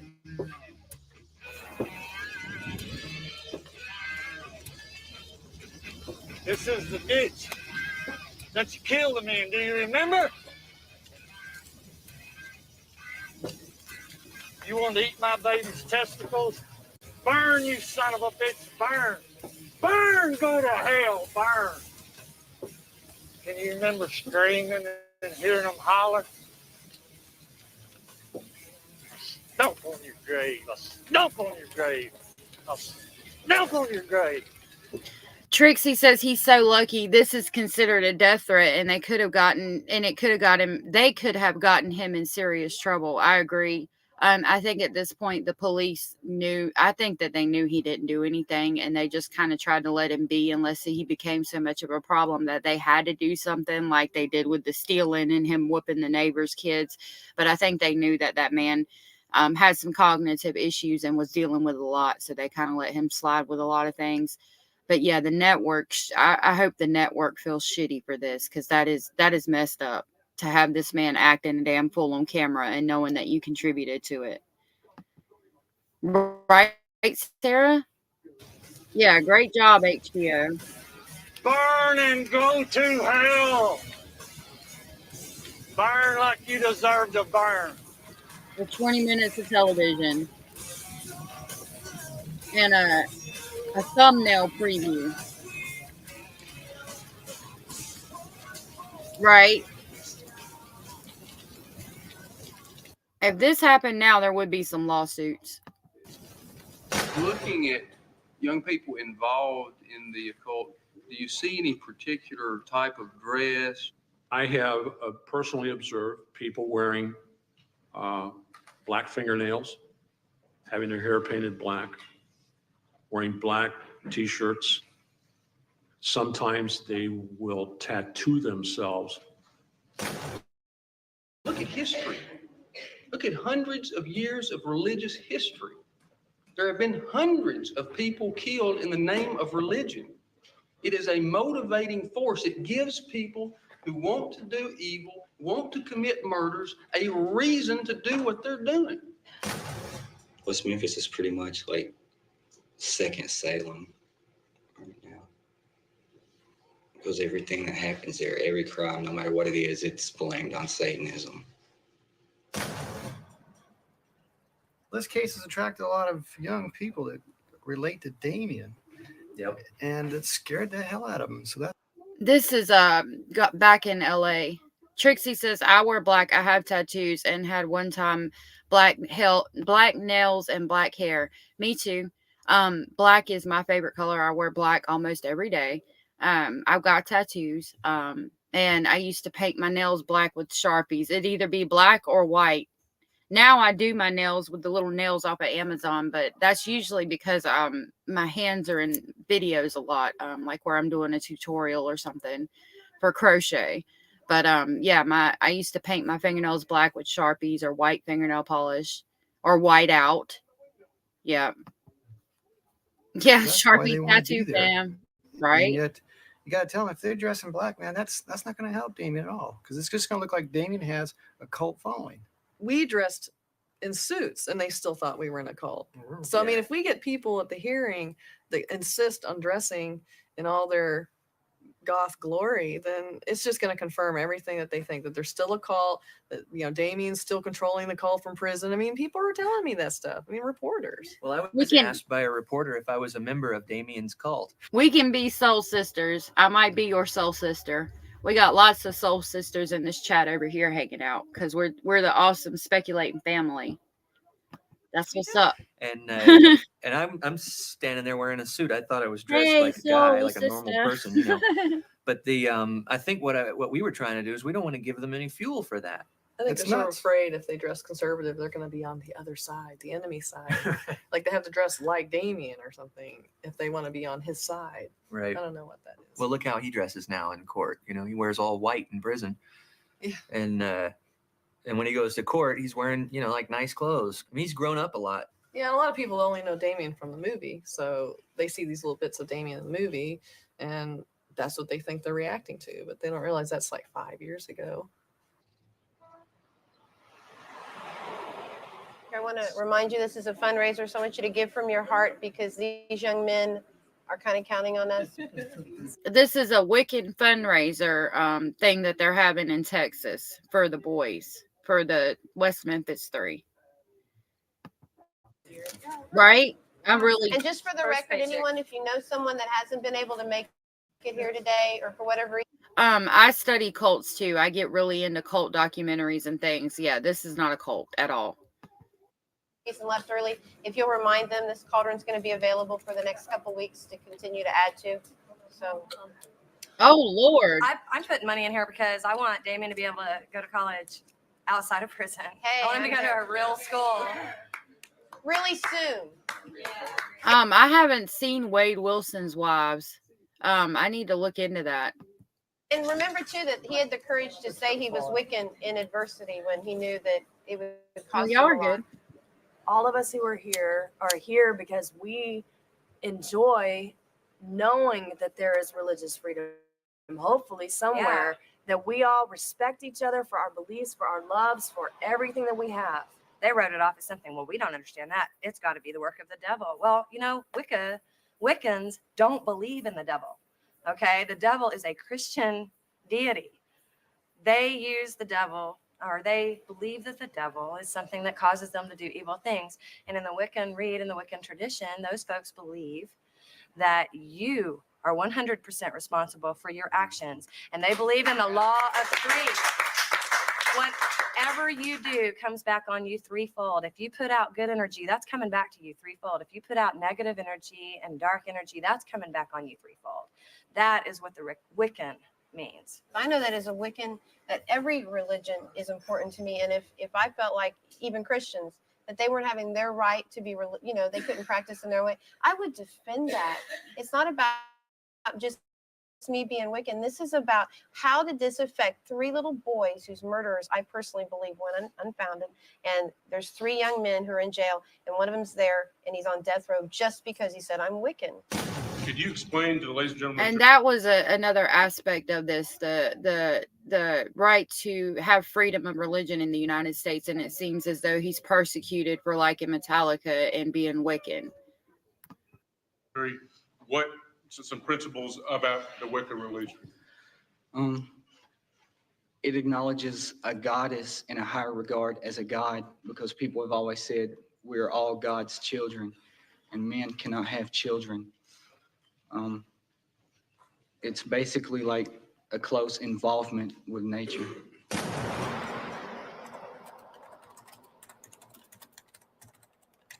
Okay, here's the question. Well, I was wondering what made you go change your religion back to Catholic. I haven't changed my religion to anything. At this point in time, I don't really make any distinctions between religions anymore. And they say that a lot of people in prison find God. Well, I never knew God was lost. And I don't. Right. They keep playing the gunshot. I think it's like to draw people's attention to the documentary and get them to like pay attention and portray it as being like, this horrendous thing that happened, which it is horrible. But, I don't think the gunshot thing was completely necessary. Like to put a label over myself anymore. Did you ever?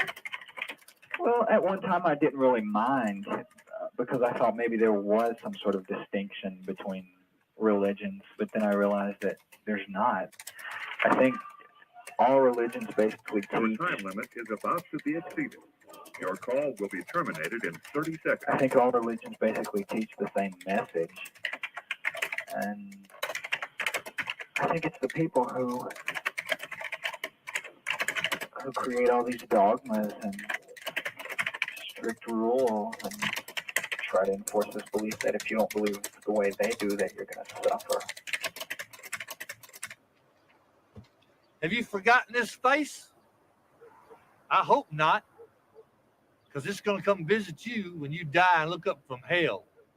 It'll be just like Lazarus and the rich man. Lazarus in Abraham's bosom, the rich man looks up from hell. What's he do? Beg for a drop of water. None was given. You'll beg, because my baby shall put his foot across your neck. How do I know that? Little easy song, the Bible tells me so. And there's so much in here that's in store for you. If you don't have one, rush out to your nearest bookstore and get one, you lowlife. Have the Gideons mail you one. Read it, live it, believe it. It is your destiny. Hell awaits you.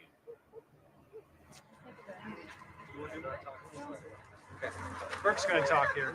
Right, Sarah? And there was a lot going on here. Tell them what it is. We got everybody in here? Who am I telling? And when? We have most of the people here. Well, should I just start talking? Go ahead. Okay, this is a collection of postcards that we've received from people from all over the world in support of this cause. They've all written "Free the West Memphis 3" all over these postcards. The goal is actually to deliver this to the governor. Show. I don't know if he understood the Bible. I have troubles understanding the Bible sometimes. I think a lot of people do, and it's left open for interpretation. Could he read it? Probably. But, I mean, everybody's interpretation of the Bible is questionable. Show the governor the support that these three have. It's more like it's kind of working as a petition more than it is anything else. It's a way for people to express their concerns about this. Thanks a lot. Thank you. You're watching KATV Channel 7, the spirit of Arkansas. This is Channel 7 News at 6. Did defense attorneys sabotage Damian Eccles' case by sitting on potentially explosive evidence? His new attorneys think so. Edward Millett says the men who represented Eccles in his first trial not only botched the case by selling the story to HBO, but they failed to investigate obvious leads. Millett also claimed. Oh, I'm sorry. I hope I wasn't being touchy towards you, love. If I was, I didn't mean to. I hope I didn't offend you or anybody else by saying that. I'm sorry if I did. I didn't mean it He has that no way. evidence of a human bite mark on one of the victims. Judge David Burnett granted his motion to get bite mark impressions from Damian's two co-defendants. Under cross-examination, Val Price, Eccles' previous attorney, testified that he did his best to represent Eccles. But Brent Turvey, a forensic scientist, disagrees. He says Price. Oh, that was touche. I'm sorry. Sometimes I have trouble reading and enunciating words. I'm sorry. Touche. That on critical evidence, namely bite marks he's found on the victims' bodies. That kind of stuff is like Thank absolute you, Eve. proof of who did this. And if they can get bite impressions, it's like it's done. Yeah, they can identify who it is, period. Or we at least exclude these three boys. Yeah. That we have no question that they're innocent. So that's one way of trying to prove that. The three they got are the three that did it. You are entitled to your opinion, but to spread your propaganda that you believe they are innocent, I think is crap. Bite marks aren't propaganda. That's solid 100% Facts. evidence. It hasn't been proven they're bite marks yet, though. It has been. And you're very convinced 100% they're guilty, right? And you're No 100% convinced of your own innocence. No So doubt. why I'm don't not you about it. why don't you give your bite impressions to the defense? Do you think that I'm guilty, that I had something to do with murdering my son? You're not saying anything about that. I don't know if you had anything to do with it. I want to know that you didn't, and that would be by Okay. giving your Rule yourself bite out impression. for it. I've already been exonerated. What else do I have to do? The public's been kind of suspicious of you. What happened to Melissa? I believe she died from a broken heart. But you were there, so you saw something, I was right? asleep beside her and woke up and found her passed away beside me. There were no bruises, abrasions, anything like that of any foul play whatsoever. I've been totally exonerated. All charges or suspicion of anything dropped. Well, I do know there was a toxicology report, and they talked about actually quite a lot of drugs that were in her Yes, a system. lot of prescription drugs that she was taking. Sure did. Well, also some prescription drugs she wasn't taking. She took like 7 or 8 different types of medication for being bipolar, manic depressive, post-traumatic syndrome. As far as the other medication, I'm as puzzled about it as anyone. I read in the newspaper, it was actually Arkansas Times. Yes. Mara Levert said that there were signs she was suffocated. There were no signs of suffocation or struggle. She was laying right there on the bed when the paramedics and all came in. Someone published something in the newspaper about me that was suspicious like that pointed the finger at me and said I was this and said I was that. I'd want to prove to somebody that I had nothing to do Tell with it. me what I have not done to prove that I have not been involved in any of it. I have no problem with a polygraph, sodium pentothal, being hypnotized, bite marks, or anything else, which I've submitted to every test they have asked, every question they have asked. Somebody call Nick the Hat right now. Call him right now. We need to get that sodium pentothal. Call him. He's got the hookup evidently. Let's get him on the line right now. Because I know my innocence. Did they take your bite mark impressions? I'm gonna get in trouble for that. Dental records. How could you give your bite impressions if you don't have your teeth? Maybe that's why you're not so reluctant to do it. What if I told you that the teeth that I had before they were pulled, that the teeth that I had during it, I know the oral surgeons and all that did the work, and I would be glad to sign a release for them to send my x-rays. Will you do that? If need be. Like I said, I've cooperated with the For us police. and all send the it way. to Dan I Stidham. don't do a damn thing for Do you. it for Dan Stidham. Do it for your kid. Just do it to prove us wrong. Yeah. I don't have to prove one damn thing to you. If it turns out that we're wrong, we'll admit it. Fellas. I promise you. Bend over and put your head between your legs and kiss your ass goodbye, because you're going to be wrong. Good Lord, he said kiss your ass Abellis goodbye. is in Good the morning, chat. Abellis. Yes, we were wondering where you were today. We were hoping that you were okay. We thought that they said that you probably fell asleep. Um, Eek is on panel, Abellis, and she was saying hey to you. I don't know if I was talking or if it was playing during that time, but we were wondering where you were. I'm glad you're here. Thank you for being here. Y'all are funny. I think y'all are fighting a lost cause. Just trying to get to the truth. As a young boy at the age of 13, I started down many of the wrong roads that a lot of teenagers will go down. I remember the first dollar I stole was out of my mama's purse. First people I stole from, my parents. Boy, it just went down a rough and rugged road from there.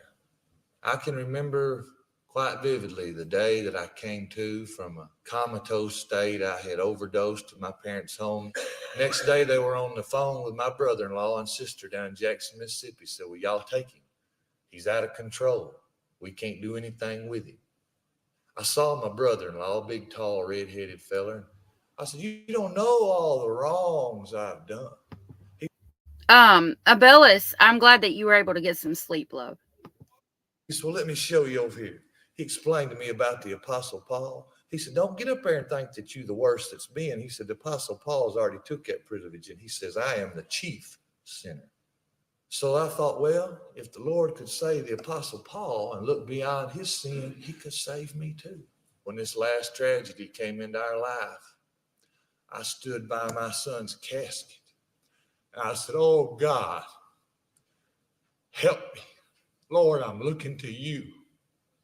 I want to be the dad that stands in the gap, that'll stand for you regardless to what the world says. I don't care. Lord, I can't do this on my own. I need you." And you know, there was a peace that surpassed all understanding.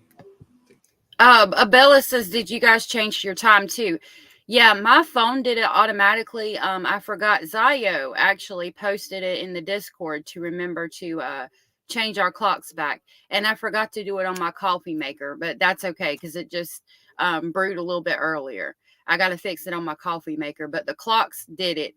I actually was up till like 1 o'clock this morning being a little nosy person in the bushes of some lives that were going on last night in the Krama sector. And so I stayed up till 1, but I remembered that it'd be okay because I'd get to sleep in for at least another hour. But I am tired today watching Krama, my guilty pleasure.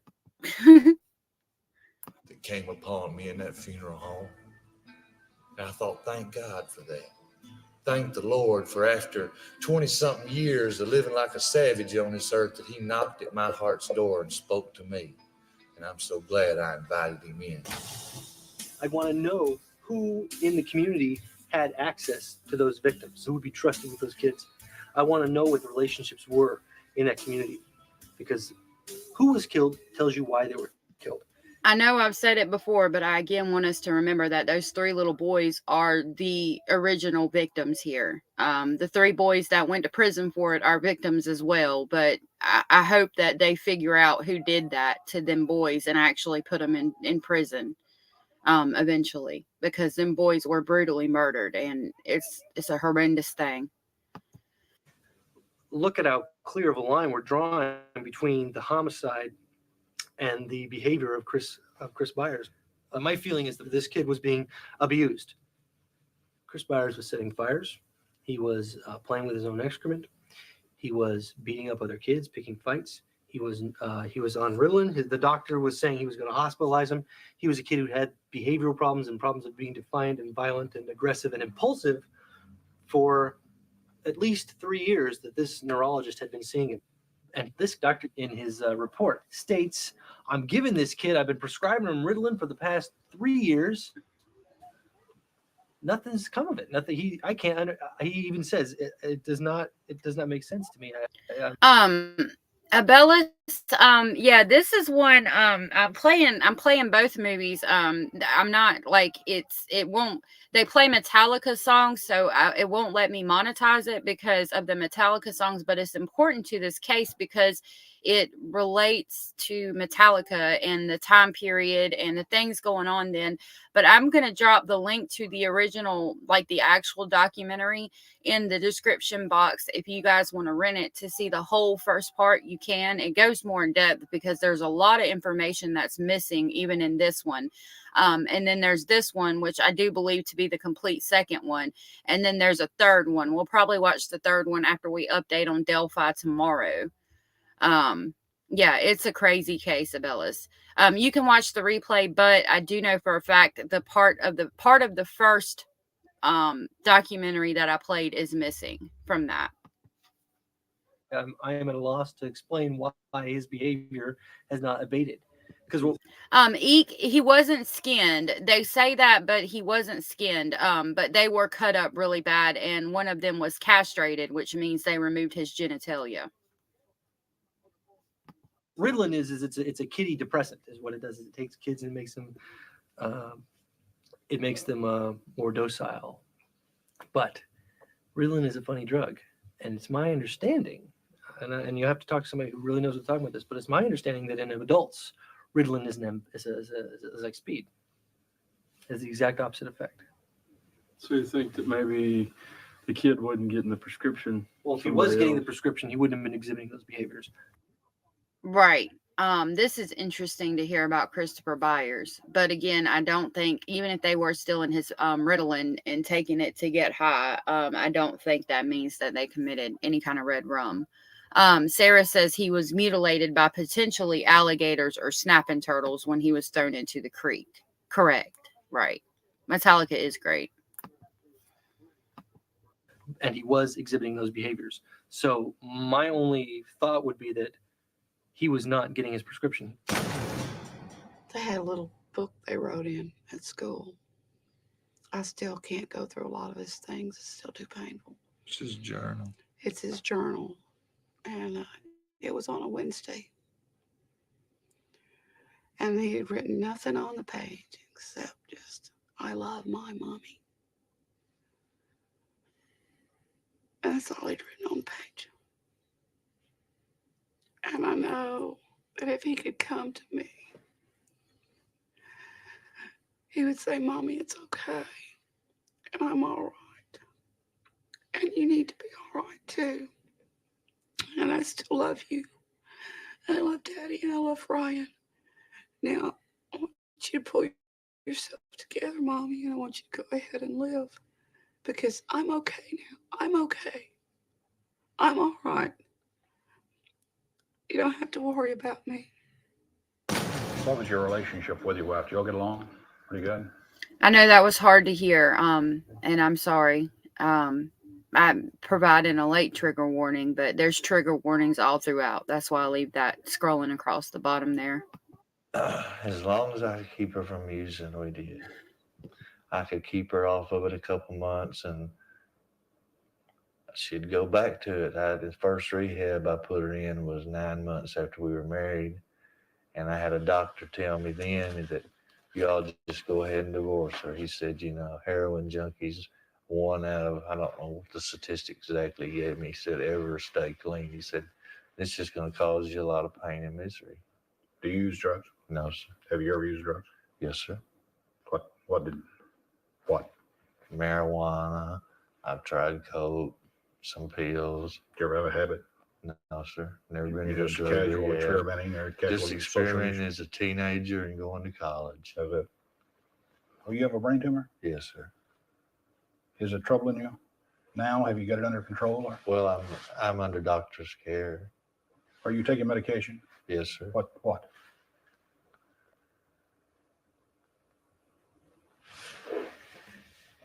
Is it, well, just tell me what it is. Tell me what it is. Tell me what it does. Is it for a nervous condition? Yes, sir. Okay. It helps me from my anxiety and panic attacks and the terrible nightmares that I have when I go to sleep a lot of times. Have you taken your dosage today? This one is in the morning. This one's in the evening. This one's in the evening. This one's 3 times a day. And this one's 3 times. It says Mark Byers is taking the following mood-altering medications during this test. He's taken Xanax, which is for anxiety. He's taken Zoloft, which is for depression. Seroquel, which is for sleep. Haldol is a very heavy sedative for psychological disorders. That's what they're shooting Richard Allen up with in prison. And Depakote, which I believe Depakote is for pain. I'm not sure. I was having an episode, probably detoxing from drugs back in the day, and they gave me a Haldol at the hospital, and it calmed me down, and it worked so good. I said, "Can I have some of that to take home with me?" And they were like, "Yeah." And I took it home, and I shit you not, I took one of them after I got it filled, and I could not get out of the bed for 3 days. Like, I couldn't even get up to use the restroom, is how bad it was. It is insane. But back to this, this is gonna, you can't give a lie detector test to somebody that's on this many different medications. It's gonna alter the results of the test. It's not accurate. You can't use it. It is a lot, and it is a cocktail of medications. Times a day. These Xanax on me works like Ritalin does on children. What happens when you don't take this? Yeah, I I'll took get that real- one Haldol after I got home, and that happened to me. And then I went, as soon as I could get up 3 days later and actually function, I went and flushed them things down the toilet. And I said, "Don't you ever give me no shit like that again. That is insane. No, nope, I don't want it. No, thank you." real nervous and just like my kind of paranoid feeling. I'll just have panic attacks. Your doctor said that you had a multitude of psychiatric problems. What does he mean by that? Have you been diagnosed as having a Depakote is for anti-seizure. Thank you. I wasn't sure if it was pain or anti-seizure. There's another one that sounds like Depakote that's for pain, and I might be getting it confused with that. Thank you so much for correcting that for me, Sarah. particular, some sort of psychiatric condition that has a name to it that they've told you about or anything? Just from what she said, manic depressive post-traumatic stress syndrome. You ever hallucinate? Oh my God, Yes, sir, I Abilis. have. I'm so sorry. I've seen a bug on the floor or something. That's generally when I'm in a manic or a panic attack. It seems like I'll see things out of the corner of my eye, and it's really not there. Have you ever Oh my God, believed Abilis. that you might have been involved somehow No, with sir. those boys down there? No, You've never sir. had any hallucinations or anything dealing with that? Only nightmares of hearing my son crying for help, and I couldn't help him because I didn't know where he was. Michael Moore was found in this area right here at the bottom of the screen. Steve Branch was found just behind where these trees are in the stream. And Christopher Byers was found just below that body right here. This is Exhibit 22, which is the body of Michael Moore after removing him from the water where he was found. This is the body of Steve Branch. Steve Branch is the young man that had the injuries to his face. Is it a particular part Hold of on, his y'all. face? To the left side. Hold down just a minute. Exhibit 24, the body of Christopher Byers. And what kind of injuries did Chris Byers have that you observed? It looked as though his penis had been removed. When they were Sorry about describing that. the injuries to my son, of course, I didn't see many of the photos, but just hearing the description, Me too. it brought back things that had happened. Abilis, I know you haven't been here. These documentaries show up close and personal pictures of the children, and I try to catch it when I can. But I'm sorry if that triggers you, because they do show that in this, and it kind of just pops up. So I do apologize if that freaked you out just now. I'm sorry. And to me in my past, Eat, when right? I Me was too, Bellis. I'm tortured, glad I didn't take and more. when I was attacked, and when I had 5 people beat me up and torture me, but I lived through it, and it brought back all those feelings and all those emotions of it happening to me, and it was like they were reading off what happened to me, and I lived through it instead of what happened to Christopher, and it was just almost like a mental thing. It just I basically just had a mental breakdown from just from hearing it. It was like a living nightmare, reliving it all over again. Except it wasn't me that they were reading it about; it was my son.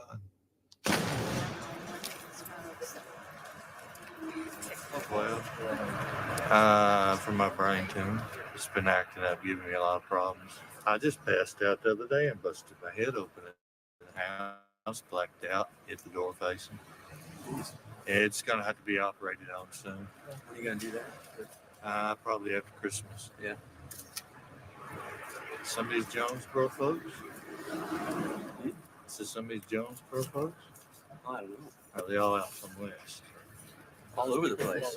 There's about 6 or 8 from Arkansas, We got Ohio, we got New Jersey, Illinois, California, They say Tennessee. ignorance spreads real fast. Hey, why are you being so mean to us now all of a sudden when the cameras are rolling? Not You're so being nice mean. to us when the cameras are I'm off. not being mean to you. I'm just speaking my mind. You are 2 people. No. You are. If you You can't were my stand buddy to- last time. What I'm- happened? I never said you was my best friend. Well, you were nice to me at least. Now you're telling me I'm ignorant, idiot, and all that. It's like when the cameras roll, I'm an idiot. When they're not, we're buddies. What's up with that? Truth hurts. Might as well be on film. Okay, so this is the truth. So when the cameras stop, that's not the truth. No. That's the untrue part. Right. Which one's true? The way I act around you's one thing. 2 things. Which one's real though? Which one you think's real? I don't know. Well, I guess it'll stay a mystery then. Okay. All right, Question, Mr. did you Mystery. mind questions to the defense? There's not going to be any need to that. I'll be taking a polygraph very soon. And when that's all cleared, why should I give bite marks? Just as the bite marks would exclude you, absolutely. And I Bite think that would marks be will good. exclude me anyway. I don't have any teeth. These are dentures. The bottom ones are too? Yeah. So you're going to take bite marks, 2 gum prints? Give me a break. Or some old dental. That will fade in a while. They were done before the kids were murdered. Strikes all that theory out. When did you get your dentures? Because I think I remember on the steps you said that was you said it was after the kids It was died. right then. You had your dentures right when they died? No, I've had them since '93 at the start. Because last time you said it was after. My mistake. How did you lose your teeth? Because I've heard you lost them, but not how. Because I was taking Tegretol for my epileptic seizures, and Tegretol causes periodontal disease, and they all started rotting and falling, coming out.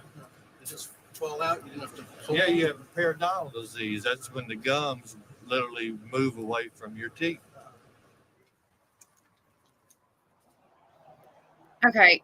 I had to walk away for a second. It says, according to dental records supplied by Mark Byers, his teeth were extracted by an oral surgeon on April 4th, 1997, almost 4 years after the murders.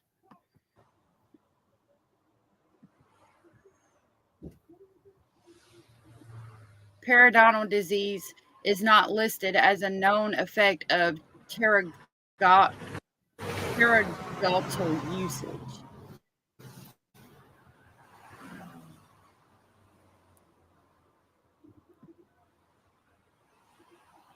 Oh, during the hearings, a board-certified It's my understanding. odontologist retained by the defense compared the bite impressions of Damien, Jason, and Jesse to the alleged bite mark.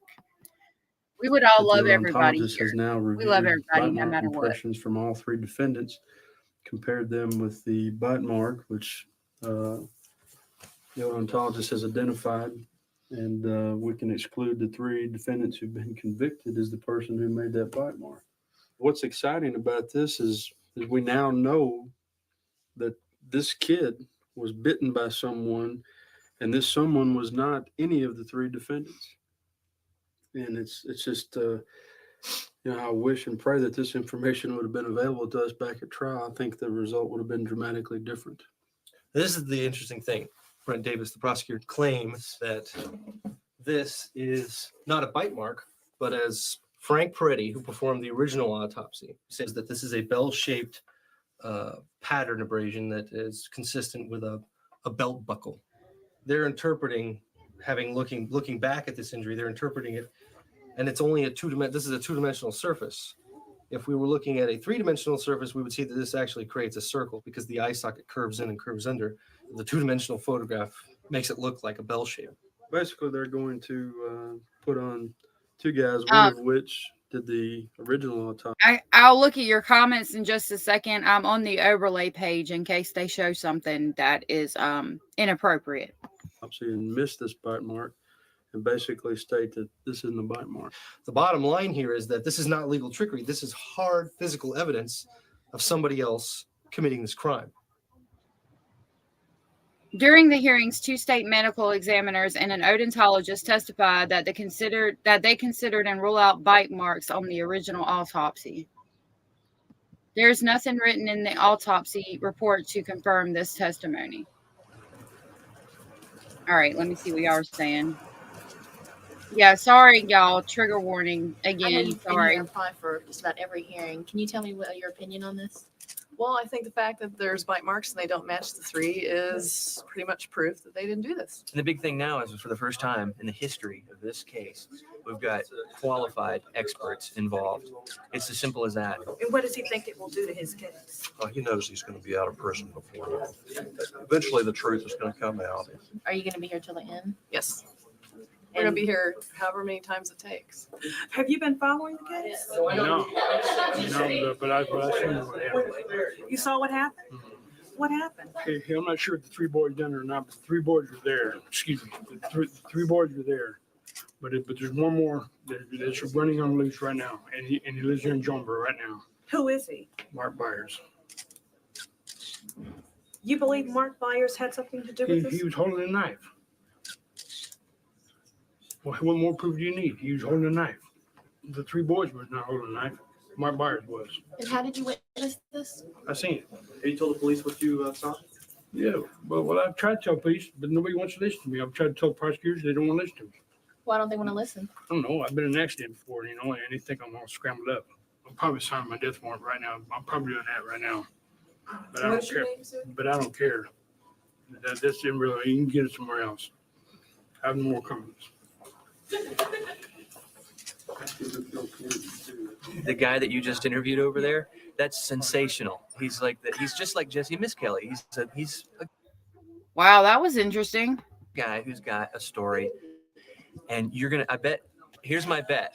We're gonna see that on the news tonight. I don't know what and it's gonna be big, groundbreaking revelation confession, and you guys are gonna. As long as that's not the only thing, don't preempt everything else to show that. But I wonder if you're going to use any footage that you got of Steve Baker, anything that talks about facts or anything that was brought up in court today, any of the news, as opposed to the fiction. Only one news story that I saw mentioned that the bite mark impressions did not match any of the 3 boys in jail. That was the big news And yesterday. that was the None of the important thing that reporters were happened here. yesterday. And nobody mentioned except for one news report that I saw this morning, added as an afterthought. Oh, and by the way, none of the bite impressions Well, see, taken matched. I got that afterwards because I couldn't stay here, so I had to call someone. you And could so I ask. added it. Everybody could I find it. added. You Well, could we have found did. it We out. came here. Well, I did, and I put that into my story.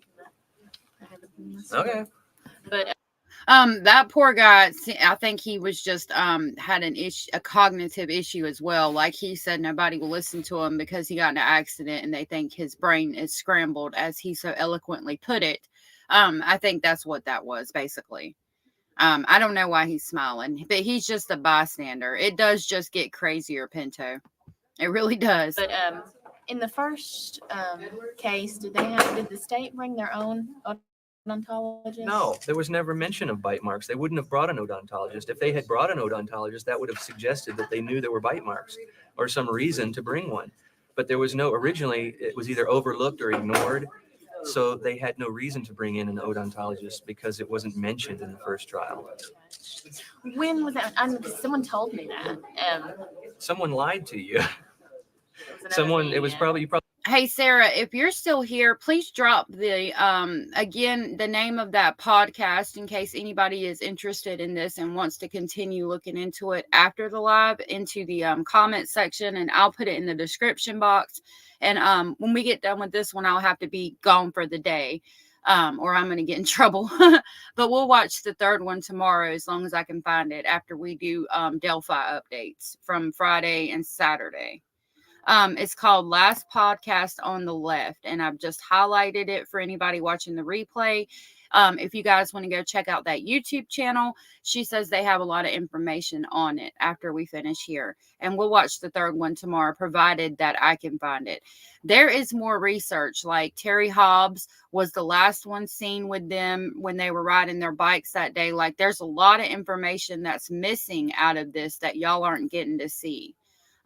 So definitely go check them out, because I really want y'all to get all of the evidence, but I don't want to play it again since we've watched all these videos and like go back into it again. We'll watch the third one and that'll be it for us on this. You probably saw it on the news. I don't. Maybe.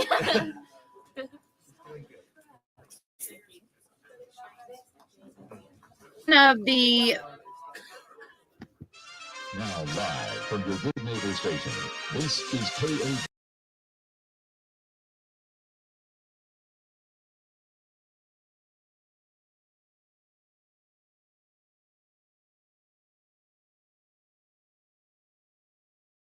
Maybe.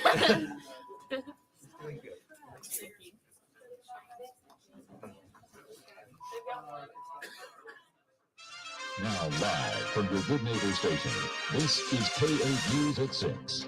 It was a packed courtroom again as supporters and families of both victims and convicted listened to the last day of testimony. The state called 2 state medical examiners who testified. I don't know if I was muted, but I was trying to read that. If y'all didn't catch it, I had read that out loud. It was 93 and 94. Yes. Early 90s when Satanic Panic was going on and things like that. Late 80s, 70s and 80s was Satanic Panic. But yeah, during that time period.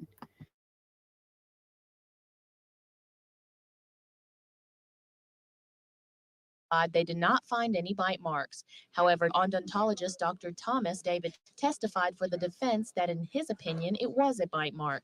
The state called Dr. Harry Mincer, also a forensic odontologist, said that it was not a human bite mark.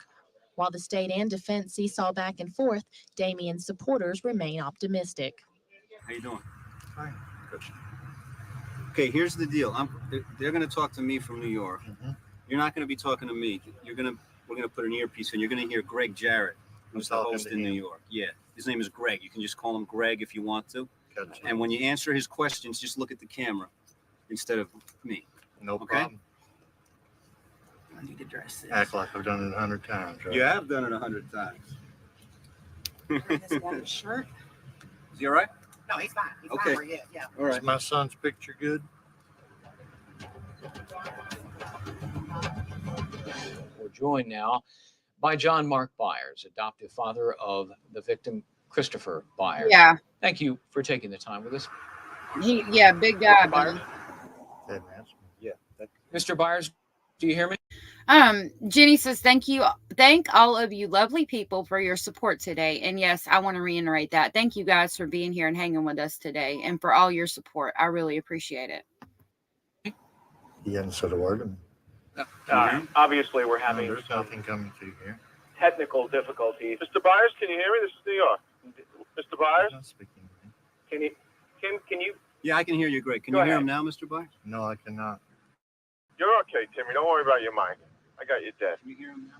So let's get it checked in, and then we'll go for the third block. Does that make sense, Tim? Yeah, that's fine. Tim, see, Okay. this thing is Mr. Schwartz is going to join us to do blood and about assuming coming up Damien Eccles is on death row, convicted of 3 shots. Timmy, you still got me, right? Yeah, I got you, Dom. All right, Mr. Sauls, can you hear me, sir? Yes. You can? Yes. And Mr. Byers, can you hear me, sir? Yes, I can. Okay, thank you. Mr. Byers joins us again. Hopefully we've solved the technical problem. Can you hear me now? Yes, I can. What do you think of Eccles and the defense team saying you're the killer? I have a very good answer for that. I'm 6'8" and weigh 252 pounds. I'm the largest red herring they've ever thrown in a jewelry box. Someone else to take the jewelry's mind off the 3 real murderers. 6'8". Good Lord. Yeah, he is a Cro-Magnon man. All right, joining us now also is in Jonesboro, Burke Sauls. He helps run the Free the West Memphis 3 support. And he was hit by multiple Do you believe that Mr. Byers is the real killer? I don't really.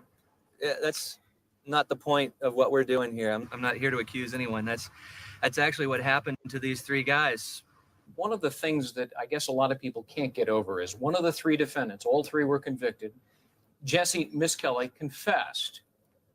How do you account for that? Well, to the experts that testified in the trial, it was to them it was a forced confession. It was coerced. What was coercive about it? For one thing, there was a timeline problem where he stated it happened early in the day, and they led him down to the time that they wanted him to say that it had happened. And he eventually gave them what they wanted. I want to thank all of you for being with us. We appreciate it. Coming up next on Primetime Justice, President Clinton's war with independent counsel Ken Starr isn't over yet.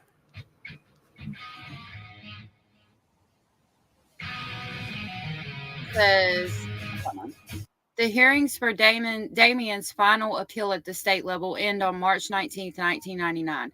The judge now has 90 days to determine if Damien deserves a new trial.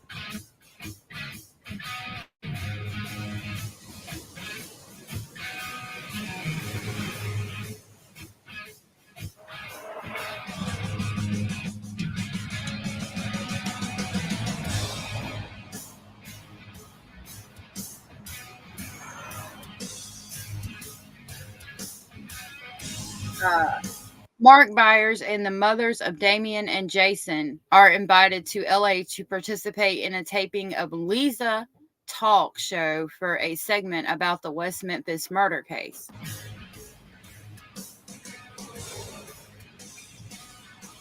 I really appreciate what y'all have done for them. I think just the fact that we live in Los Angeles, we have maybe some talents that we could probably help this case out somewhat. I know at the airport yesterday, there was a young guy that walked past us and he had a black shirt, black pants, black trench coat, black boots. And I thought, you get in trouble at that for some places. Yeah, welcome to LA. Like 50% of people live here dressed like that. They're like, well, they're. Lisa, I'm assuming, is a talk show from the 90s that took place in LA. There's a guy wearing all black. There's a woman wearing all black. There's another guy wearing all black. It's a flattering color. A lot of the reason that Damien wore the black was because someone told him that he was sexy in the black, and then he wore it most of the time. Like, that's your argument. That's your argument. These guys are guilty. It's like, come on, how silly is this? So, and of course, there was the media that portrayed these guys to start. And That's what did it. And I couldn't believe they overwhelmed us from the very beginning when they arrested them and the media attacked them. Really, Abella's got the worst sunburn of my life in Ventura, is what Abella said. I've never been to LA. I want to go. I'm sure that you could easily get sunburn out there. I want to go out there one day and go swimming in the ocean, but I don't know if that'll ever happen. See, now it's our turn to use the media to our advantage. Because the first time around, there was no critical thinking. They just reported whatever they might have heard or a rumor, and they report it, and you hear it on the news, you think it's true. Well, now we have the Lisa show to show fact for once. It's not emotional. It's not about how people feel. It's about facts. And we're glad to have you guys here too. Yeah, it's really important to have your guys' voices be heard. Are you guys nervous about the show? Very. Oh, wow, Abella. You'll do good. Oh, you'll be fine. Still all nervous. Very nervous.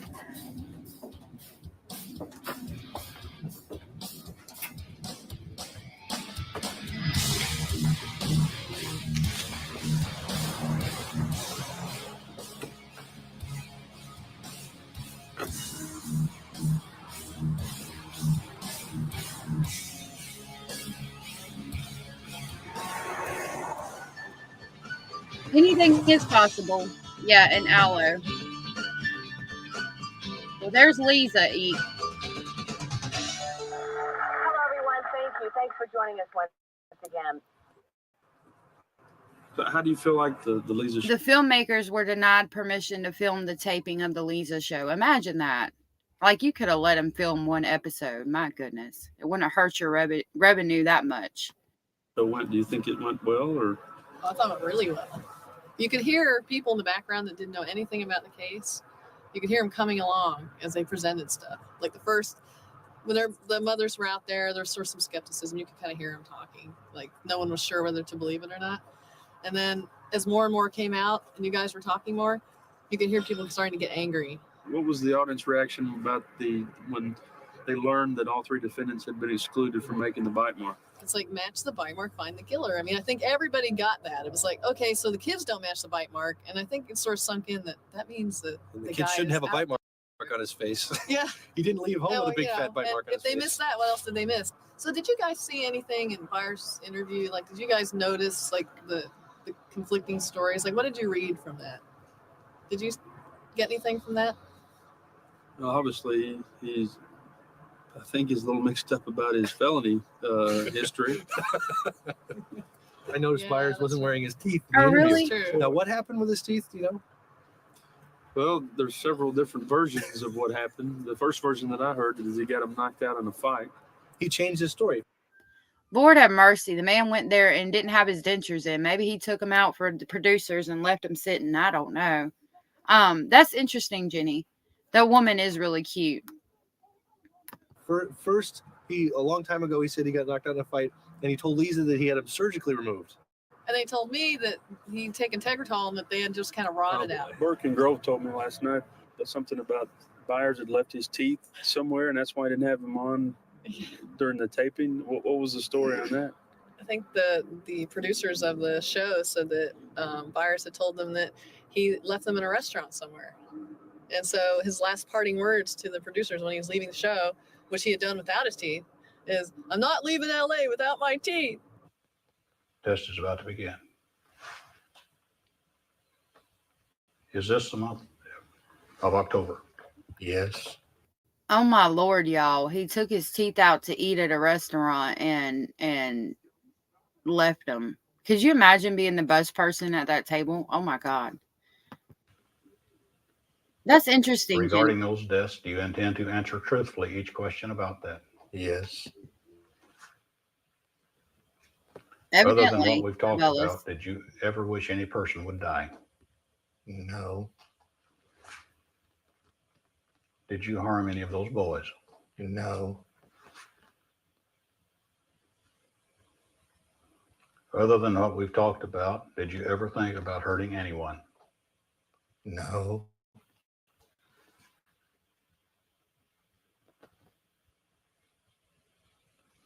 Did you harm any of those boys found at Robin Hood Hills? No.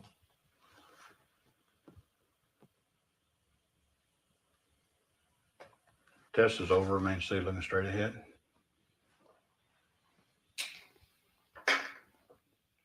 Here's the website. This is how all the people find us. Like, they can come on here and they can read about everything that's been going on. It's a pretty good synopsis of our involvement and what happened. We have an individual page for each Damien, Jason, and Jesse. They each have their own page. And then there's different links, like the college fund for Damien, you know, where it stands right now with him. Oh, that's a really good picture of Damien. He's looking kind of dapper. Here's Jason's page. He has some poems that we got. So we have an extra page just for his poetry. I never dreamed he could write poetry the way he does. Read his poem. An electric charge is in the air, the scent of burning ozone, the deep bass of thunder rumbles. You feel it in your stomach. The wind picks up, the clouds choke out the blue skies. The rain pours down, drenching my soul.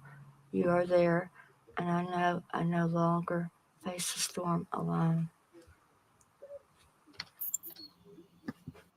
That was a pretty poem written by Jason. Yeah, Cranium taking a polygraph. The toothless jolly green giant, no doubt. Mark, you feeling better? You got that arm straightened out? I wouldn't mind moving Had there. that smoke. Congratulations. Well, thank you, sir. I don't, according to what we have here, the response is on the chart. I feel you're telling the truth about the issues we worked with as far as you see them. As you see them. Give me a high five. Thank you. I knew it was right. I knew I was innocent. And to all of you morons, fools, and idiots that thought I had anything to do with it, I am now vindicated. Maybe this will serve a point to some of y'all. And I feel sorry. My heart goes out to the victims that have to be put through things such as this, to just already try to clear my name when it's already been vindicated once. Now it's been vindicated twice by a professional who I have the utmost respect for. And I want each and every one of you devil worshipers to know that you are wrong and you need to go on another ghost hunt and leave me alone. Your call is being connected. Thank you for using MCI. Hello. Hello. How you doing? I'm on speakerphone. Yes. Hey, Damien. Your mom's Yes. here. Yes. Jenny says I want to go to Greece, and I wouldn't mind going to Greece either. We've only got a few more minutes of this. And Eek says no one immediately high-fiving him. Oof. Yeah. Say hi. Hi, son. Hello. How you doing? Okay, I suppose. I You miss okay? you. Yeah, I'm okay. Are you okay? Yeah. Okay. I miss you. Miss you too. I don't want to hear any of that either.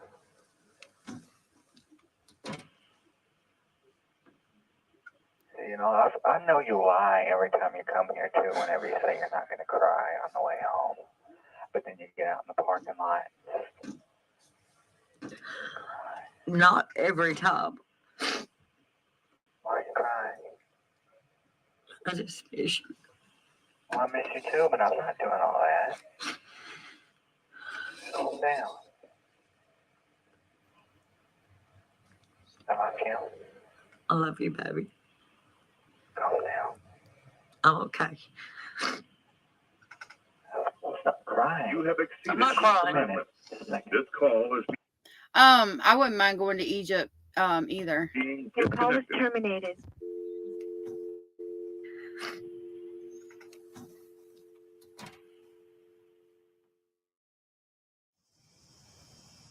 Now that I live alone, I have a lot of time on my hands for my own demise or for my own well-being, whichever I so choose. I so choose for my welfare and my well-being rather than my demise. You might wonder, what do I do with all my spare time? Well, I still enjoy singing, and I took several songs and put them together, went to a studio here in the town I live in, and I recorded a song that meant a lot to me, and it has been a great blessing of faith and hope that has helped me through every day. And there's not a day go by that I don't listen to it or sing it, or at least try to remember part of it. And if you'd like, I'll sing a little of this song for you today.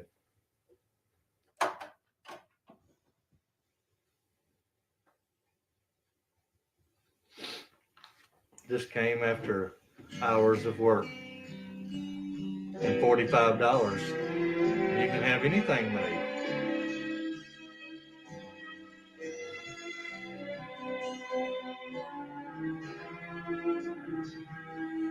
Amazing grace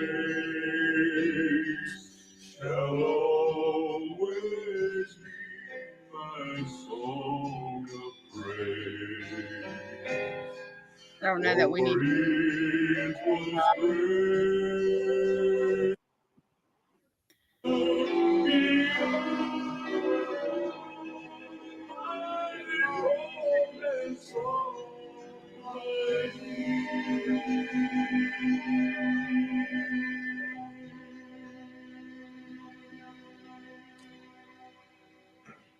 Yeah.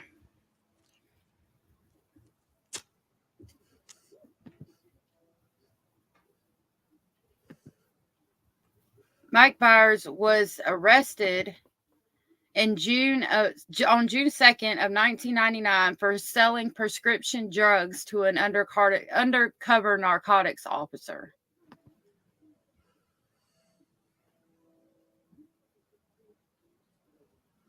Sentenced to 8 years in an Arkansas correctional facility, he is eligible for parole in October of 2000. If a federal judge declines to hear his case, Damian Echols could be executed by lethal injection as early as May 5th of 2000. He did not get the death penalty, and he is out now. Before we go, I'll show you a picture Every of new little piece of information that surfaces with this case points away from the 3 guys who are currently serving prison sentences, and one of them's on death row. Right. I don't want to show you like updated pictures. If the 3 defendants ever got out and were released, I would be sick. We're going to watch part 3. I wasn't convinced tomorrow. From the evidence that it was a bite mark, and so ruled. The West Memphis police are never. Are we really gonna watch part They're 3? not ever going to admit that they got. No, so many people. not today. Oh shit! We're gonna watch. Fuck you. Yeah, I can't. I'll get in trouble. But we're gonna watch part 3 tomorrow. Sarah says they got out in 2007. Oh, okay. Yeah. So I was just playing the end of this. We'll pick up on Delphi in the morning and catch up on that real quick, and we'll watch this. I don't know in what order. We might do Delphi after we watch part 3, and then show what happened afterwards and them now and stuff. I didn't mean to interrupt you while you were talking, Eek. I'm sorry. Oh, you didn't interrupt me at all. Don't worry about it. I'll watch Okay. Cool. you bastard Damian Echols, take your last breath, you low-life son of a bitch.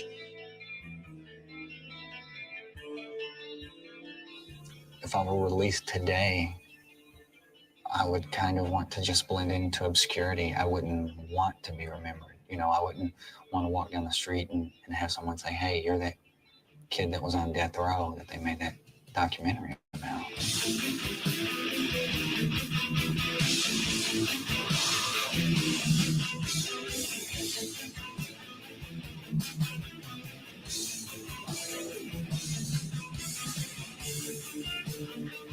Trying to see if they were going to have any more people speaking.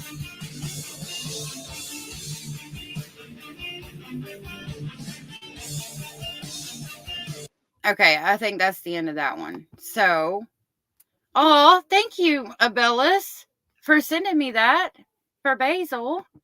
Basil says thank you. Thank you so much. Thank you, Abellis. That was super sweet. I really appreciate it. Yeah.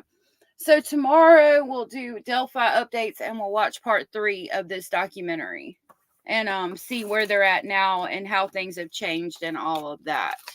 Basil already is a fatty Eek. He is a fat boy. He is my pride and joy. Eek, I want to thank you for being up here with me today. I really appreciate you coming up and hanging out with me on panel. I'm glad that you were able to do that today. Shit, I'm sorry. I feel like I didn't even stay on here that long. Oh, yeah. I forgot about you for a long time. I was busy watching the chat. But thank you. Yeah. I love you. Yeah. Oh, I love you too. Thank you. Thank you for being up here. It was nice having you up here. I love to watch the chat too. And give Basil some like super boopy doops for me. Okay, I will. I give him lots of love and hugs and kisses from you guys a lot. Yeah. But like rub your face against his face, Okay. Like boopy doopy doopy doop. Okay, I sure will. You're so cute.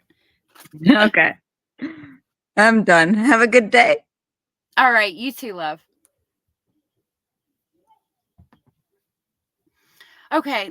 Thank you guys. Thank you again, everybody, for being here. Sarah said, oh, great job covering this documentary. I don't know. I didn't talk that much, but thank you. She said, last podcast to the left has information on it. I'm going to drop a link to the original documentary if you want to buy it and watch it on YouTube. And I will also link these two that I did in the beginning of the or these two that we watched for the documentary. Eek says boop boopy doop boopy doopy doop. All right, y'all. Thank you so much. Last podcast on the left, Sarah says. Thank you guys so much. And I will see you all tomorrow morning around 9:30 Eastern Standard Time. And we will continue on our coverage of Delphi, and we will continue on our coverage of this case. With that, I hope you all have the best day ever, and I will see you tomorrow. Thank you. Bye.